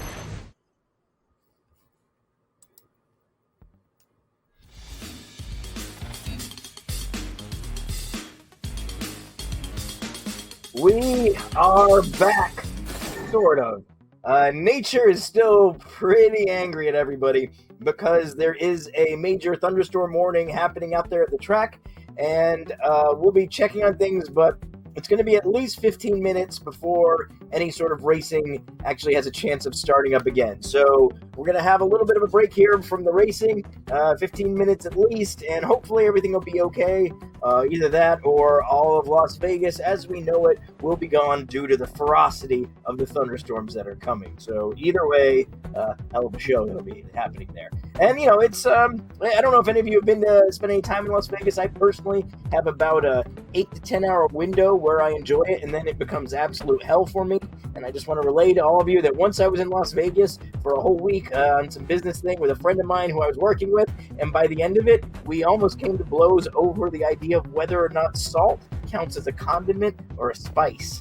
And it was, we had the desert madness real bad, because that's what happens to you out in Vegas. You get the desert madness, and you very rarely come back from that. It was brutal. I was on the side that it was a spice. He was saying it was a condiment, which I still think is ridiculous. It can't be a condiment. It's like ketchup. Condiment has to have more than one element. Salt, okay, it has sodium and chloride, but still, it's just one thing. It's clearly a spice. It's always referred to as a spice. Maybe I'm still a little angry about it. Anyway. All right, but look, we're not going to leave you just hanging here while this happens. We have some fascinating people to talk to. In fact, we're going to bring back our 2 junior designers. So Ziming Chang and Alain, I can't remember how to pronounce his name. Snoodijk, right? Snoodijk? I think that was it. Alain Snoodijk. We're going to bring these 2 guys back, and we're going to talk to them a little bit about more automotive and autonomous designing. So, hello guys, how are you doing? Hi guys. Hello.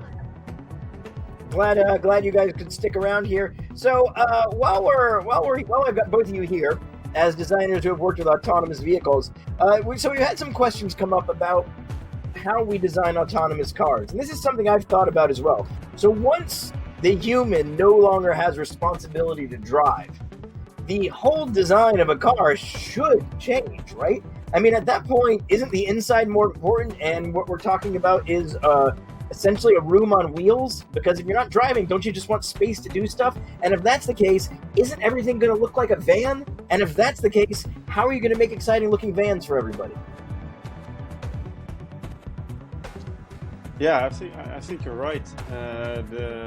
I think that the function of the car will definitely change. It's going to be more like a traveling by yourself, not on the road, but you can do anything that you want. You can sleep, you can work, you can do anything that you want. Or and we have to reconsider how we build up the car from that point. Yeah, totally. Yeah, Ziming, you got any thoughts on that? Yeah, I think so. The car will change the information with the road, with the other car, and also be more safety. Yeah. Now, here's an interesting thought. If you're no longer driving, how if you think about what people are attracted to in cars, there's always been a few things. But for sports cars, for example, they've always had a look about them that have suggested that whoever's driving the vehicle is capable of handling all the power that this thing has to give. That was the whole point of muscle cars. The whole look and feel of a muscle car was a lot of power, which implied that whoever was driving it was capable of handling that. So what's the point of it doesn't make sense to have a sports or muscle car version of an autonomous car. Is that something that just doesn't matter anymore, or is there still going to be a way to express that kind of sentiment in something that a human is no longer driving? Well, either one of you. I think that you always should when you design a car, it should always go into a direction that is visible when you design it. One time I had a teacher who told me, like, if you have a car that looks symmetrical on the front and in the rear, then it should drive as fast to the rear as it goes to the front. You know, there's when you see a car, you should directly see whether it's the front or the rear and what way it goes. Of course, I think that the traditional layout of sports cars indicate that there's somebody in the center driving it.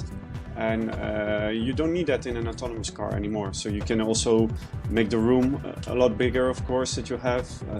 You can eventually create a box on wheels, but then the box still has to look dynamic and has to look cool, of course.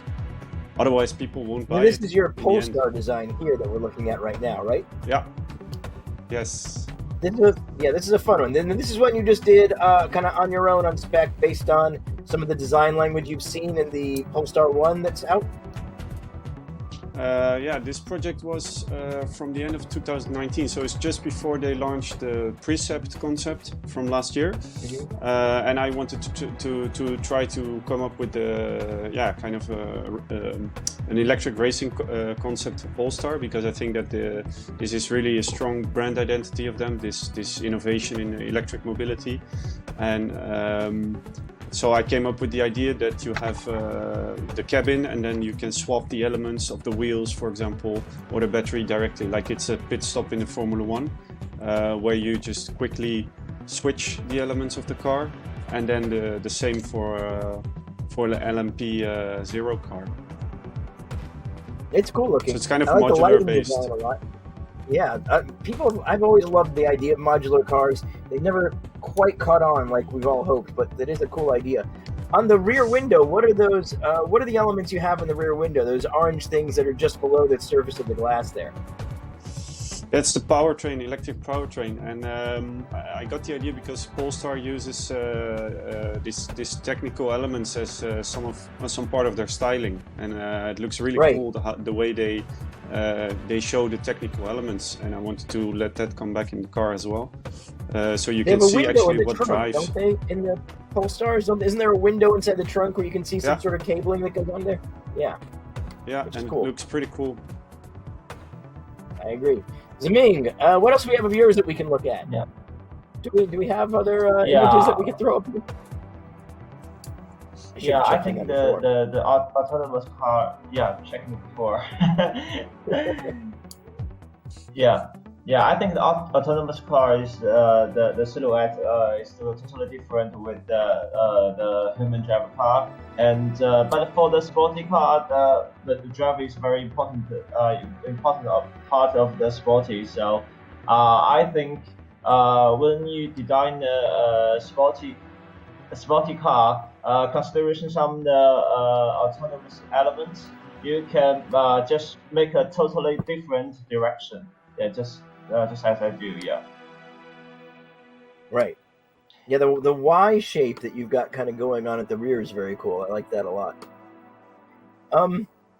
So what if you had to design a car that was never designed to transport people? Like, let's say someone might own an errand getting car, like a small cargo vehicle you would literally just send to the store so you didn't have to do it. Tell me a little about what you would think about for that kind of design, where it was never intended to carry a human at all. It's just intended to carry stuff, but it's still a personally owned vehicle. So Alain, why don't you tell me what you might think about something like that? Sorry. The connect is not very good yet. Oh, you're okay. We'll start with Alain. Hi. I was asking like what a concept for a vehicle that you might own that you was never intended to carry humans. It just does errands for you. So you would send it to the grocery store, or the drugstore, or whatever, the hardware store. It's like it just carries cargo, but it's still a personally owned vehicle. Tell me about what you think a vehicle like that would look and feel like. I think it would be cool actually if a kind of vehicle like that has the opportunity to be customizable. So I think a big part of ownership of cars is the fact that you feel that you own the product, so that it looks like you want to. That's the way why, for example, people order a car in a certain way of color or rims or whatever.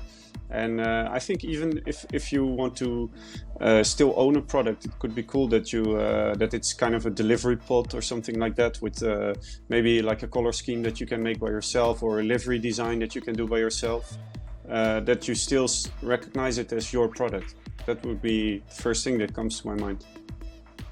Okay. Ziming, any thoughts on this? Yeah.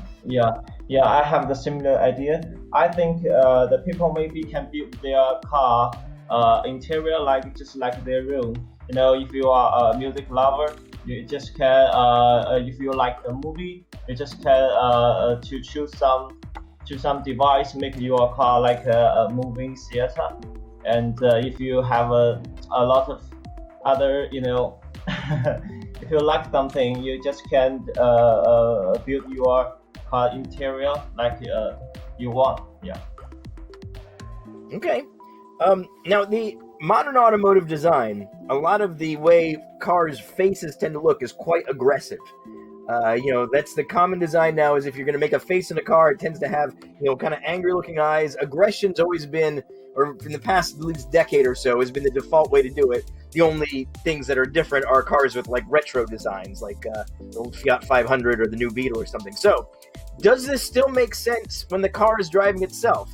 Does the idea that the car has an aggressive face all of a sudden become a disadvantage when it's a 3-ton robot that could squash you like a grape?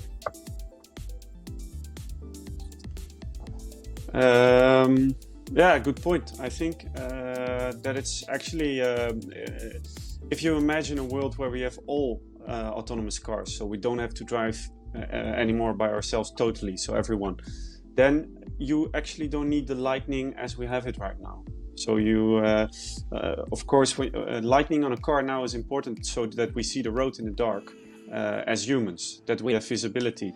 But if you have cars that are monitored by a system, so they know their surroundings by scannings or something like that, you don't need a car to lighten up the road anymore, but you can just use it as recognizability for pedestrians or just as a kind of ambient light, you could also say. So we don't need this aggressive beams that have the modern face of the cars right now. It could look something way more friendly or something way more futuristical. It depends on what the consumer trends, I think, also are in the future. Ziming, any thoughts? Yeah, I think that in the future, autonomous cars will focus on, will put more value on the interior and how to use them, and the car how to become more safety and communicate with other car on road is more important. So I think the outlook doesn't need to make it look aggressive or something. It may be friendly. It's better. Looks all right, smart. I like that answer. I'm a big fan of the friendly face on a car myself, personally. All right, guys, look, this was fascinating. It's always great to talk to young designers and see what they think, especially about something as kind of new and cutting edge as autonomous vehicles. So, again, thanks for taking the time, and we're going to a little break, but we'll be right back. All right, thanks you. Okay, see you. Thank you.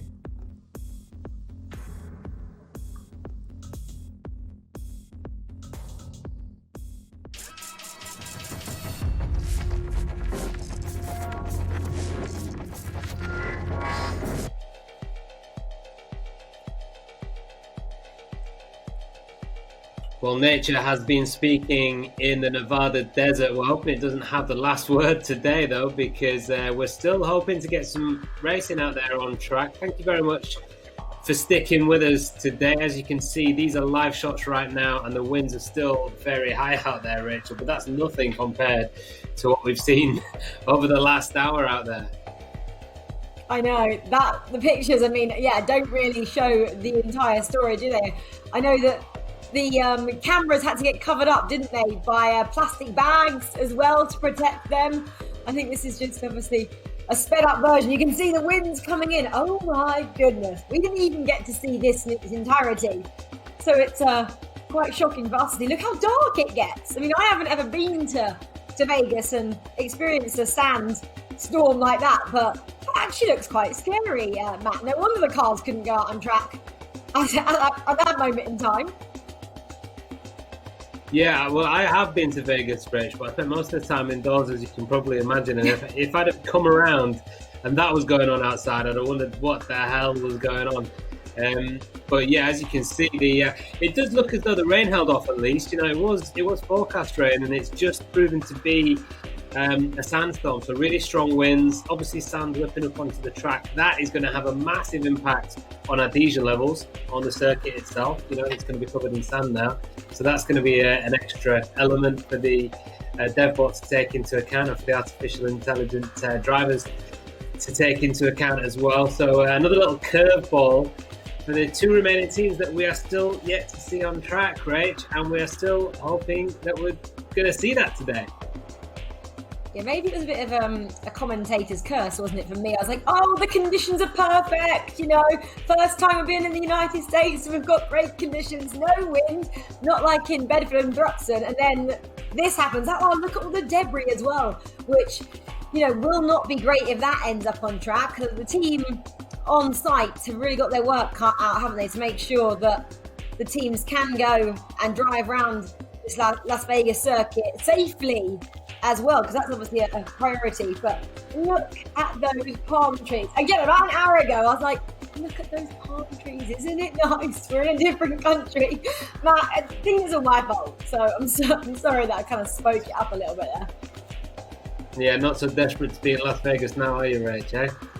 That incidentally, that debris that you saw there, I think that was Reece Smith's lunch. Actually, the safety car driver, he left his In-N-Out burger on a table, and it's a goner now. He's never getting that back. So, as you said, extra challenge then, really, for Acronis SIT.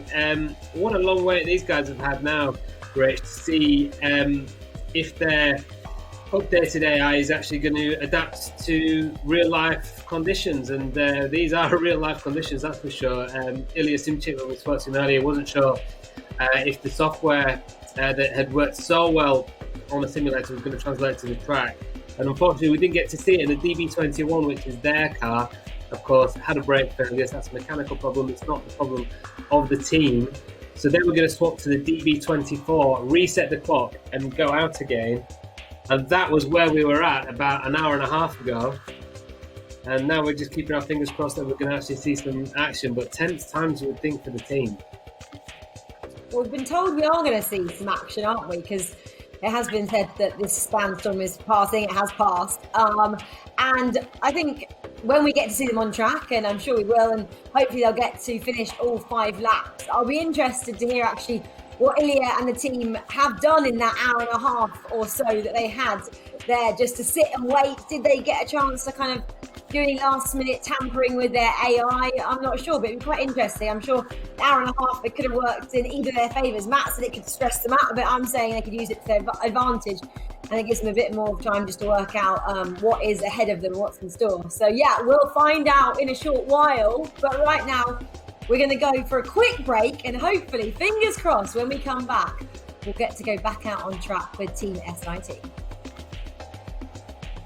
Brought to you by Here Technologies, a pioneer of location technology, moving people, goods, and businesses forward since 1985.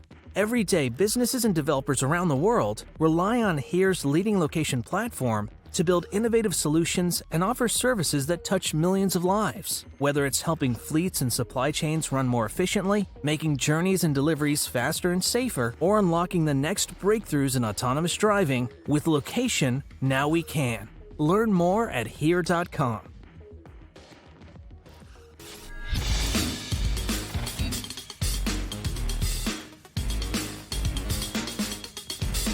Hello and welcome back. And again, nature, I get it. You don't need us. Loud and clear. I'm sufficiently scared of you.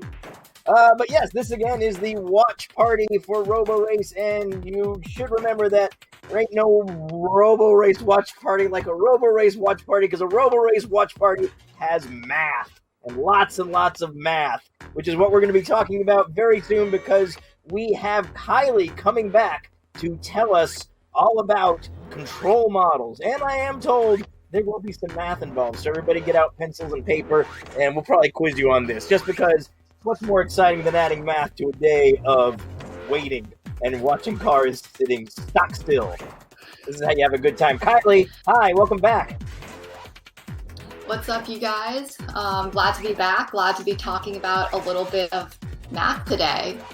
So what we're going to talk about is, I've mentioned a lot of these planning algorithms, but now how does that actually get translated into something for the car?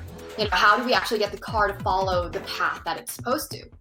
And that falls under controls. So controls, as the name implies, controls the car. And essentially we take the path that planning comes up with, and then we try to follow it by giving the car, certain things to do, whether it's turning the steering wheel or it's stepping on the gas or the brakes.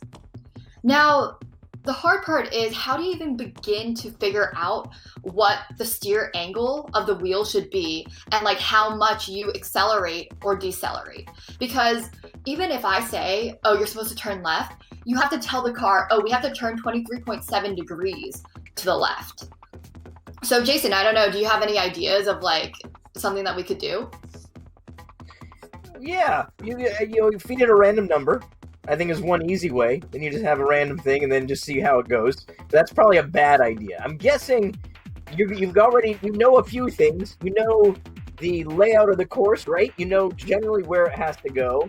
And I don't know, can the car feel slip? Can it know how much it's actually sliding around to know how much steering angle to give it? Or does it just do the best it can based on GPS data?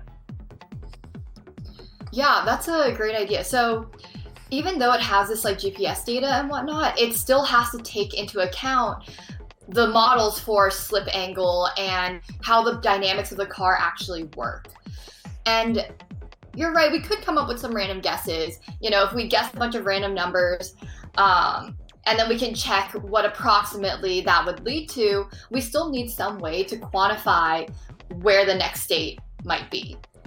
And so this is where differential equations comes into play. And this is the math that we're going to be talking about.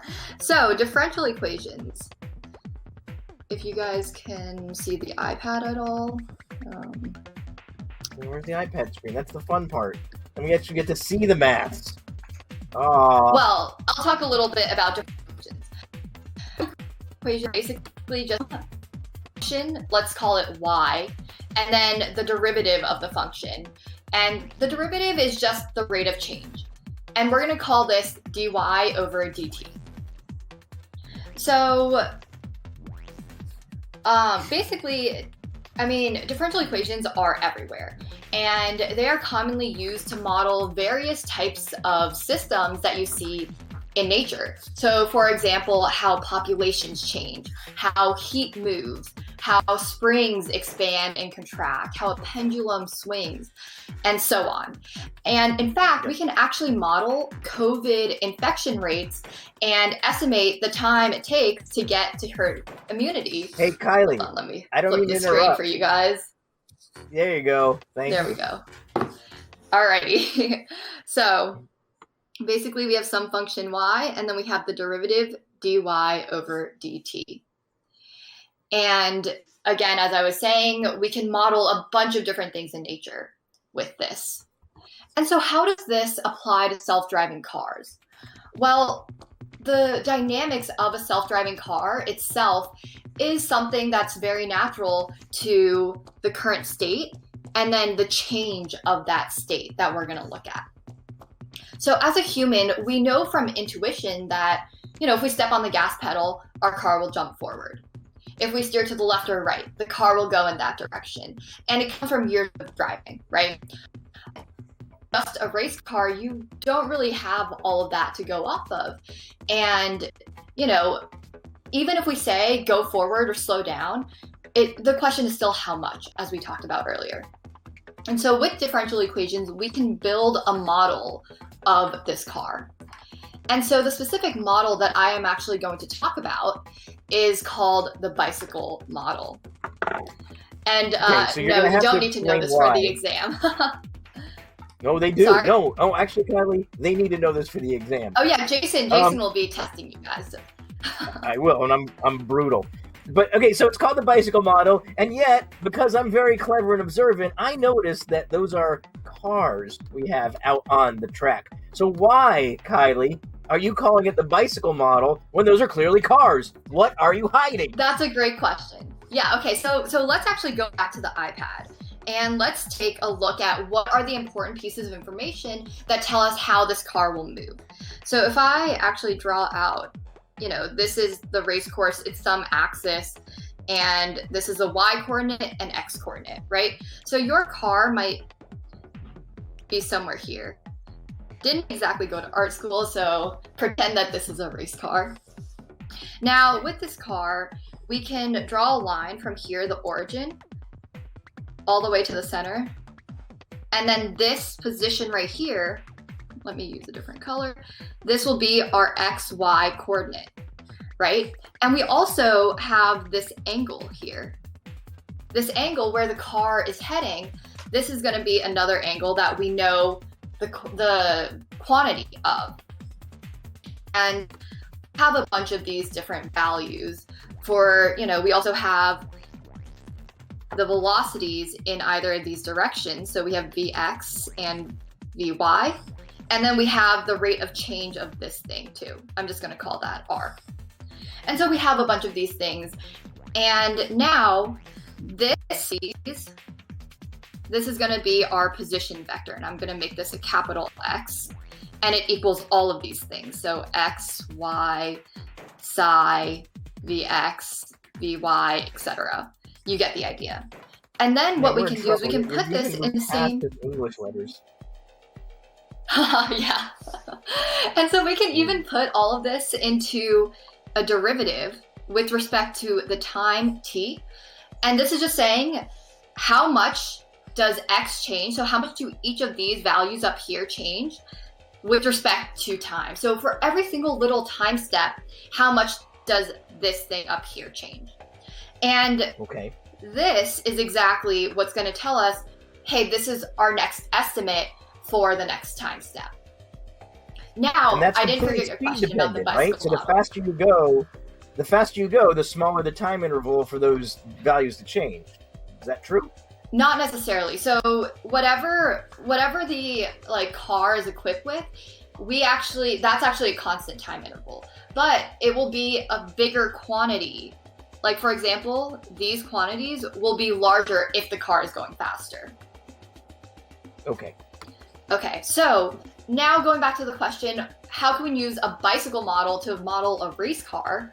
Well, even in a bicycle, a lot of these things here are the same. So if we go back to this drawing over here and we look at my artistry, here is my bicycle. It's beautiful. It is. So you'll notice that a lot of these things are still the same. So our XY position, well, if we have the bicycle be in the same place as our car, that's the same. This angle, where it's currently the heading angle, that remains the same. The velocity, in daily life, our bicycles do go a lot slower than cars, but put the same values in and you actually have a very good model for this car, because what's the difference here? It's the shape of the car, which we can kind of estimate through a couple parameters, and then the wheels, right? There are 4 wheels on a race car and 2 on a bicycle. That will be on the test. Make a note of that. And so, but the thing is, when you turn a steering wheel, it's not like one wheel goes in this direction and the other wheel goes in this direction. They both turn together. And so what if we just collapse that into a single wheel? Ta-da, you have almost a bicycle. I see that, but here's the question. There are still significant performance dynamics that change from car to bicycle. Bicycles lean into turns. The contact patch and surface area is far tinier on a bicycle. So what's the point? Why are you condensing the dynamics of a car into the dynamics of a bicycle? What's the main reason for this? Yeah, so that's a great question. So there's always this trade-off in computer science. You're trading off how fast something can run and how good your algorithm is and how precise it is with, how computationally what we can handle. And in this case, modeling a race car might be possible, but you have so many more parameters and values to keep track of. And that would then, if we go over to the computational aspect, that would make computational stuff a lot harder. And given that our computer is on a race car and it's not exactly, you know, AWS or some other big product that we're talking about, it's a lot harder. And the bicycle model, a lot of times people use this because it is a fairly accurate model, especially for predicting small time steps. So for example, 1 over like 0.01 of a second or something like that. It would make a fairly good prediction. So it's good enough. So basically you're on the making other a hand- trade-off between accuracy and just the computational power you actually have available. So good enough is what you need in this case, because trying to model it more accurately, the car wouldn't be able to perform as well cognitively. Is that right? Right, exactly. And so when we get into these bigger algorithms that actually take this model and then put it into, you know, an optimization problem and tell us where we're supposed to be going next, like what specific commands are going to be going through the car, then this optimization process, that costs a lot of time. And the simpler your model is, this might grow exponentially or something. So, you know, every like little variable that you're keeping track of in this model counts for something. And it might make your algorithm, your final algorithm, a lot slower. Is there going to be an advantage if eventually we improve the onboard computers of the cars? Do you see an advantage to changing from this to a four-wheeled model or a simplified car model as opposed to keeping the bicycle one? Or does the bicycle model work well enough that even with more powerful computers, it makes sense to just keep this relatively computationally light model going? Yeah, so I think that, I mean, for the purposes of Roborace, we're not, you know, there's no immediate threat. It's not like, you know, if we slip off the track, we're going to hit a pedestrian, hopefully. But, so I would say that, like, the bicycle model would probably be good enough for the purposes of racing. But, for example, if I were to go out and buy a self-driving car, I would hope that my car is not using the bicycle model, because I would hope that something with higher stakes is using something more precise.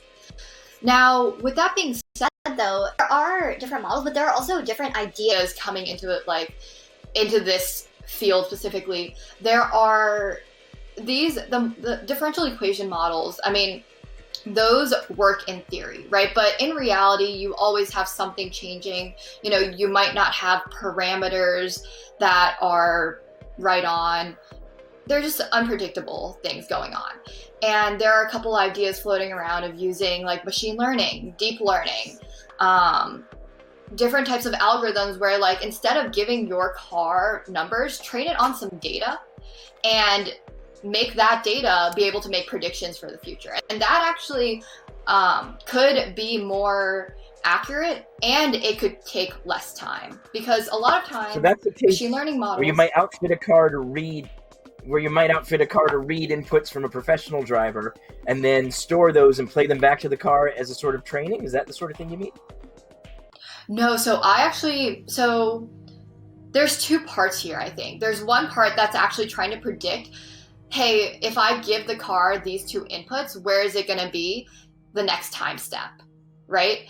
And there's another part that says, okay, well, now that we have this model, give me like the optimal control values that I should give the car to get to where I want to go. And so what I was talking about is, for that first part, for the model, I mean, whatever control you give it, it acts in some way, right? And so in order to predict that next step, you just feed it whatever data comes from your car, and then maybe you're able to make a prediction for like the next time step. Now, on the other side of things, this optimization problem where, you know, there are so many ways to do this, and I'm sure all the teams have something different. But one idea that actually is something in AI is human-based learning. So I think that that's how like some of the first chess AIs were created. Like, basically take a top chess player and feed in like their data to the AI. But there also is a downside of that, because eventually your goal with AI is to have AI be better than the humans. And if we're learning from humans, sometimes it can't get there, it can't ever beat it. So what I find really interesting, this is a whole field. It is, absolutely. So let's pause here, because I think we've done a lot of good learning from humans ourselves, and we're going to go take a little break now. But again, Kylie, as always, incredibly fascinating, and I look forward to learning more from you as soon as we can. Right now, though, we're going to go to a little break, and we'll be right back. Awesome. Brought to you by Here Technologies, a pioneer of location technology, moving people, goods, and businesses forward since 1985. Every day, businesses and developers around the world rely on Here's leading location platform to build innovative solutions and offer services that touch millions of lives. Whether it's helping fleets and supply chains run more efficiently, making journeys and deliveries faster and safer, or unlocking the next breakthroughs in autonomous driving, with location, now we...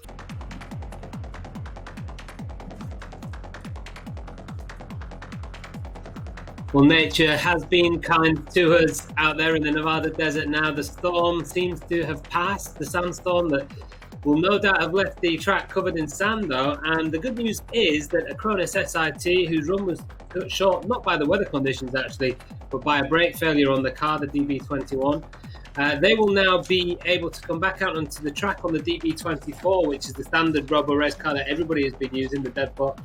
And Andy, Rach, that's really great news. They're going to have 30 minutes, 15 seconds now to get their run done. And I would imagine they're fairly optimistic of doing that, having actually got the car rolling before they were forced to stop. Yeah, absolutely. And we've obviously seen a couple of teams get times down, haven't we, after their 5 laps completed. And they're kind of between the 7 and 10 minute mark. So 13 minutes there. 15 seconds, like you just mentioned, Matt, should be plenty enough time to try and achieve all 5 laps, which is what all the teams are going for today. But Andy, Matt keeps mentioning it. What's the sand going to do to the tyres of the Devbot? Well, we don't know because we've not run on sand before, with good reason, because it doesn't really give you much grip, and we don't have much of it over in the UK. You see, they said if we went to Las Vegas, we'd have nice weather and none of these miserable cold grey days, no cold batteries, no wet tracks, and instead we've got a sandstorm, something completely new for them to deal with. They do run on groove tyres, so it's not a racing slick. That helps in a way. The grooves can cut through any dirt and grit and sand that's on the surface, but they're not designed to do that. These cars are not designed to run on dirty, sandy, gritty tracks. So the car will definitely have less grip, and so the AI is going to have to take that into account when it decides how quickly to attack the corners. I would not be surprised at all to see, particularly SIT, who are going to be the first team to venture out onto the track now. I wouldn't be at all surprised to see either the car lose control or the AI system anticipate that the car's going to lose control and either slow it down or perhaps stop altogether. So we might not have had our last hold-up, but this is what we can definitely call freak weather, something that none of the teams have encountered before, and something that's kind of unique, really, to a setting like Vegas.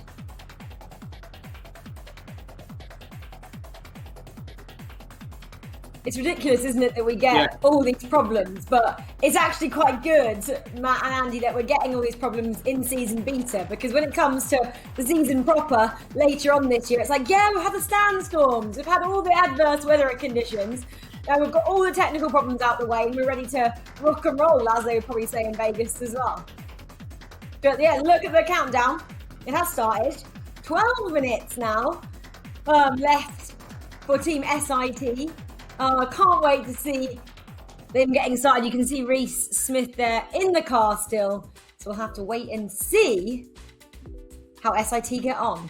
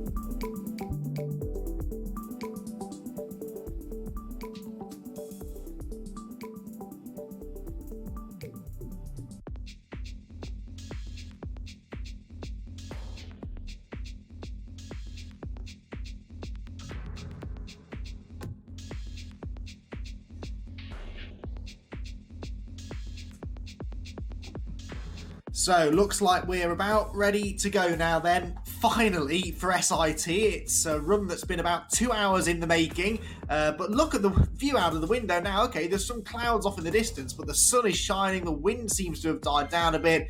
The track may be a bit dirty, but at least we do have a dry track, and visibility is good for the SIT car to head out onto the circuit. This, remember, is the team that share the championship lead after the first 4 rounds with Arrival Racing, so we're expecting big things here out of SIT, even if they're a little less sure about what's going to happen next. We certainly are hoping that they're going to be able to put in a good time and challenge Arrival Racing. This, remember, is not the car that SIT were originally supposed to be using. This is the DB24 chassis, which is a slightly newer chassis than the DB21, but all of the parts that have been added to it are even to the other car, and away they go. This is it then, a team that could potentially take the championship lead if they have a good run here, and it's an aggressive start, carrying lots of speed into that first corner, which loops around to the right and into this quick left, and then the long right-hander at turn number 3.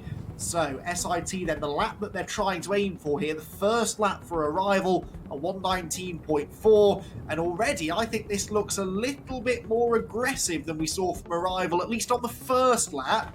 Let's hope it's not too aggressive. How dirty is the track? How much or little grip has the track got? It's hard to tell from the external view sometimes, and the car certainly isn't going fast enough to kick up any dust in its wake. We might see as it goes down the straight next time, a little bit of dust from behind it, and that would indicate perhaps just how much of a dust layer there was that was blown across the circuit. There must be a little bit of dirt on there, you'd imagine. It's not slowing the Acronis SIT autonomous team down, though, as they make their way towards the far end of the first lap. The 1.5 mile Las Vegas Motor Speedway in the background with its impressive grandstand structures.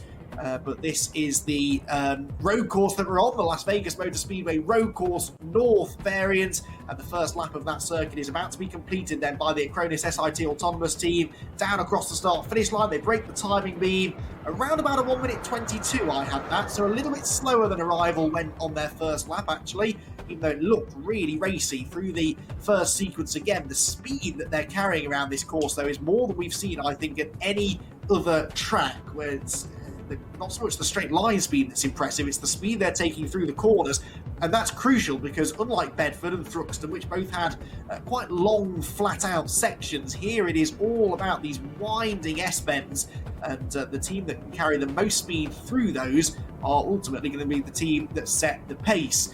What I'm not seeing at the moment, though, is the metaverse. Now, we had this issue, didn't we, with, ironically, Arrival Racing earlier on, where the metaverse didn't show. I can't see any of the metaverse items. The car certainly doesn't appear to be slowing down to negotiate any of them, and it isn't registering any collectibles or obstacles. So I wonder whether this run will actually be completed or not. They might just let them go for a flat-out run regardless, but it might be that the extreme weather that the team have been facing over there in the Nevada desert has possibly knocked out the metaverse system. Wait and see. News as and when I get it for that, but for now it's just flat out running for the SIT team, who break the timing beat now with a 1:20. Now that is about 4 seconds quicker. 4 seconds quicker than Arrival Racing's second lap, because Arrival had the metaverse and SIT didn't. So unsurprisingly, the SIT car has stopped. It's been told to stop because Roborace know that the metaverse isn't working. And of course, it's not fair to let 3 of the teams run with metaverse and the other 2 without. It's obviously something that they're fairly confident they can fix pretty quickly, so it certainly wasn't a lengthy stoppage the first time this happened, so it shouldn't be too much longer before we get the run back underway. So apologies everyone, but this is it's obviously a brand new form of motorsport. We spent a lot of time talking about just how complex the cars are, just how complex the coding is that the teams create for the AI software, but we almost forget sometimes, I think, that the job the Roborace crew have just to run these events is extremely difficult as well. So much technology that has to all be working perfectly and perfectly in sync with each other, and something like gale force winds and a sandstorm are certainly enough to affect some of those systems, you'd imagine. We're hearing it will be about a 10-minute delay, which is roughly what it was the first time, for them to turn it off and back on again, and if that doesn't work, they'll kick the computer a few times, swear at it, and then I'm sure the metaverse will start working. At least that's how things have worked in my limited experience with computers. I'm sure they've got some more technical ways of fixing the problem, which they'll be able to do for us fairly quickly, and then we will be back underway. Also, to confirm, this won't affect SIT's time. I will imagine they'll send the clock back to the, 13 and a quarter minutes that they had initially, because this is not an SIT problem. It's clearly something at Roborace's end that needs to be sorted. So I again, haven't had that confirmed to me, but that's certainly how it should work. They'll have their time reset again, and off they will go. So, some teething problems here, as you'd expect, I suppose, for something as new and innovative as Roborace. Thank you, everyone, though, for sticking around. I hope you are enjoying the show, and in particular, some of the things we've been learning with Jason in his watch party. I was listening into that conversation he was having with Kylie. It gave me a headache, but I understood most of it, and we're all learning as we go here at Roborace. So, really appreciate everyone sticking around. Keep those comments coming in so that Jason can interact with you all, and we will hopefully be back within the next 10 minutes with the SIT car back on the track, the metaverse up and running, and we should then get our final 2 teams of the day out on course.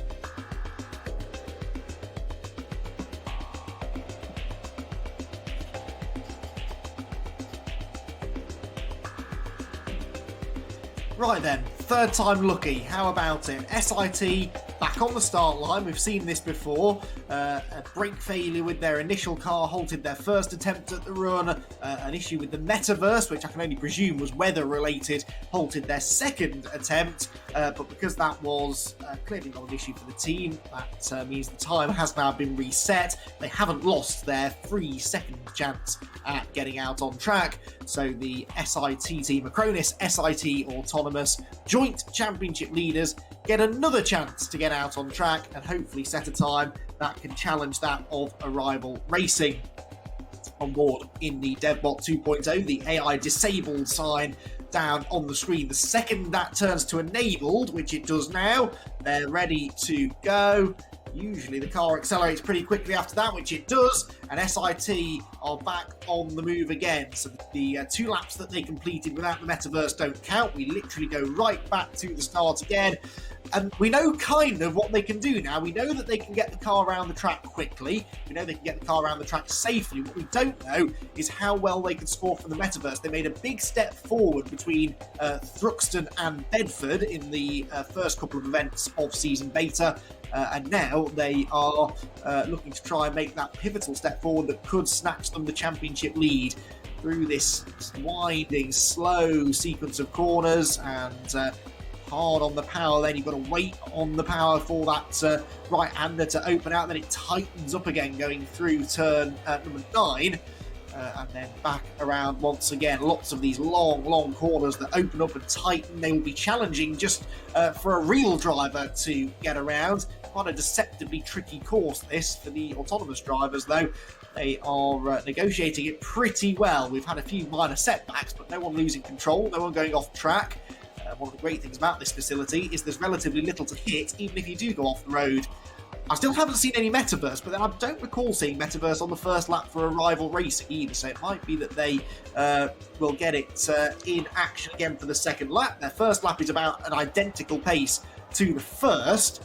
Again, that's one of the great things, I suppose, about autonomous driving, is you can almost rely on bulletproof consistency from your driver. In theory, it should be able to set exactly the same lap time, lap after lap after lap, go around there all day and never lap more than 1/10 of a second or so away from the benchmark time. But I'm still not seeing any of these collectibles and obstacles, so I fear we might be on for another reset here. SIT of course, need to complete a run with the proper metaverse elements in play, otherwise we can't put their score up against everybody else's. And it's a bit tricky this, because half of the teams, more than half the teams, have now run. If this was at the start of the day and they were having difficulties with metaverse, we've had this before, where they simply get rid of the metaverse for the day and it's all about out and out speed then. But this sandstorm that we've had blow through, I think might have, there's a bit of grit in the system somewhere. Or it's possibly just blown some of the equipment over. It's still pretty breezy over there. I reckon the car might stop as it comes out of the hairpin again. What a shame, because SIT, I really want to see how they stack up against Arrival. The car clearly is going quickly, but I think it's probably going to stop. Let's see. Comes up to the line. Well, no, it carries on this time. So that's interesting. 2 laps in the book then, and that pace was 1:19, which is about the fastest lap that we've seen so far. Metaverse! There we go. Hello, old friend. How we've missed you. The trouble is, this is lap 3, not lap 2, or even lap 1. So I think the result from this will be a little provisional until we figure out exactly how they're going to calculate the score. But for now, we can at least see what SIT's systems are going to do, how they're going to cope with the obstacles and collectibles. 6 collectibles already in the bag.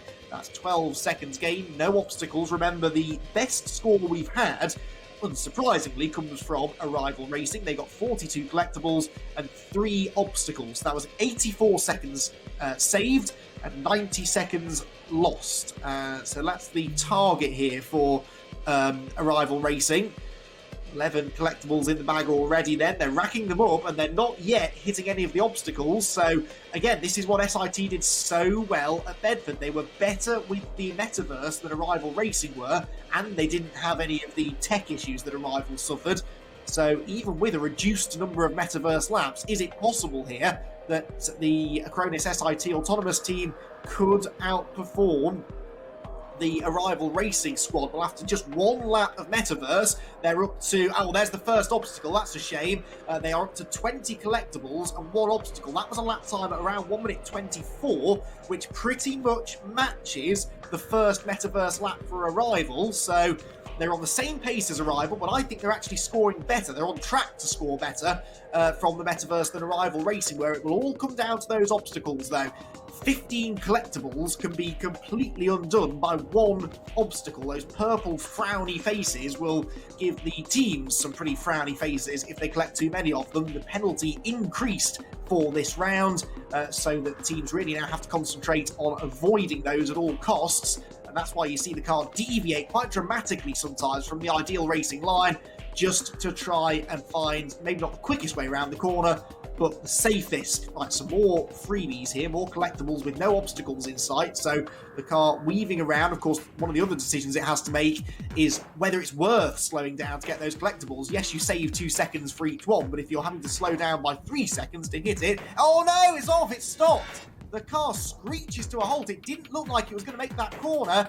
And again, the systems on board anticipated that and stopped it before it went off the road. But what a shame. They were up to 25 of those collectibles, 2 obstacles. They were on course to at least match Arrival Racing, if not beat them. That obstacle count now catching up with itself, so it is up to 3, but still, they could potentially have taken the lead there, but a little bit too much speed now. Was that because of the Metaverse possibly putting the car offline, or was it because of the dirt on the track? It could, of course, potentially have been a combination of the two.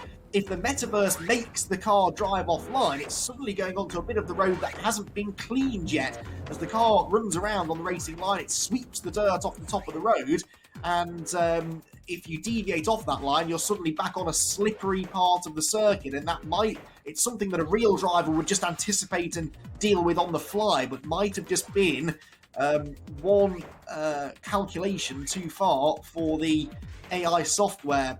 Again, I'm far from an AI engineer, so I can't comment on this with any great knowledge of how it all works, but that is a definite possibility, I would say. Either way, what I can tell you is the car is going no further. The time is stopping because of that, and I think that probably will be it now, because SIT, this is now their 3rd attempt at this run. We've got another team that still needs to go, the MIT squad waiting in the wings to set their times. Reese is about to jump back on board the car, and we will await further news, but this is now becoming quite a common sight, actually. We've seen this, I think, in every round so far, a car that's going along quite nicely, and it just deviates from the line a little bit too much, and the safety programs kick in and force the car to come to a stop. I mean, it actually locked the brakes up. We saw actual tyre smoke from the front wheels as it tried to stop before the edge of the road.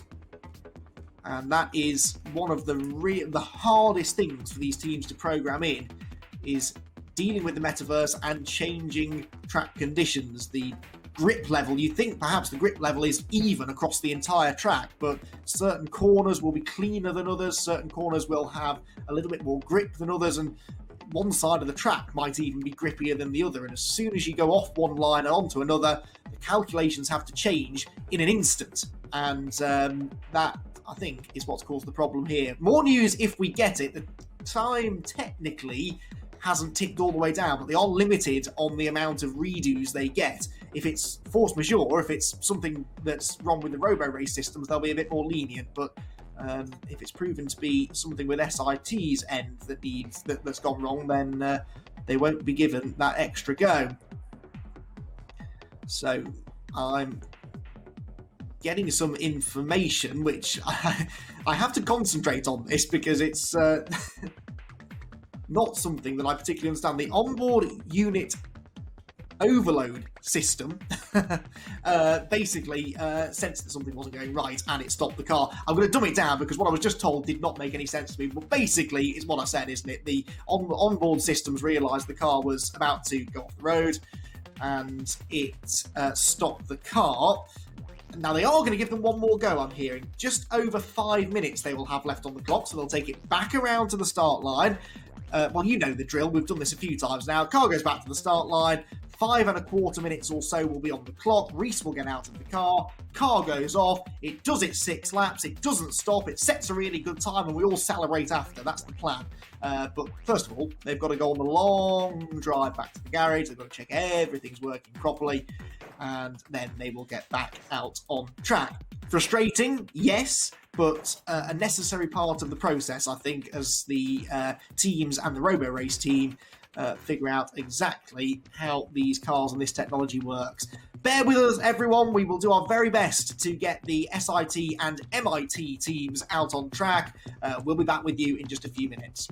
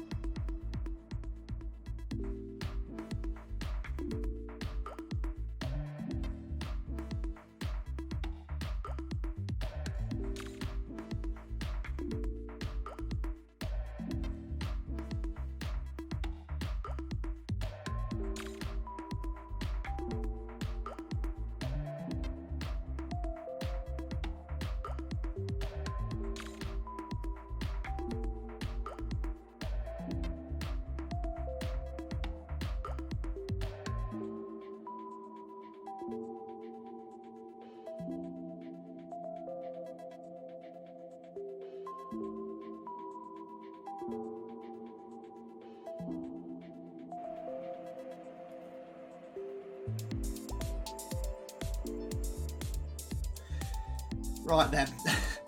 How excited dare I get? Are we finally going to get SIT around for 5 laps? That's all I'm asking. 5 laps with the metaverse, no crashes, no breakdowns, no sliding to a stop, no dust storms, no clouds, no wind. Let's just get the car round the track, because I've been bigging this up now for the last 2.5 hours that this is going to be a run worth watching, and I hope it won't disappoint. SIT then, they reckon that their major improvements are the ability to race against these dynamic obstacles that we've discussed earlier on today, predicting the movement of those obstacles' positions, and decision-making and overtaking manoeuvres. And that's interesting. That last point isn't terribly relevant now, but the end goal here is to have multiple cars on track at the same time. This is called Roborace, after all. We want to have the cars racing each other on the circuit, really pit the AI systems against each other. That's the end goal. You can all imagine the disaster that would be if we would try and do that at this stage. The technology isn't quite ready yet, but that's what these moving obstacles represent in a way. Those obstacles that are rolling up and down the track represent potentially other cars that could be on the circuit. Right then, the car is off the road. No, it's not. It's off the line and onto its first lap. And let's see how it deals then. There's the metaverse. So far, so good. Nice fast line through the first corner, and up to speed they go. So SIT, Acronis SIT Autonomous then, the team based in the Schaffhausen region of Switzerland, just outside Zurich, who have had success in season beta already with a pair of victories last time out at the Bedford Autodrome, bouncing back from that spectacular crash into the pit wall at Thruxton a few weeks before that. Acronis, of course, sponsoring this team and sponsoring a couple of Formula 1 teams, the Rocket Williams F1 team and the Racing Point squad as well. So Acronis is a name we should be familiar with. Sadly, we're not seeing it adorning the side of the car, because this is the other car now after the braking issues that their original car suffered. So the metaverse is... I mean, I can see the metaverse, but we're not getting any collectibles or obstacles coming up, so it might just be that the counter's working. Someone needs to put a penny in the meter, perhaps. The car, though, doesn't really look like it can see the metaverse either, because it's not trying to weave around and hit those collectibles, so it all might not quite be right just yet. But the first lap is completed. It's another 1 minute 20, which is kind of par for the course, really, for a standing start lap. SIT are getting plenty of track time here, aren't they? Way more practice than the other teams have been able to have. And now the collectibles are starting to register, so that's interesting. We've got 6 collectibles in the bag. They were doing really well, weren't they, on that one lap that they had with the collectibles and obstacles earlier on. They were scoring pretty highly, and let's see whether they can continue to do so with the second lap now in full swing. Weaving its way through these tight corners, then it opens out again. Really frustrating corner, like you're waiting to get the power down and just can't quite get there.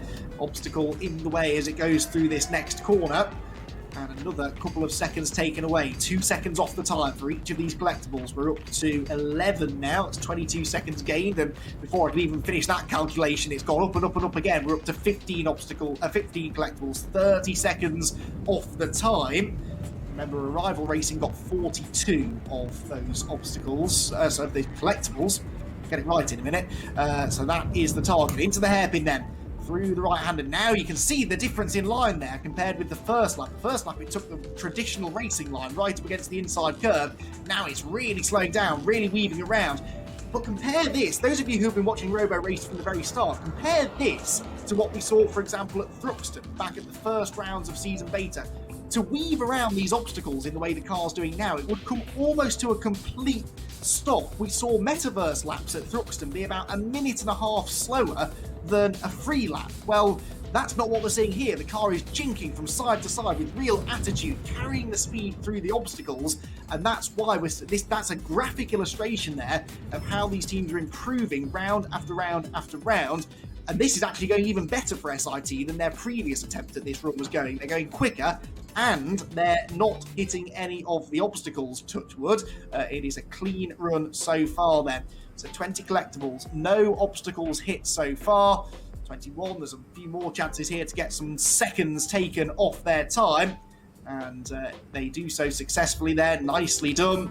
Now, obstacle in the way. Does it hit it? Does it go around it? Sometimes, oh yes, it does hit it. Look, it does hit that obstacle. Sometimes the AI systems will decide that it's worthwhile hitting the obstacle because you lose too much time weaving around it, but that's not really valid now. When it was 5 seconds or so that used to get added on, then yeah, you can argue it would cost you just as much to avoid it as it would to hit it, but 30 seconds? Surely it's worth stopping and weaving around it to save those 30 seconds, but SIT's system clearly deciding otherwise. Right, another lap in the books, 30 collectibles now, but 2 obstacles, so that is 60 seconds gained and 60 seconds lost. So they've now balanced the books, haven't they, so to speak. They've got the same amount of collectible time as they have obstacle time.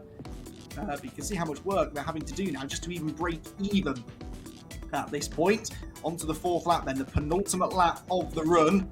And are they going to be able to beat Arrival? I think they might be able to, you know. They need another 12 collectibles, and then they would match Arrival's collectible score, and they're so far on 1 fewer penalty for the obstacles than Arrival were.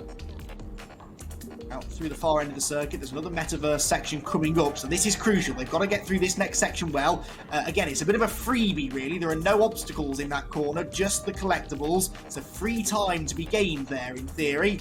Wait and see if they register those collectibles. Sometimes it looks as though it hits them, and actually the onboard systems, which are far more sophisticated than what we're seeing externally, tell us that they didn't, and that seems to have been the case there. There's an obstacle there which is perilously close to the racing line, but it weaves inside of it nicely. Not such a high scoring lap, that one, but it looked like a fairly quick lap. Let's see what it is. Cross the line. Yeah, 1 minute 20 dead, so that is pretty impressive pace. They're on to their final lap, but they could do with upping their collectible score. I'm not clever enough to work out right now what this score would mean compared to Arrival, because they're probably going a little bit quicker than Arrival, but they haven't scored quite as many bonuses. 34 they've got now, though. That's over a minute saved now, so they are making a net gain here when you stack that up against penalty points. But they've still got over half a lap still to go. Acronis SIT Autonomous looking for their 3rd win on the bounce. And to move into the championship lead, of course. Whichever of these teams scores the highest today, SIT or Arrival, will go into round 6 tomorrow with the championship lead. So this really is important. This could be the key. Look at all of the obstacles in the way here. Can they avoid them? Yeah, no, they've got a 3rd one. They've hit a 3rd, so they've now got to try and beat Arrival's collectible score, which was 42, but they've got another obstacle, a 4th obstacle, and that is possibly what's going to cost them, because that's an extra 30 seconds now that they will be penalised, and their collectible count is 4 fewer than Arrival Racing. So that final set of obstacles might just cost Acronis SIT the championship lead. Well, I'll say the final set. There's a few more here at the final corner. Are they going to avoid them? Looks like no, they've got another one, and that's another 30 seconds added on. What a shame for Acronis SIT, because that looked really good. They've matched Arrival's collectible score, but 2 more obstacles means a whole minute extra that will be added onto their time. Their clear time is 7 minutes and 8 seconds, which is quicker than Arrival. A 7:08 is about 3 seconds quicker than Arrival managed, but their total time is an 8 minutes 14, which is going to be around about a minute slower, I reckon, than their rivals. But we will get official confirmation of that for you as soon as we possibly can. That was a really exciting run, but they just lost it all there on the final lap, really, and they will be ruining that a little bit now, and they'll possibly be hoping to fix that problem for tomorrow. We did get the 5 laps in, though. I told you it'd be worth waiting. That was pretty exciting there, and we will now go away and calculate the scores. Join us in a few minutes' time. We'll have the scores for SIT, and we'll start building up to our final team, MIT. We'll be hitting the track before too much longer.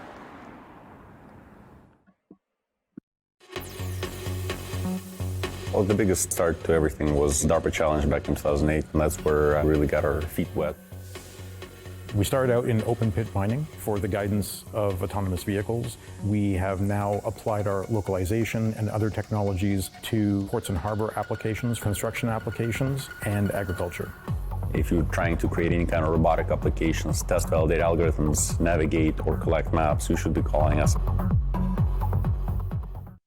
How do you take control of a world that doesn't stand still? That's where we come in. We're creating a digital representation of the physical world. Every road, every building, every vehicle, every device, every street sign, every traffic light, everything. To help you find the best path and anticipate what's ahead. To empower your fleet to run faster and more efficiently. To ensure your advertising reaches the right audience. And to let you optimize your supply chain like never before. All this is now a reality.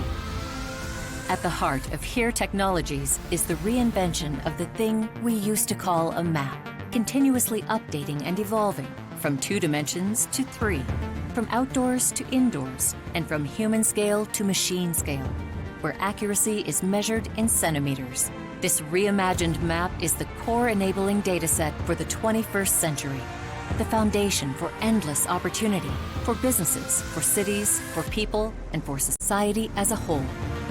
Welcome to HERE.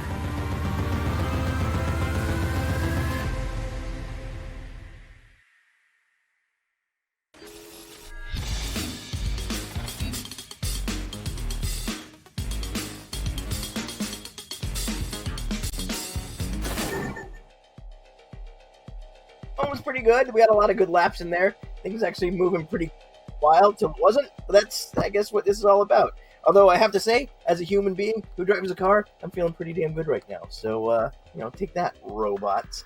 Anyway, we're going to, speaking of robots taking things, we're going to have Kylie back on. And what we're going to do now is do a little bit of an easy question and answer session. I see people have been asking some interesting things in the chat, and since we have all of Kylie's pulsating, powerful brains right here waiting for us, we're going to let her actually answer some of these questions for you so you can learn things and basically get a free MIT education just through Kylie. You're just, like, circumventing the system. This is the way to do it.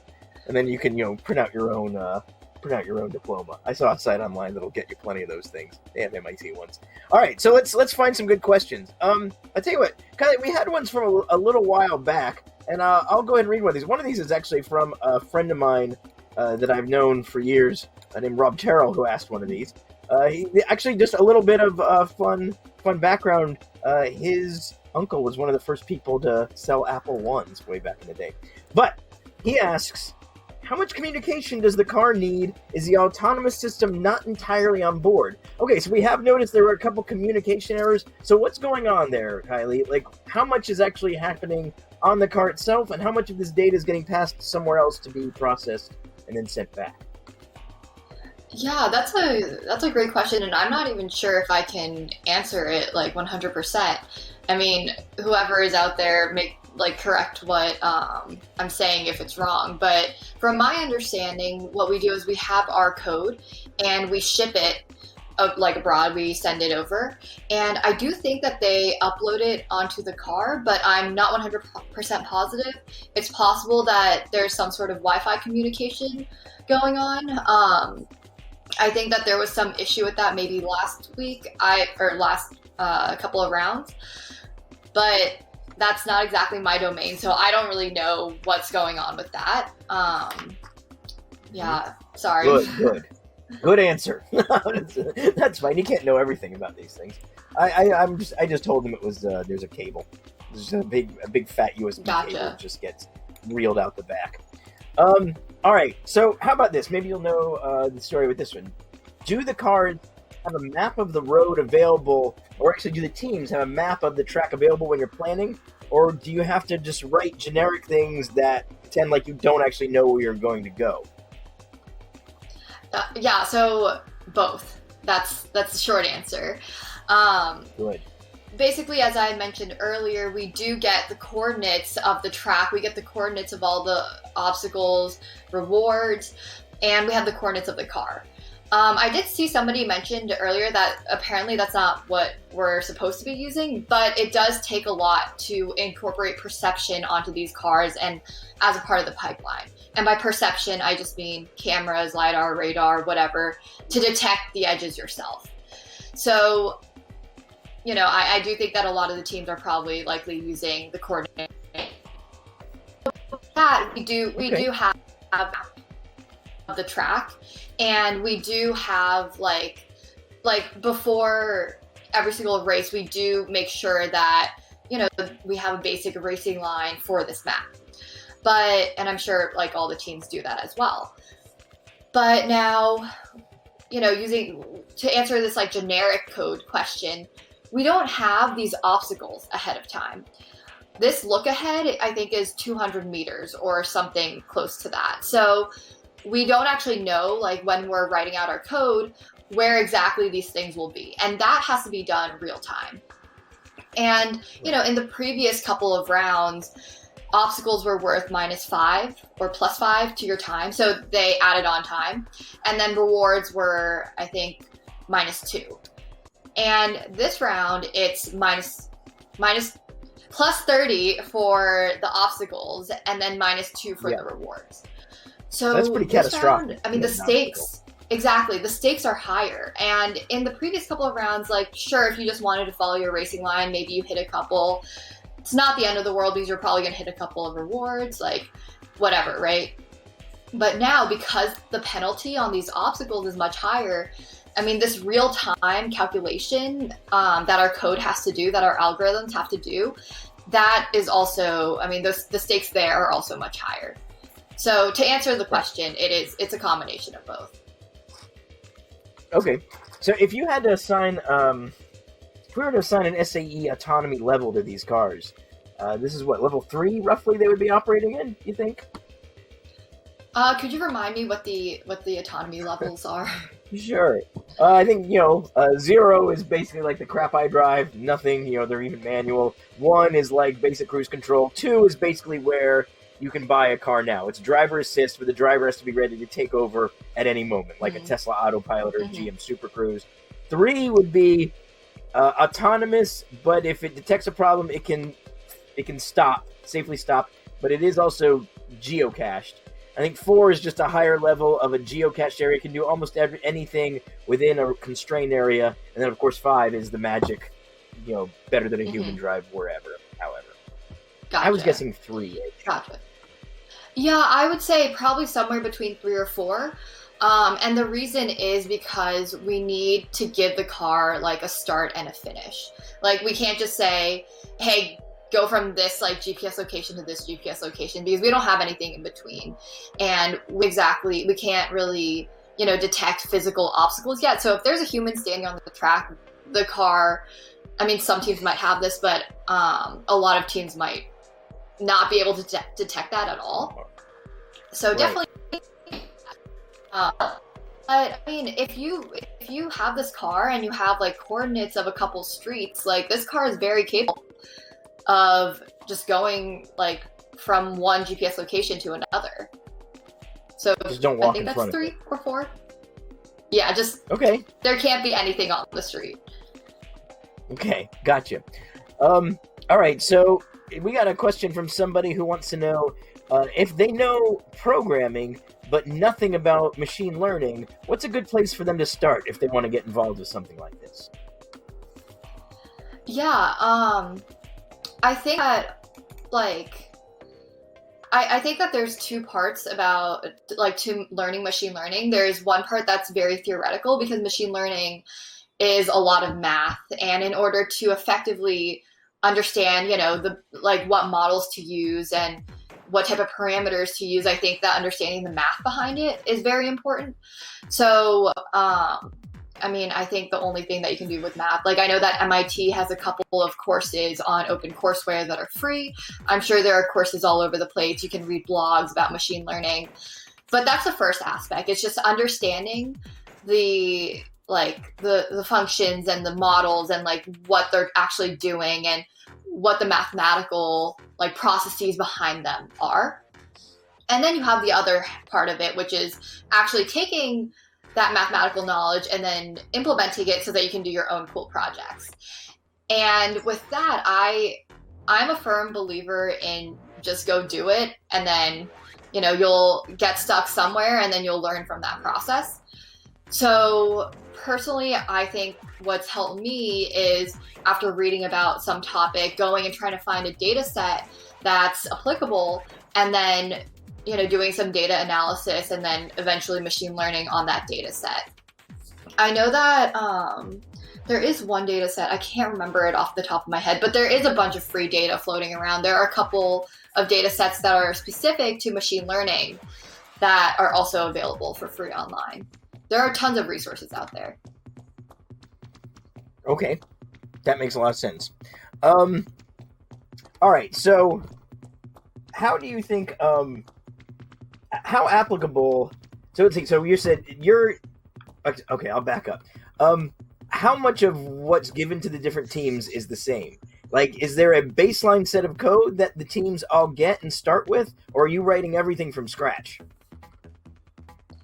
Yeah, that's a great question. I mean, I'm sure that there's some sort of baseline that, you know, allows us to interface with what, like, the car, you know, can read. But I actually am not sure of, like, what the, like, base is. And I mean, I think that, well, it's because I joined after, like, we started iterating on that. Okay. But I'm sure that there is some sort of base code that, like, you know, is just working and gets around the track, maybe. Okay. All right, here's a big question. If you have to cheat, how are you going to do it? What's the best way to cheat at robo racing?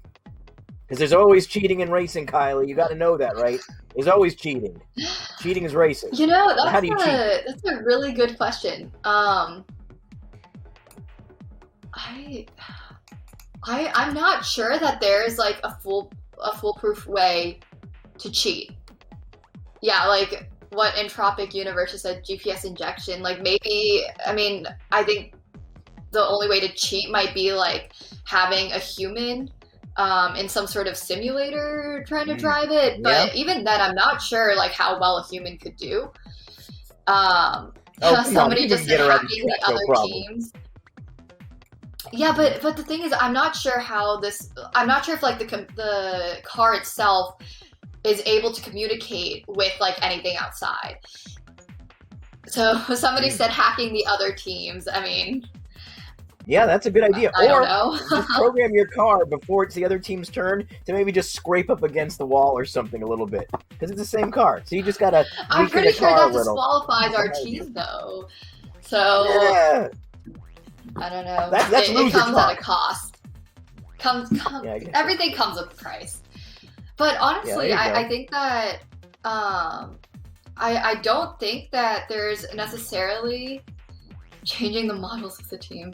Leave a USB stick. I mean, I guess you could, like, you can't even leave anything on the track because everything's done virtually. Like, there's nothing, I don't think there's any code that says, like, oh, leave tacks or bananas on the track. You know? You could leave virtual tax in the Entropic universe, or the, call it universe? The metaverse. Maybe. Thank you. Maybe. But All right, well, Kylie. Suppose that. Yeah? Yeah. Well, I was just I going was to gonna say, say, I don't think there's any way to, like, sorry, I think there's a lag. But no, I really don't think that there's any way to cheat, like there's no way to human program, like, a specific path because all these objects are changing. Okay. So. All right. Well, we'll come back to this. I want you to figure out ways to cheat, because that's how this is going to get even more fun. All right, but we do have to go back to Rachel and Matt and check in with what's going on there. But as always, Kylie, thank you so much. It's always fascinating. So everybody else, and thanks again. And guys, how's it going there? Thanks for having me. Yeah, good. Thanks, Jason. Thanks, Kylie. Always interesting listening to you guys. And I reckon, Jason, actually, if they want ways to work out how to cheat, they should hire you. I reckon you've got some pretty good ideas about that. But the good thing I can tell you right now is that we have the results from that last run from Acronis SIT, and we're expecting this race to be the battle between the two main teams in the championship so far, at least. That's obviously Acronis SIT, Autonomous, and Arrival Racing. So let's have a look then. Here it is: 42 collectibles, 5 obstacles, and a result time of 8 minutes and 16 seconds, and elapsed time of 7 minutes 10. And if memory serves, Rach, I think those obstacles are going to prove crucial today. Yeah, it's just 2 in it in the end, wasn't it? And like almost on the last corner as well. Arrival with 3 obstacles hit. SIT with 5 in the end. There we go. The table's just changed for us there. So it does put them in second place. But Matt, if you look at that elapsed time, SIT are 1 second, not even that, faster. So if they hadn't have collected those 2 obstacles right at the end, they would be sitting top of the table. That's super unlucky. But I think right now I can talk to Ilya from Team SIT and get his thoughts on what must have been a pretty difficult time. We had lots of things to actually have to deal with before they got racing. So, Ilya, hello at last. I mean, we sent you out on track almost like 3 hours ago, and you're sitting here with us now after finally completing all 5 laps. I mean, before we get into how great that was in the end, tell us about what you had to deal with out there. Everything, didn't you? From kind of faults to sandstorms to kind of communication errors. Just tell us how the team was dealing with all of that. Oh, to be honest, it was very nervous and stressful for us. I mean, a lot of things happened from our last talk. So thunderstorm, we changed the car, then internet connections issues. So we ran our attempt, I believe, like 4 times. And finally, we finished the laps and shows quite good result, but unlucky for us, we didn't. We hit 2 additional obstacles at the last lap. So yeah, right now I stand in second on the leaderboard. Yeah, and that's all what second place was down to in the end, wasn't it? Those 2 obstacles hit, like you just mentioned, right at the end. What was that to do with anything in particular, or just a little bit unlucky? So to be honest, we don't know yet because we didn't see the logs and data sets that after our run. So right now we are collecting the data set and trying to analyze them. And later we can say, maybe tomorrow I can explain you what was the reason for those hits. Yeah, absolutely. And Ilya, was there any problem with dirt on the track or sand at all? Because obviously that's something that none of the cars have had to contest with just yet. No, there wasn't any problems right now. I mean, on the track, no, everything was fine. No, exactly. Well, that's great to hear as well. And just looking at the top speeds in the end, you guys 143 kph to Arrival's 146. So not quite up to the same speed either. And still, if you haven't have hit those 2 obstacles, you would have been faster. So what's the plan tomorrow now? So plan for tomorrow, analyze the data set, analyze the reason for this hitting those objects, and we'll try to analyze and maybe fine-tune our parameters, fine-tune our algorithm, and hope that we can show better result tomorrow. As well, we didn't speed up our car because, as I said, during the last test session, only 1 test session that we had, we faced pretty significant issue, and we decided to stay on the safe side and not improve and not tune a performance on this lap. So we decided to run with the same settings that we had before.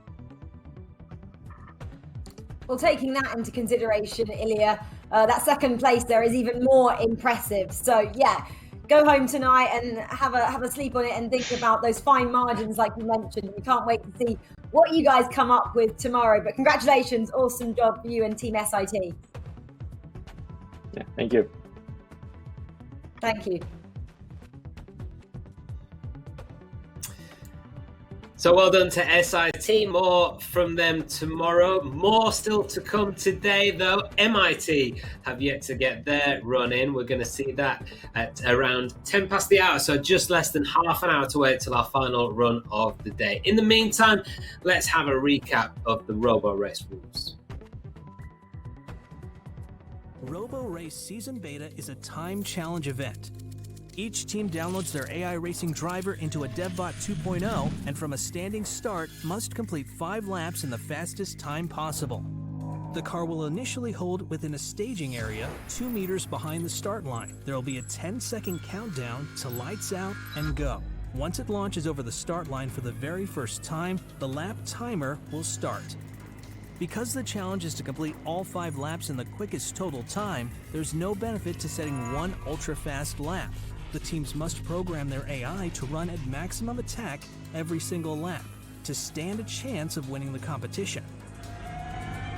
You'd think that would be enough of a challenge for 2021, but for Season Beta, the teams will face an even greater test. Virtual objects will be placed on track, some that need collecting, some that need avoiding. Where these objects are placed and what type are totally unknown to the participating teams and the racing dev bots, and are set by race control. The following bonuses and penalties will apply. The teams get -2 seconds to the current lap for any bonus objects struck by the car. 30 seconds are added to the lap time for any penalty objects that are hit. And don't forget, a DevBot's run will be voided if it moves outside the course limits at any time. The team that sets the fastest total time for the 5 laps will win the round.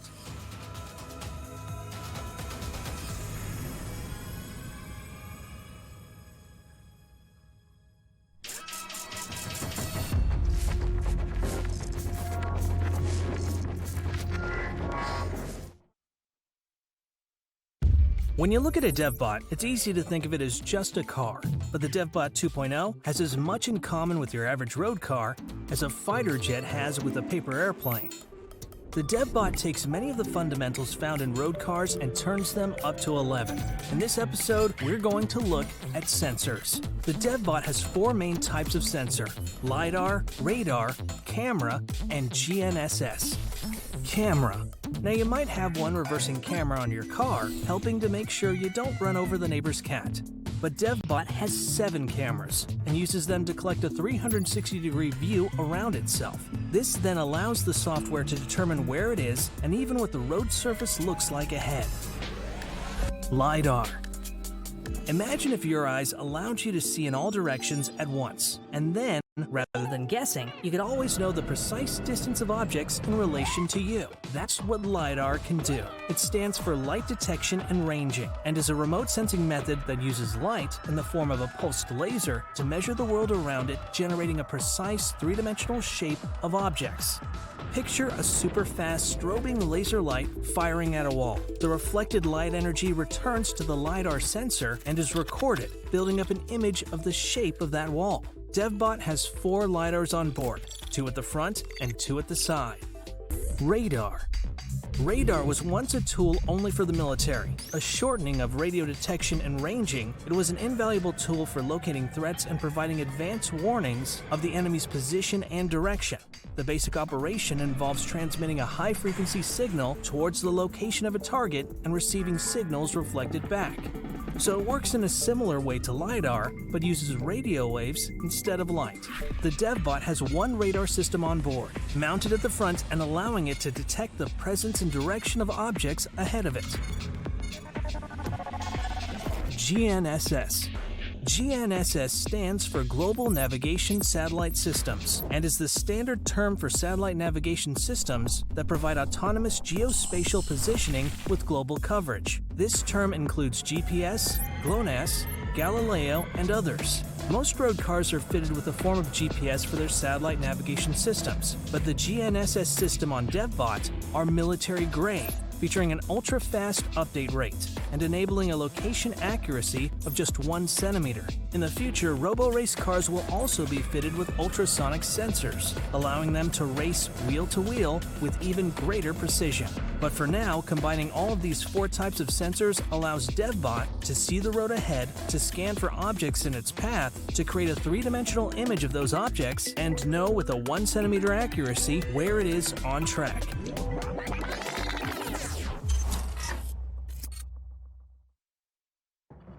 We can divide the many worlds around us into either real or virtual.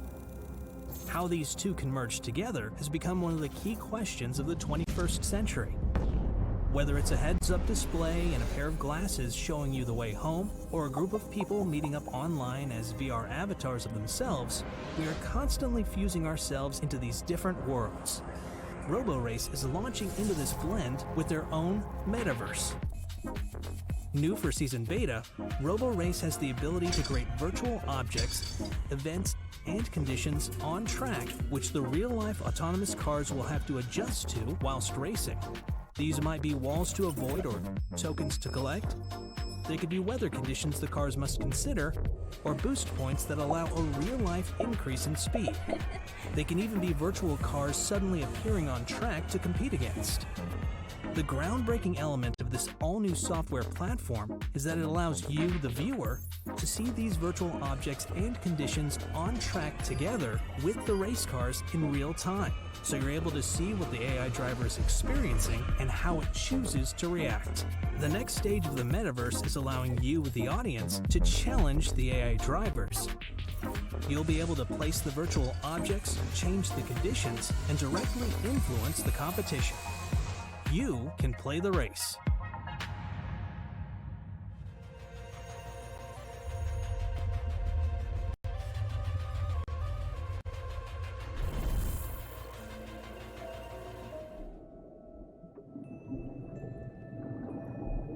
I am coral. Some people think I'm just a rock, when in fact I'm the largest thing alive on this planet. I'm so big I can be seen from space. But for how long? I grew for almost 250 million years. And humans came along and now 1/5 of me is gone. Sure, I live at the bottom of the sea, and you might not see me that often. But you do need me. Do you realize that 1/4 of all marine life depends on me? I am the nursery of the sea. Little fish depend on me for food and to hide from the big fish. And guess who eats the big fish? That's right, you do. I'm the protein factory for the world. Yet you raise the temperature of the ocean, so I can't live here anymore. And when big storms and tsunamis barrel through the ocean, I'm your fortress. Yet you tear me apart with dynamite and poison me with cyanide. Well, here's a crazy thought. Stop killing me.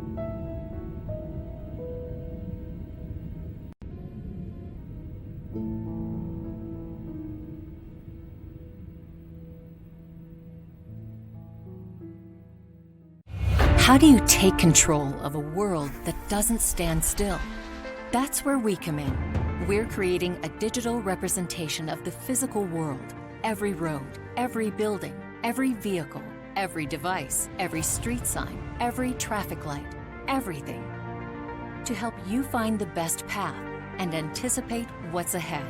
To empower your fleet to run faster and more efficiently. To ensure your advertising reaches the right audience. And to let you optimize your supply chain like never before. All this is now a reality. At the heart of HERE Technologies is the reinvention of the thing we used to call a map, continuously updating and evolving from 2 dimensions to 3, from outdoors to indoors, and from human scale to machine scale, where accuracy is measured in centimeters. This reimagined map is the core enabling dataset for the 21st century, the foundation for endless opportunity, for businesses, for cities, for people, and for society as a whole. Welcome to HERE.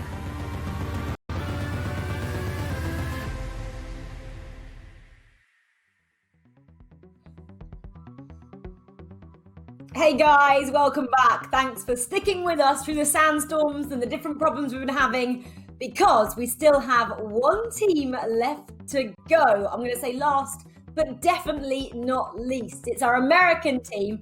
It's MIT Driverless. And this team as well, they're super impressive because they actually only joined Roborace super late in the day and have had a pretty competitive AI. They've been a little bit unlucky. Last time out, they actually got disqualified for going outside track limits, but they're back and raring to go today. So let's have a look at the men and women behind this team. On the block, this team from the Massachusetts Institute of Technology, or MIT for short, make their Roborace debut at Season Beta. Although new to Roborace, they already have have some hard-won experience, taking third place during the German leg of the Formula Student Driverless Circuit 2019 and second place during the Italian leg. Fielded from one of the top-ranked universities in the United States, there is every chance this charismatic team could surprise the status quo. Can MIT Driverless create a shock win in their first Roborace competition?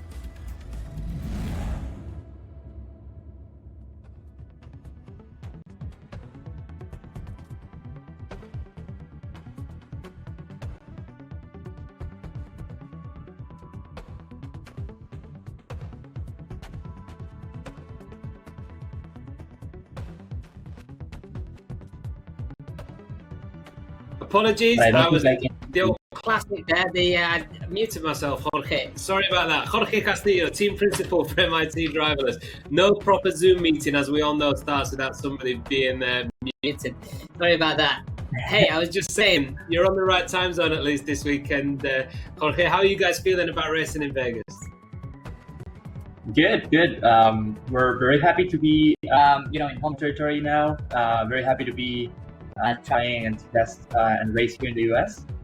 And yeah, we're feeling very confident with testing a lot, not too much in the car as we would like, but definitely a lot on simulator. So we're very excited to see how we perform today. Yeah, kind of in the same boat as everybody else in that respect, aren't you? How did you guys reflect on the last outing at Bedford Autodrome? Of course, you were disappointed, I'm sure, with the disqualification there. Did the hangover last long from that one?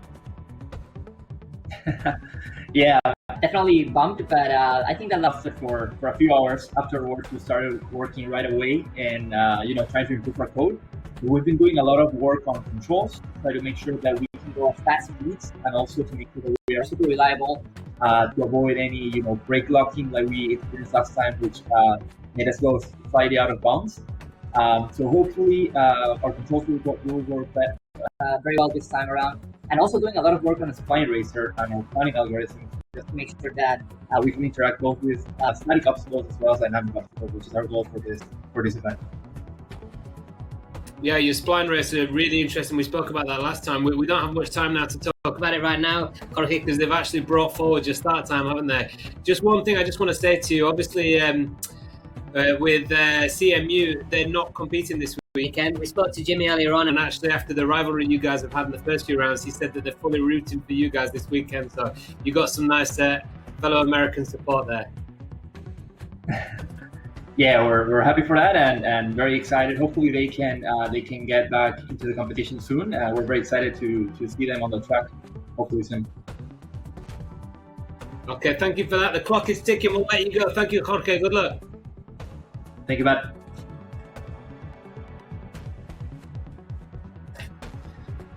Okay, as I said, the clock is ticking. So let's see. Hopefully we can get some track action now to wrap up and give us a strong finish to the day, Rachel and Andy, because it's been a long one for the teams and for everybody involved with the setbacks that we've had, technical and with the climate as well out there in the desert. But as you can see, sun is shining and it looks like we've got real good conditions, guys.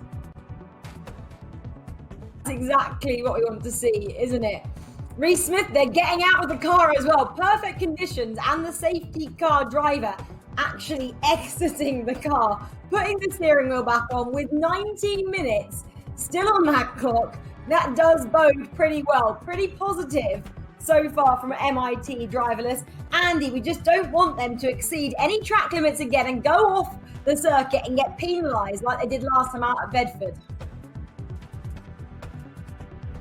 Fortunate, wouldn't it? But I'm sure that they will have worked out what that issue was. I think that Jorge there was saying it was something to do with the brakes maybe not quite being working as they should be. Whether that was a car problem or not, I'm not sure. But I'm sure they've got to the bottom of it, and we're about to see a true representation of what the MIT team can do, and if they can get a clean run in today, there is actually every chance that they could come away with a top two finish, because the teams we've had so far have all kind of had problems. Arrival Racing, probably the cleanest run, but we saw that their pace is beatable, isn't it? Because SIT actually went quicker than them on their clear time. They just lost more time through the metaverse. ARG, we know, had problems of their own with the metaverse. They lost 4.5 minutes because of obstacles. So a clean, safe run without too many penalties here could actually see the MIT team get second place and score some pretty handy points. And that's exactly what they need, because of the teams that we still have racing in season beta, they are joint last along with Pisa. They're both on 2,000 points. They're yet to actually score any points from races. You get points for getting out onto the grid, physically getting the car onto the line and making an appearance in the series. They've scored lots of those points, but they haven't yet scored any points for their finishing results. So let's see. Maybe today is the day. The sun is shining once again on the Las Vegas Motor Speedway. Let's see whether or not it's shining on the fortunes of the Massachusetts Institute of Technology. AI is enabled. We're about ready to go then. Our final run of the day. Let's hope we get 5 clean and quick laps in. The car rockets off the line. All 270 kilowatts of power, electrical power, are deployed, and the car races down into the first corner. Again, carries good speed there through that turn. All of the teams have really been attacking this first section of the course, haven't they? Carrying a lot of speed through turns 1 and 2, and then trying to scrub all of that off for the long right-hander at turn 3. And then into the even longer left-hander at turn number 4. MIT, a little bit of an unknown quantity. We don't really know what their pace is like, because they've had so many problems that have really prevented them from ever getting the chance to show us exactly what they can do. So this is looking like it might be quite a nice chance, actually, for them to really stretch their legs and see precisely how quick they're capable of going. Out through the back part of the circuit, through the chicane, where we saw one of the cars come to a standstill earlier on. It was the SIT car, wasn't it, with that brake failure that car had. But it looks like a clean first lap. No such issues for MIT, the only American team left in season beta for now. We hope that the Carnegie Mellon University will make a return later on in season beta. But for now, they're sat at home cheering on MIT, aren't they? We heard from Jimmy Herman earlier on from the CMU team that he, now that they're not competing against them, he would quite like to see the other American team do quite well. Right then, the first lap time is about to be completed for MIT Driverless. Crosses the line at 1 minute 28, I have that at. So, not the fastest, but it's quicker than ARG went on their first lap, and it's definitely quicker than Pisa went, because they didn't even start a lap. So, already looking as though they're going to avoid being right at the bottom of the table, and now they start smashing through those collectibles, racking up as many as they can. The car really seems to be moving, doesn't it? Now, is that because it's not avoiding the obstacles? Because so far it hasn't. Look, it's had 1 obstacle to avoid, and it wasn't successful in doing so. It's rattled straight through it. So 5 collectibles, but 30 seconds worth of time penalty already have been added onto their time. At the bottom of the screen, the time in the box is the clear time, but it's the time underneath it that really counts. That's the time that takes into account the metaverse. A top speed there of 151 kilometers an hour. That's pretty pacey. That might well be the fastest that we've seen so far. I think it might be. I don't think anyone's got into the 150s yet. So definitely looks like they're going for outright speed, maybe more than the metaverse. And that's interesting, because this spline system that they talk so much about is supposed to really help them get through the metaverse well. But yeah, not even attempting there to deviate from the line. They are just going for pure speed, and the car looked like it was really on the limit there as it went into the final hairpin. Second lap is complete. They crossed the line at 1 minute 19. That is quick. That is not quite the fastest lap of the day, but it's about the 3rd or 4th fastest lap we've had so far. Right on par with Arrival Racing. So it looks as though on the clear time, this could be a competitive run, but now they've hit 2 of these obstacles and only 10 collectibles. I don't think they're going to be challenging for the win. The real key then is whether or not it will be good enough to beat Acronis SIT. Acronis SIT's clear time was 7 minutes and 10 seconds, and they lost about a minute and a bit through metaverse obstacles. So that might be the gauge. You really want to be in the top 2 to be scoring big points. And indeed, so far this season, only the top 2 finishers will score points, and I don't believe that's changed for this round. So that is the target. Can they avoid those purple frowny faces? Not so much frowny faces, they're almost judgmental faces, aren't they? It looks like they're judging the AI drivers for not avoiding them properly. Certainly they'd be judging the MIT driver, because 4 obstacles already have been collected, and we're only just past halfway through this run, as it again winds its way through the hairpin. Now, is this going to be another quick lap? It looks like this could be the fastest lap that we've seen so far today. Oh no! Why did I say that? I've put the jinx on them already. The third lap was almost complete. It looked like being about a 1 minute 15, which would have been pretty much level with the fastest lap we'd seen so far, but it never finished the lap. It came to just before the line, it stopped in the staging area again, and I can't tell you why, because everything looked like it was going okay. Alright, it wasn't weaving around to deal with the metaverse, but they were setting a quick pace. It might be that the team have noticed that the metaverse wasn't really interacting with the metaverse properly, and they might have aborted the run, because remember, they get one redo as long as they do it within the 20 minutes, and I think they set off for this run with quite a bit of time left on the clock. I don't know if we can bring the clock up and see how much more time they've got, but maybe they think they can fix it quickly and get out there and really score some good points, because that speed they were showing is good enough to win.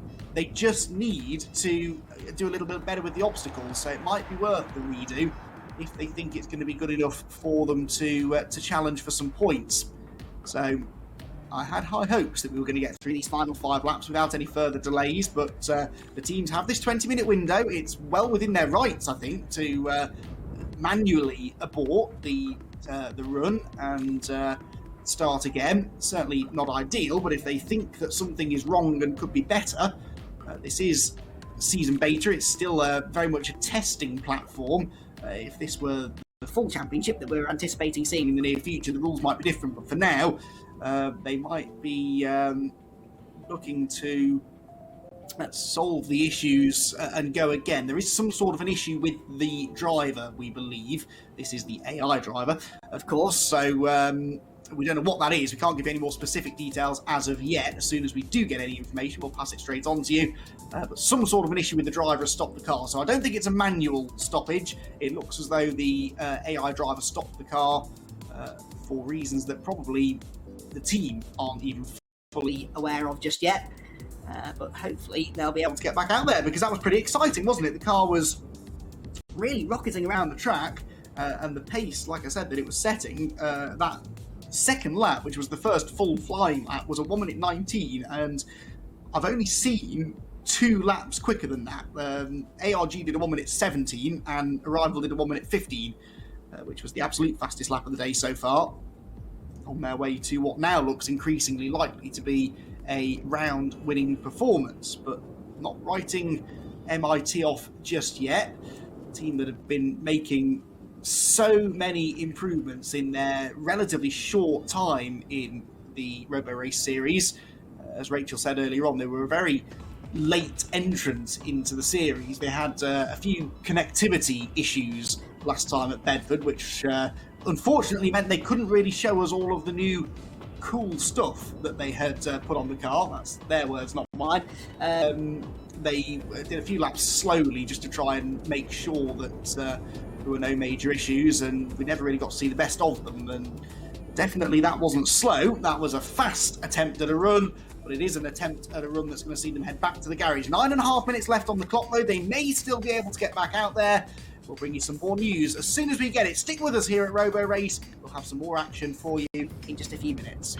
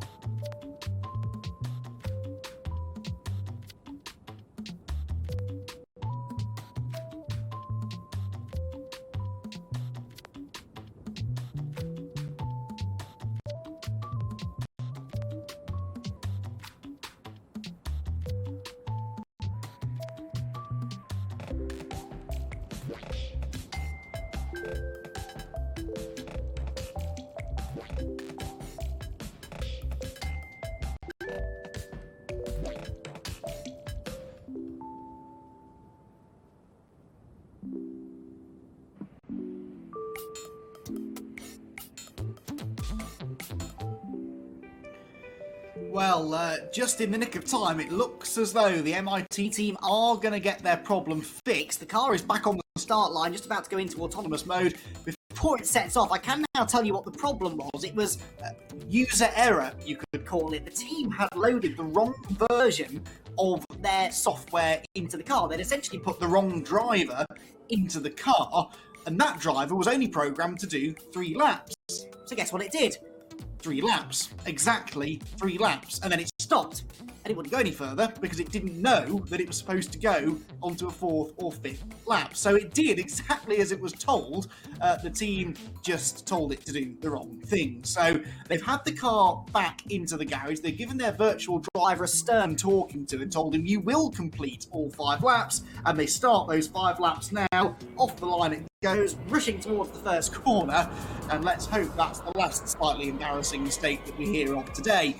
Into the first corners they go then, the MIT team, who did really well back at Thruxton, if you remember, back at the first couple of rounds. They, after being a really late entry into the series, they only completed 1 lap in the very first round of Season Beta, and then in round 2 they finished 4th, which doesn't sound all that groundbreaking, but having barely completed a few corners in the first round, and then complete a full 6 laps in quite tricky conditions, I seem to recall. It was raining at the time that the car hit the track in round 2.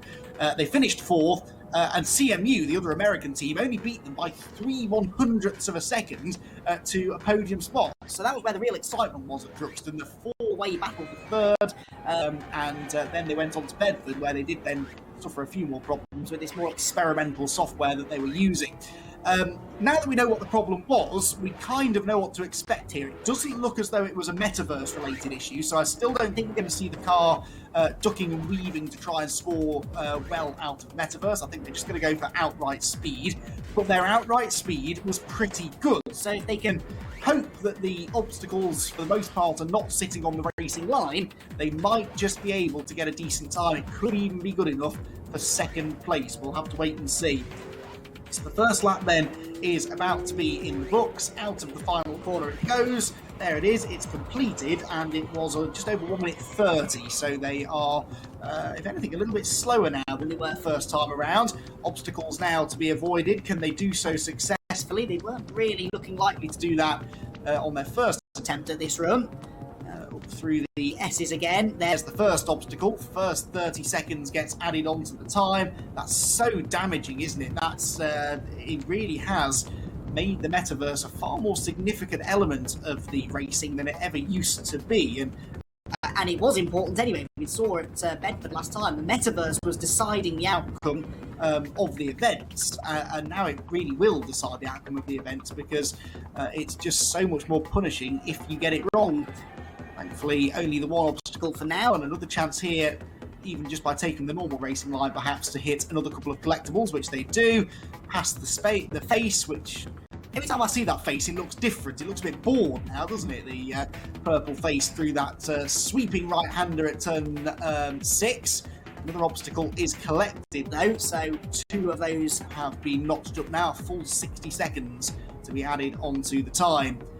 To the last corner then, once again, lap number 2 about to be completed. How will this one compare to the pace they were running earlier on? Well, I think they're going a bit slower now, perhaps. Yeah, 1:23 that was. So this is not the rapid pace, the really rapid pace anyway, that we saw from them about 10 minutes ago.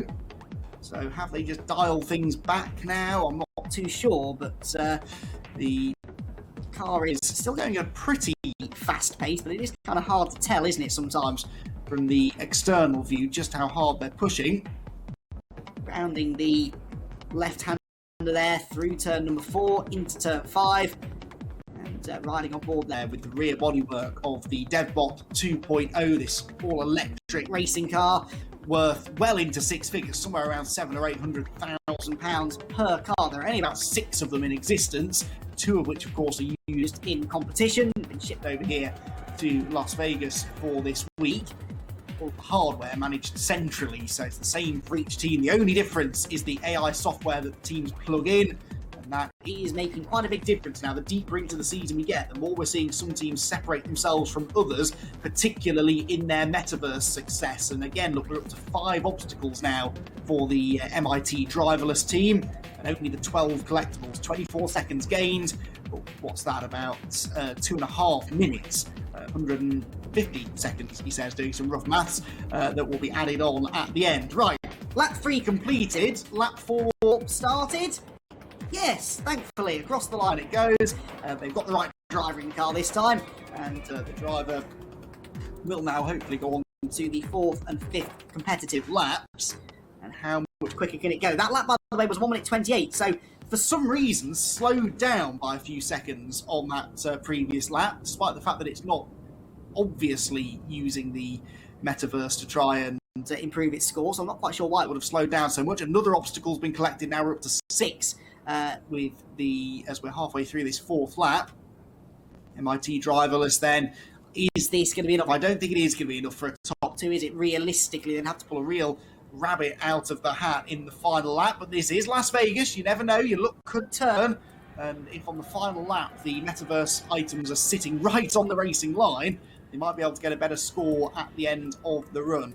About halfway through this penultimate lap now, sweeping around the top end of the circuit. Beautiful sunshine now beaming down on the Las Vegas Motor Speedway as we move into the late afternoon now.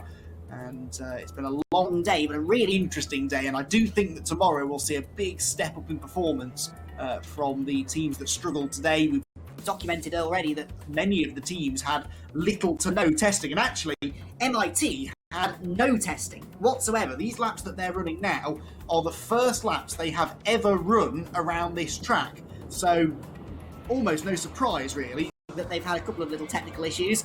This is very much a glorified test session for them, and they're doing it in front of all of us watching, and that's not ideal, really. If you're going to go and test a system that is a little bit problematic at the best of times, you don't really want to be doing it in front of the live cameras, but that's what Season Beta is all about. The teams are developing this software as we go.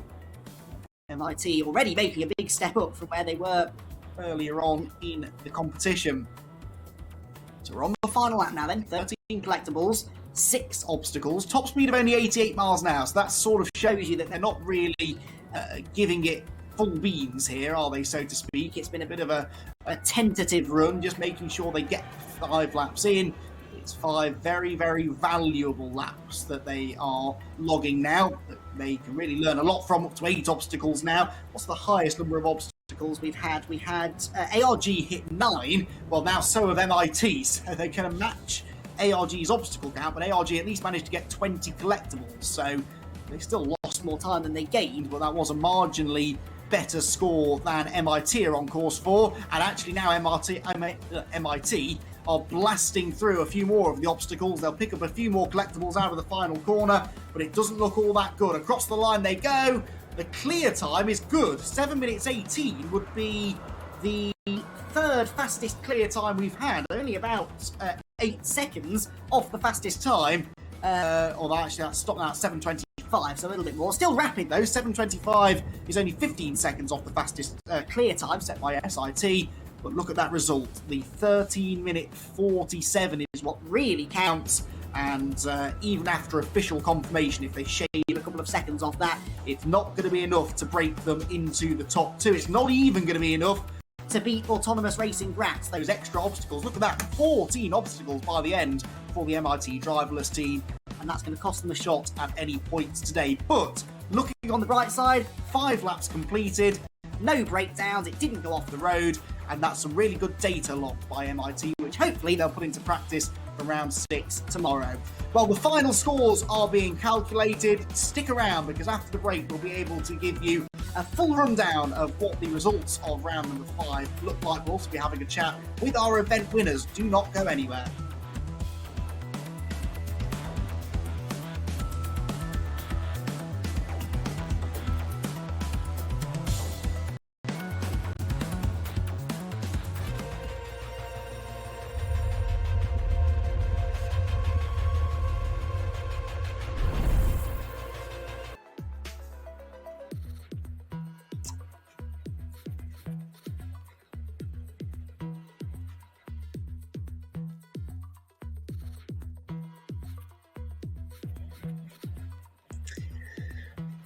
Well, the sun just starting to set in the Nevada lights about to go up on the Las Vegas Strip, and we have had all 5 of our teams in round 5 of season beta of Roborace have their opportunity on track. It's been a long one, Rach. I told you it's not the Las Vegas vibes until you really feel like you've completely lost track of what time it is or even what day it is. But we're into the early hours of the morning here in the UK, and I mean, it wasn't a spectacular final run from MIT, but it was worth waiting for, because, you know, we were really rooting for those guys to get their laps in. And actually, for a moment there, it looked like they made quite a big mistake, and they were able to rectify it. So that was cool. Yeah, really good for them to finally get a run in. Unfortunately, it was the obstacles. They managed to pick up 14 of those in the end. So obviously something going on with their spline racer, which isn't quite working out for them just right now. We'll speak to Danilo and the team a bit later on and try and get some thoughts from them about, what has been going on. Jorge, I must say. But yeah, great to see all 5 teams in the end actually kind of have an opportunity to see if they can put the 5 laps together. Obviously, we saw Team Pisa not get a time on the board, which was super unfortunate. But that's Danilo. He's the team principal there. Well, he'll obviously get a take 2 tomorrow in round 6. But brilliant day of racing in the end, Matt. And it was great to have someone new with us as well this time, wasn't it? Nice new face. Yeah. There he is. Yeah, well, a new face. Yeah. What did you make of that? Fun. Thanks for. It was fun. Long. It's a lot longer. Little. And it's interesting, the kind of issues that come up are different than normal racing. You've injected that exciting element of occasional tedium into the racing concept, and I think that's exciting. So, it's fascinating, the whole thing. Do you know what I really like about this, Jason, to be honest? Go on. Sorry, Rach. Do you know what I really like? I mean... Yeah, well, we've been used to this over the first few rounds of the championship, these long setbacks, these long delays and stuff. And as you said, Jason, there's no doubt about it. It can be quite tedious waiting for things to get going again. But you really feel as though you're at the start of something really exciting. You can see the huge potential that this has got. And those little nuggets that you get of action kind of make up for the wait. And as I said, the overriding feeling for me, Jason, I'd like to get your take on this as well, is like, what's to come in the future? You know, you can really see here the seeds being sown for something quite spectacular.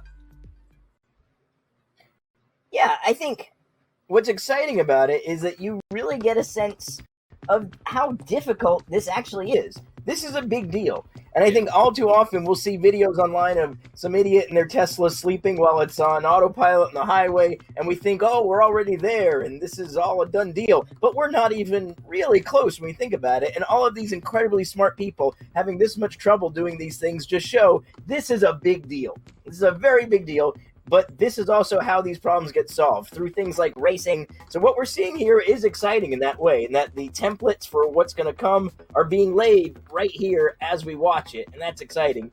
And, the idea of what we could do in the future is great. Once you take the human out of the equation, racing can get really, really bonkers, and that's, I think, what the end goal is for all of this. And burning mattresses, we want to see burning mattresses, right, tomorrow?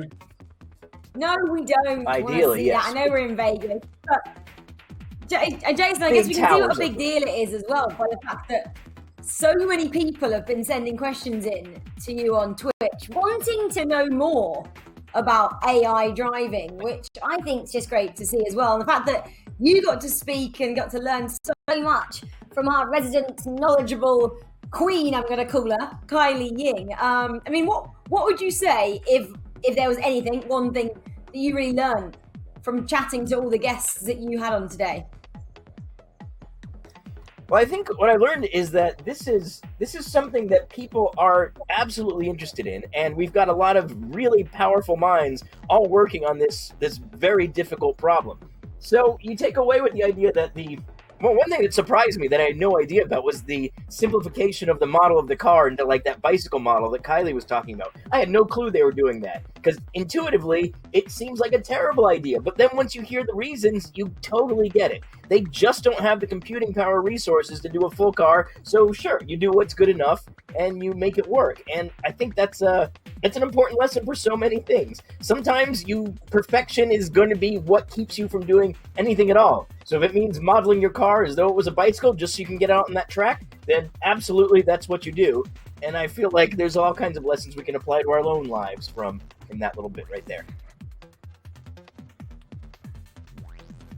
Indeed. Jason, thank you so much for joining us today. Really brought something extra to the show, and it's been great fun to have you around. We look forward to doing it all again tomorrow, man. Yep, thanks so much, everybody. You guys are great, and I'll talk to you tomorrow. Good man. Thanks, Jason. Oh, he's having a drink now. It's been a long day, and he's in America. It's not even as late as it is over here in the UK. But guys, don't go anywhere, because do come back and join us after the break.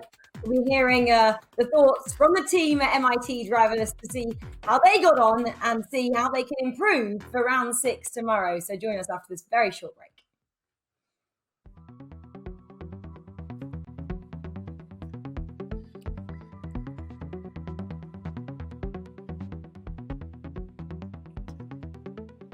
Well, the Las Vegas Motor Speedway has seen some action over the years, but it's never seen anything quite like what it's seen today. It's been a historic moment, I guess. Driverless cars in Vegas, Rachel, the start of something very special indeed. We expect to see Roborace at the Las Vegas Motor Speedway many times in the future as well, and who knows, maybe even one day up and down the strip as well. It's been quite something. It's been a long day. There's been a few setbacks, some of them within the control of the teams and a lot of them outside of their control, but it's been exciting to see a sign of things to come, I think.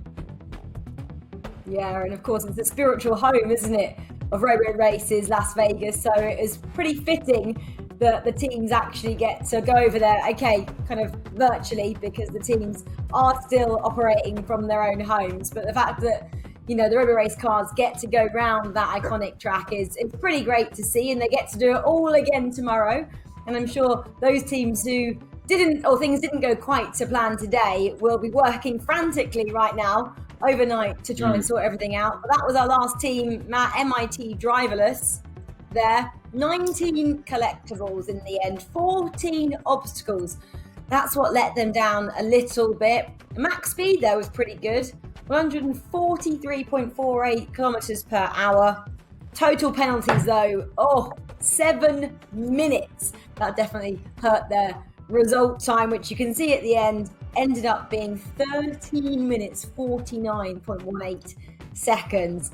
So they need to work on those obstacles, because if they do, they could get a top 3 finish, which I'm sure is what they're looking for. But it was great that there's no DQ next to their result time, which is what they got last time for exceeding those track limits. So nice to see them with an actual result next to their name. I think we can speak to Jorge right now and get a little bit of a insight into how he feels MIT did. Jorge, great to see you again. Congratulations on getting a result down this time out. I've got to ask you though, it seemed that there was a user error. How easy is it to download the wrong AI driver into the cars? Please tell us. It's a lot easier than one might think.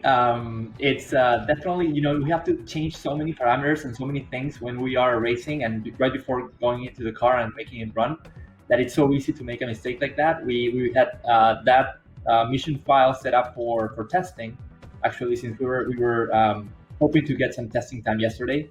and that just, I guess, slipped through the cracks, and we ended up putting it in instead of the right mission file. But honest mistake, and something that we fortunately were able to fix through the run, and ended up fortunately completing a lap. Definitely not the result we wanted, but still managed to put some time into the grid. Also, you can always blame us, the fact that we gave you such a long time to sit there, maybe get a bit complacent and just make a mistake. You had so much time to think. No, it was the weather. But yeah, tell us about the overall time in the end, because the spline racer, I guess, didn't seem to work. The fact that you did hit 14 obstacles in the end, was that something that you maybe didn't put into practice this time out, and you'll be looking to utilize tomorrow? Yeah, it was definitely not our strategy to do that. So if I had to break down sort of what we wanted to achieve today in two parts, I would say one part of it is controls. Like, we spent a lot of time improving our controller to make it go at high speeds and make it be very reliable. And I think that is a success in this run.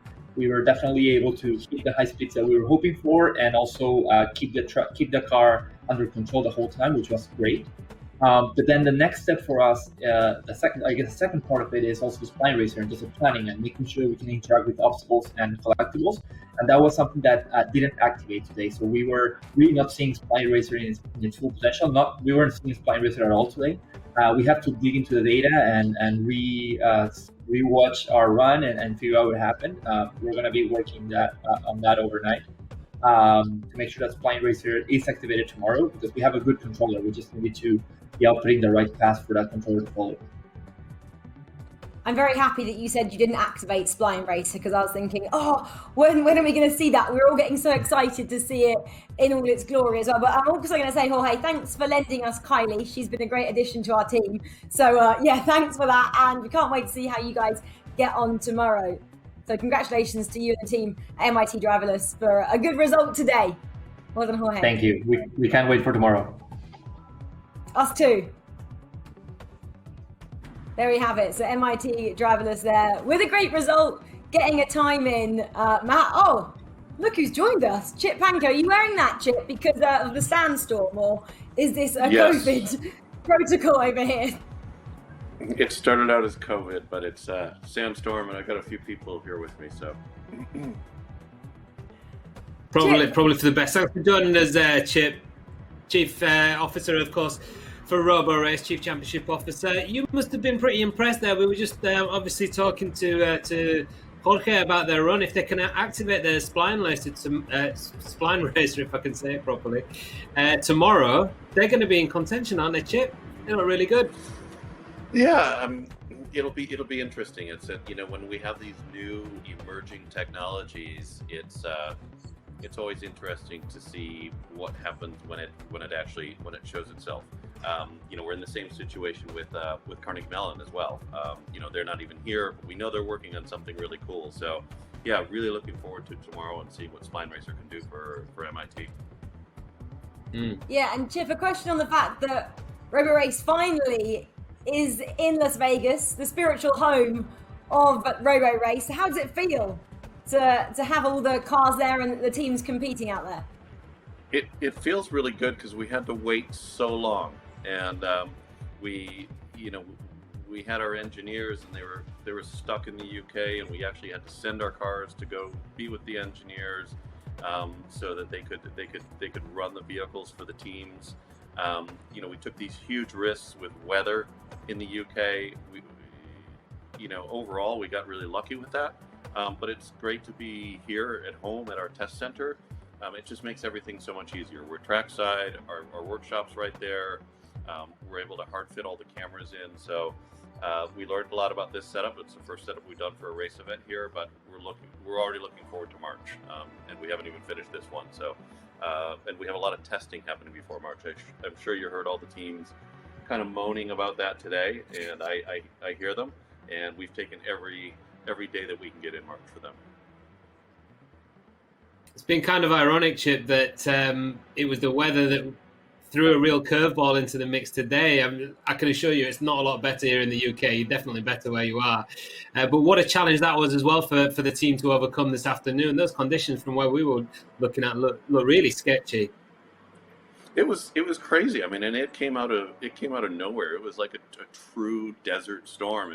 We could kind of see some clouds over in the mountains, and I mean, literally, we're standing outside, and then the wind came up. It went from like 0 to 40, and then 40 to 60, and then I'm sure there had to be gusts of 70 or 80 miles an hour. Signs were blowing off the posts around here. There was flying debris and the sand everywhere. Yeah, it was pretty crazy. It lasted about 15, 20 minutes, and kind of went away as quickly as it came. We went and checked the track. We were kind of worried that there'd be a lot of sand on the track, and the grip levels of the track would have changed. But I think it maybe even cleaned the track off a little bit. So, but it was a big one for sure.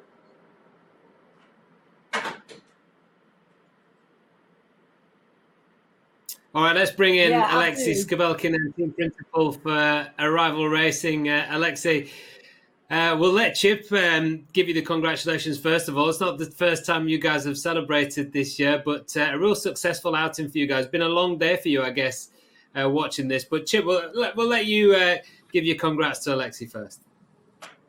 Thanks, Matt. And Alexey, awesome job. It's kind of it's cool for me to be able to sit here in normal daylight hours and talk to all of you where it's late, because we've done so much of the opposite.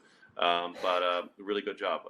We talked yesterday when we had the kind of the teams meet up, and Alexey had a quiet confidence about him, and it came through. Really great job today, and congratulations, and it's a testament to your hard work. Yeah, thanks, Chip, and thanks everyone. Although it was a pretty nice run. Although I should say that we technically we have 20 more minutes on the racetrack during the preparation. So maybe this is a matter of luck, and SIT could win us if they could have this 20 more minutes. But yeah. The situation is situation. So now we are equal, and tomorrow will be completely fair competition then. Yeah, no, we're gonna take a look at this particular competition a little bit differently because there were so many differences in it. So we're gonna meet about that tonight. But tomorrow everybody starts out on the same footing, and we're looking forward to a straight up competition there. Yeah, I do agree. So yeah, tomorrow will be a really cool competition day. I really think and hope that other teams could compete with us and the SIT properly. But yeah, we'll see. Yeah, we'll see. I mean, we know that MIT, maybe they'll get something going as well, and I know that ARG is going to make something happen, and we know that Pisa will be up all night, so anything could happen tomorrow, right? Yes, of course. So maybe MIT or Autonomous Graz or Pisa just forgot to enable some switch, which does everything, and yeah, usually it happens. That easy, right? Yeah. But usually it happens when some stupid bug in the software which ruins everything, and sometimes from time to time it happens. It gets the best of us for sure. Chaps, thank you very much. Chip, we'll let you get back to it. Alexey as well. We know you've both got lots of work to do before tomorrow's racing, but thanks for all your efforts today and for the great show, and you were able to put it on. And we'll see you tomorrow. Have a good night. Thanks, Matt. Thanks, Rachel. Great job, Alexey. Get some sleep. Well done, Alexey. Congrats once again.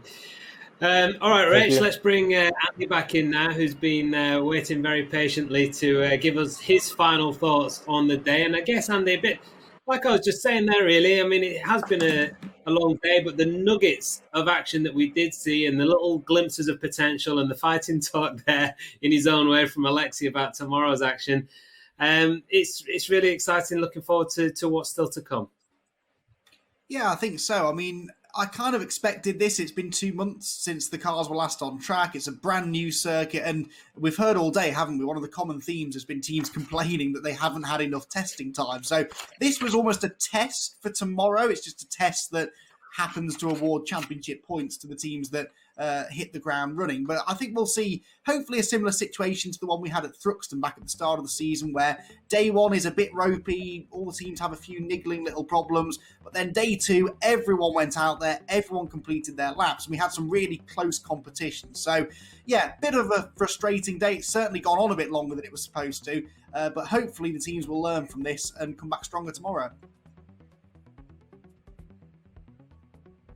Yeah, I'm excited to see if Pisa can get a result time, Matt. That's, I guess, something which would be so nice to see, that leaderboard completed, in the standings for them to get a full run out, because Danilo, we've said it before, he's always so enthusiastic and upbeat heading into his team's round. And then at the end, today he did actually look super dejected. So I hope for Team Pisa's sake they can get a solid run out tomorrow. And it was also great, I think, that MIT made some great improvements, although they made a little mistake, I'd say. Jorge said it was quite easy to make in the end, downloading the wrong AI driver into your car. Who would have thought that happens? Obviously, it's going to happen on Roborace. But yeah, great day out, Matt. I've really loved being here again.